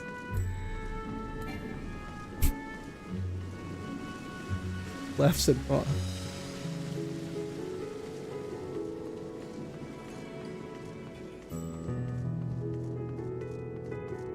Labyrinthos Part B is next, right? I don't know. Access to the Aetheryte you see there has been restricted to a select few ever since the tower first appeared. We sincerely apologize for the inconvenience, but it was deemed too dangerous to permit free movement of visitors at a time of emergency, a risk we could not take. In light of recent developments, however, the Satrap has decided that such restrictions will only hinder our efforts to combat the final days. As such, I would encourage you to attune with the Aetheryte before proceeding along the corridor.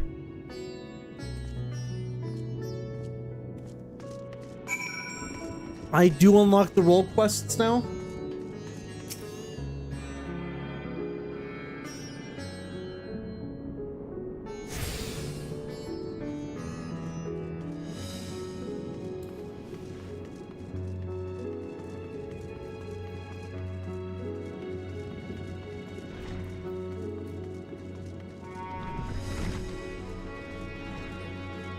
Also, actually, let me double check. What level are my other classes at? So Dark Knight is 84. Dragoon is 84. Okay, so I've got a decent bit of leveling to do.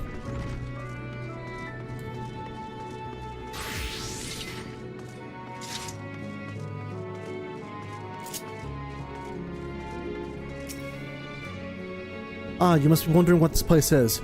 You stand in the Hall of the Radiant Host, from where our leadership oversees all of Radzahan's military operations. Sundrop, our destination, lies just ahead.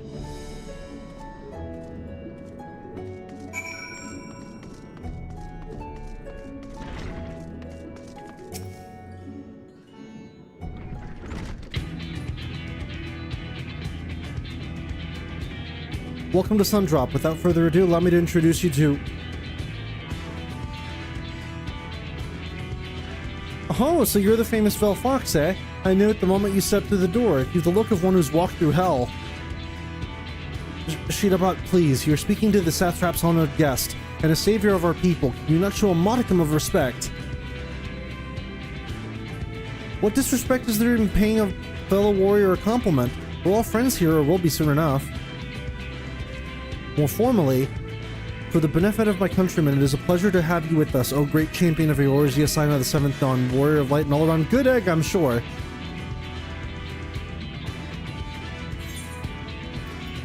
Talk of eggs reminds me I'm late for dinner.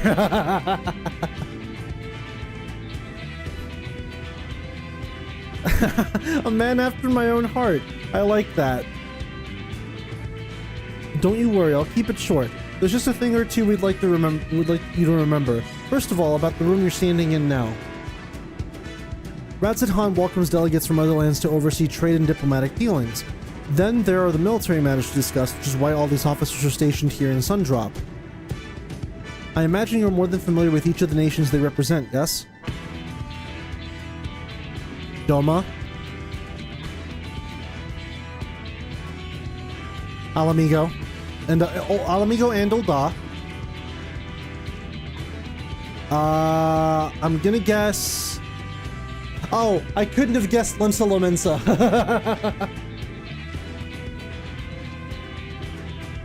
Gridania. And, of course, Ishgard.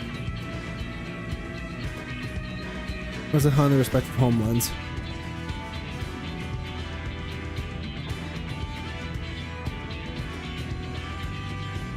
We've used this brief respite to share the details of our plight with our overseas counterparts. And wouldn't you know it, all their leaders requested a few words from you specifically. You're a man in high demand, eh? And so, would you mind regaling us with your own account? Indulge us before you indulge yourself.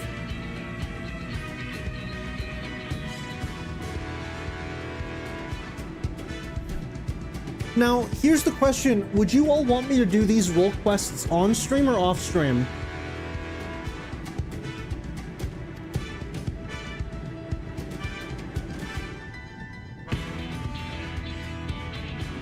The information you conveyed to Lucia upon your return from the moon has already proved invaluable. As soon as reports of the calamity here in Thavnir reached the Grand Company of Eorzea and our Far Eastern allies, our leaders knew at once that the final days were indeed upon us. They began taking steps to resist the extent of the phenomenon spread. It confirmed that for the time being the skies burn only over the bounty, including this island and Corvos. Would easily be able to make a day of it. They're pretty long. It'd be good downtime post MSQ. Oh, post MSQ stuff. Okay. Vorthel, as a Gridanian, we don't care. Wait a minute. Tank One made me hate Gridania society even more, as well as the elementals. As a Gridanian, we don't care.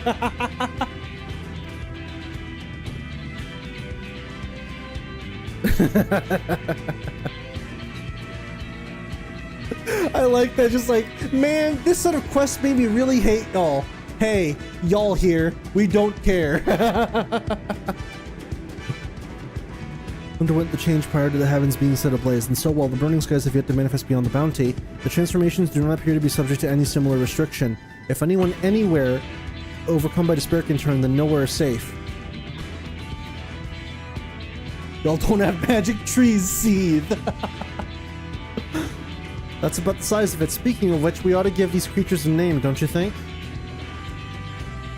Here in Ratzathan, we've taken to calling the first to change, which trend to be the biggest, blasphemies. As fitting a name as any, to ensure clarity in future communications, we shall urge our comrades to adopt this terminology. Our leaders have taken measures to deal with the threat, to the best of our abilities.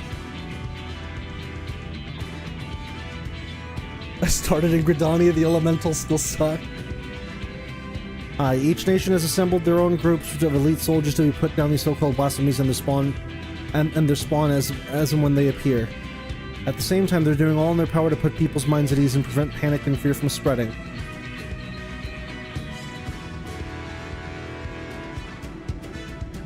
Just so, it is for that very reason that we turn to you. Pray lend us your strength and help us slay the blasphemies that plague our homelands. You don't have to go about your plight before dinner. I should also mention that each blasphemy seems to possess wildly different characteristics. What works well against one may serve you poorly against another. So before you go off rushing to save everyone's day, have a word with the delegates. They'll tell you what to expect. And this is where the role quests are, right? This is where you get them. Alright, then I find it appropriate. I start with the tank role quest, and then I'll go into the DPS ones. I unfortunately do not have a ranged DPS that is of level, so sucks to suck. Yep, these delegates give you the role quest. Gotcha. And, remind me, unlike Shadowbringers, they're not required. They're simply optional if you want to get the extra, not the relic gear, the artifact gear, but dyeable, correct?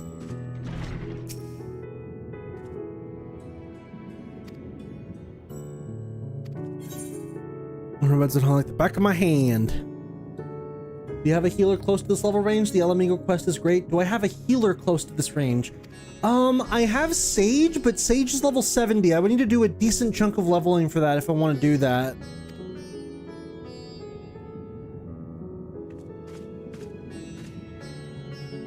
Well, I'll come back and do this stuff later.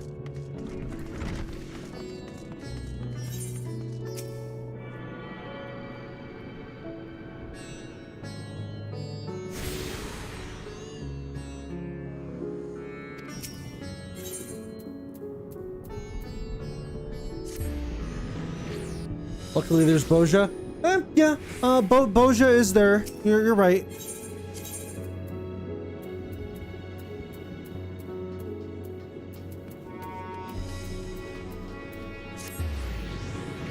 Tank equals Gridania, Doma equals physical range, Limsa equals physical melee, Alamigo, healer, Ishgard, magic. Damn! I wanted to spend time with my Ishgard bros.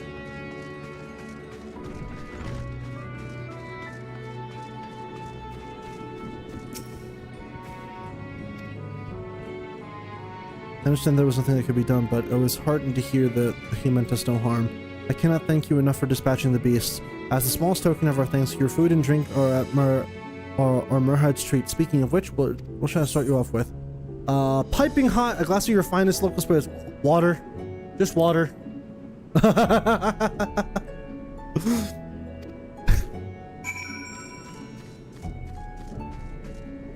This quest is where I probably end.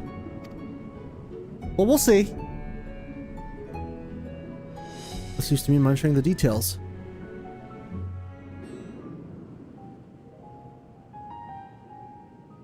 Get the wizard in, bun. So blasphemies now plague all the realm. It will only get worse if what Father said is true, as it did in Amarot. If that's our model, then shouldn't we expect the effects to grow more severe as it feeds off its own spread? As if people transforming into those monstrosities wasn't bad enough. If the flora and fauna, if the land itself turned against us. No, that's a scary fucking thought.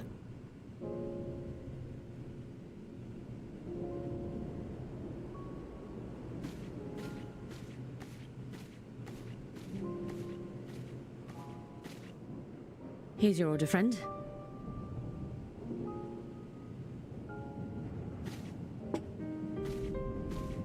I'm investigating that water cup very thoroughly before I even put my lips on it. Find comfort in these dark times. I don't trust nothing no more, okay? Where do we go from here? If there's one thing we've learned, fighting blindly and simply reacting to what comes will accomplish nothing. We must find a solution that addresses the fundamental cause. Before our strength is exhausted, before this crisis spirals out of control. Is there something, anything we've overlooked?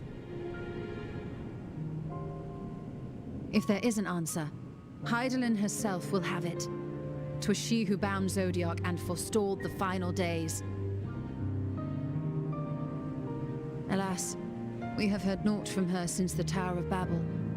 Whether she cannot or will not speak, I can only speculate. Even the flower she gave us is no more.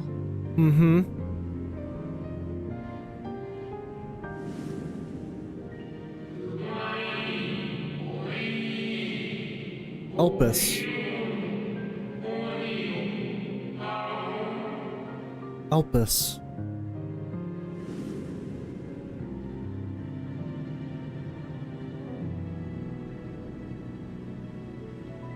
So advised the Watcher. But what could be the significance of that name? It is entirely unfamiliar to me. To me as well. It meant something to the ancients, though. In our time. Most surely. Yet I do not recall a single mention of it in the records of Anida. Another dead end. And quite literally. It's not as if there are any ancients living we could go and ask.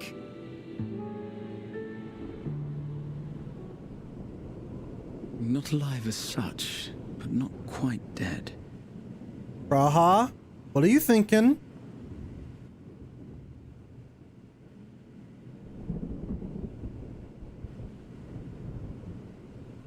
Elidibus. What? I sealed him in the White Horus site at the Crystal Tower back on the first. Contained within that reservoir of ether that maintains it, ether that is returned little by little to the sea. Naught may remain of his soul. However, if part of it lingers, we might be able to speak with him there. No fucking way are we going back to the first. No, we can no longer make that journey, but you, my friend, still can.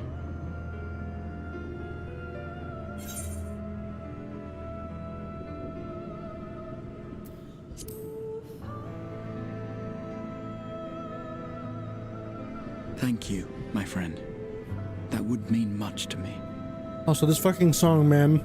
If nothing else, should we learn the First is safe, we'll have that much more reason to keep fighting the good fight. Fucking hell, man. Shadowbringers was an emotional fucking experience for me. To say the least. Just hearing the song is already getting me kind of misty-eyed. We're fortunate to have Urianger up there on the moon, working hard to make all the necessary preparations for our departure, should it come to it. And why we have nothing to lose by staying the course till the last instant. I just imagine we free Elidibus and he's like, well, look who it is. I will consult with Master Matoya and see if she knows of a way to reach Hydaelyn from the ethereal sea. And I will visit the nation's leaders and attempt to ascertain how far the final days have progressed elsewhere. I really do like the idea of us going back to the First. We free Elidibus from his crystal prison, and he's like, well, if it isn't the Warrior of Darkness, or do you even call yourself that anymore? Unease, terror, despair. Try as we might to suppress them, these emotions will return to Harrius time and time again. Going back to the First sets up the next big arc of the expansion. I really do either say you stream for another 5 hours or end it here. Out there somewhere, sharing in your struggle. You are not alone. Elidibus, if only we had a group of people dedicated to averting the final days. Oh wait, we did. So you killed them all. Respite before the next revelation. Yes, so much left for you to see. Okay, thank you, Emmett. Thank you, Emmett. Where beginning ends and end begins. Yeah, even Emmett Selk is telling me, all right, time to end the stream. Even Emmett Selk is telling me to end the stream.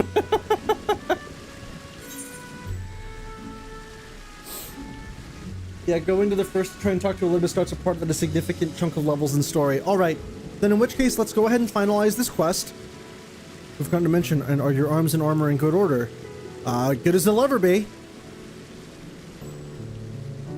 In that case, it's time we attend to our task. And then, when you arrive on the First, give my regards to Reen. Tell her I miss her.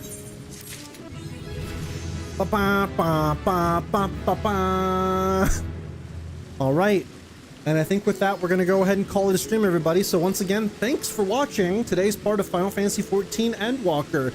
We will return on Monday at around the same time, 11 a.m. EST. And we're going to be making a trip back to the First. We're going back to Norvrant, folks. All right, I'll catch you all later. Bye-bye.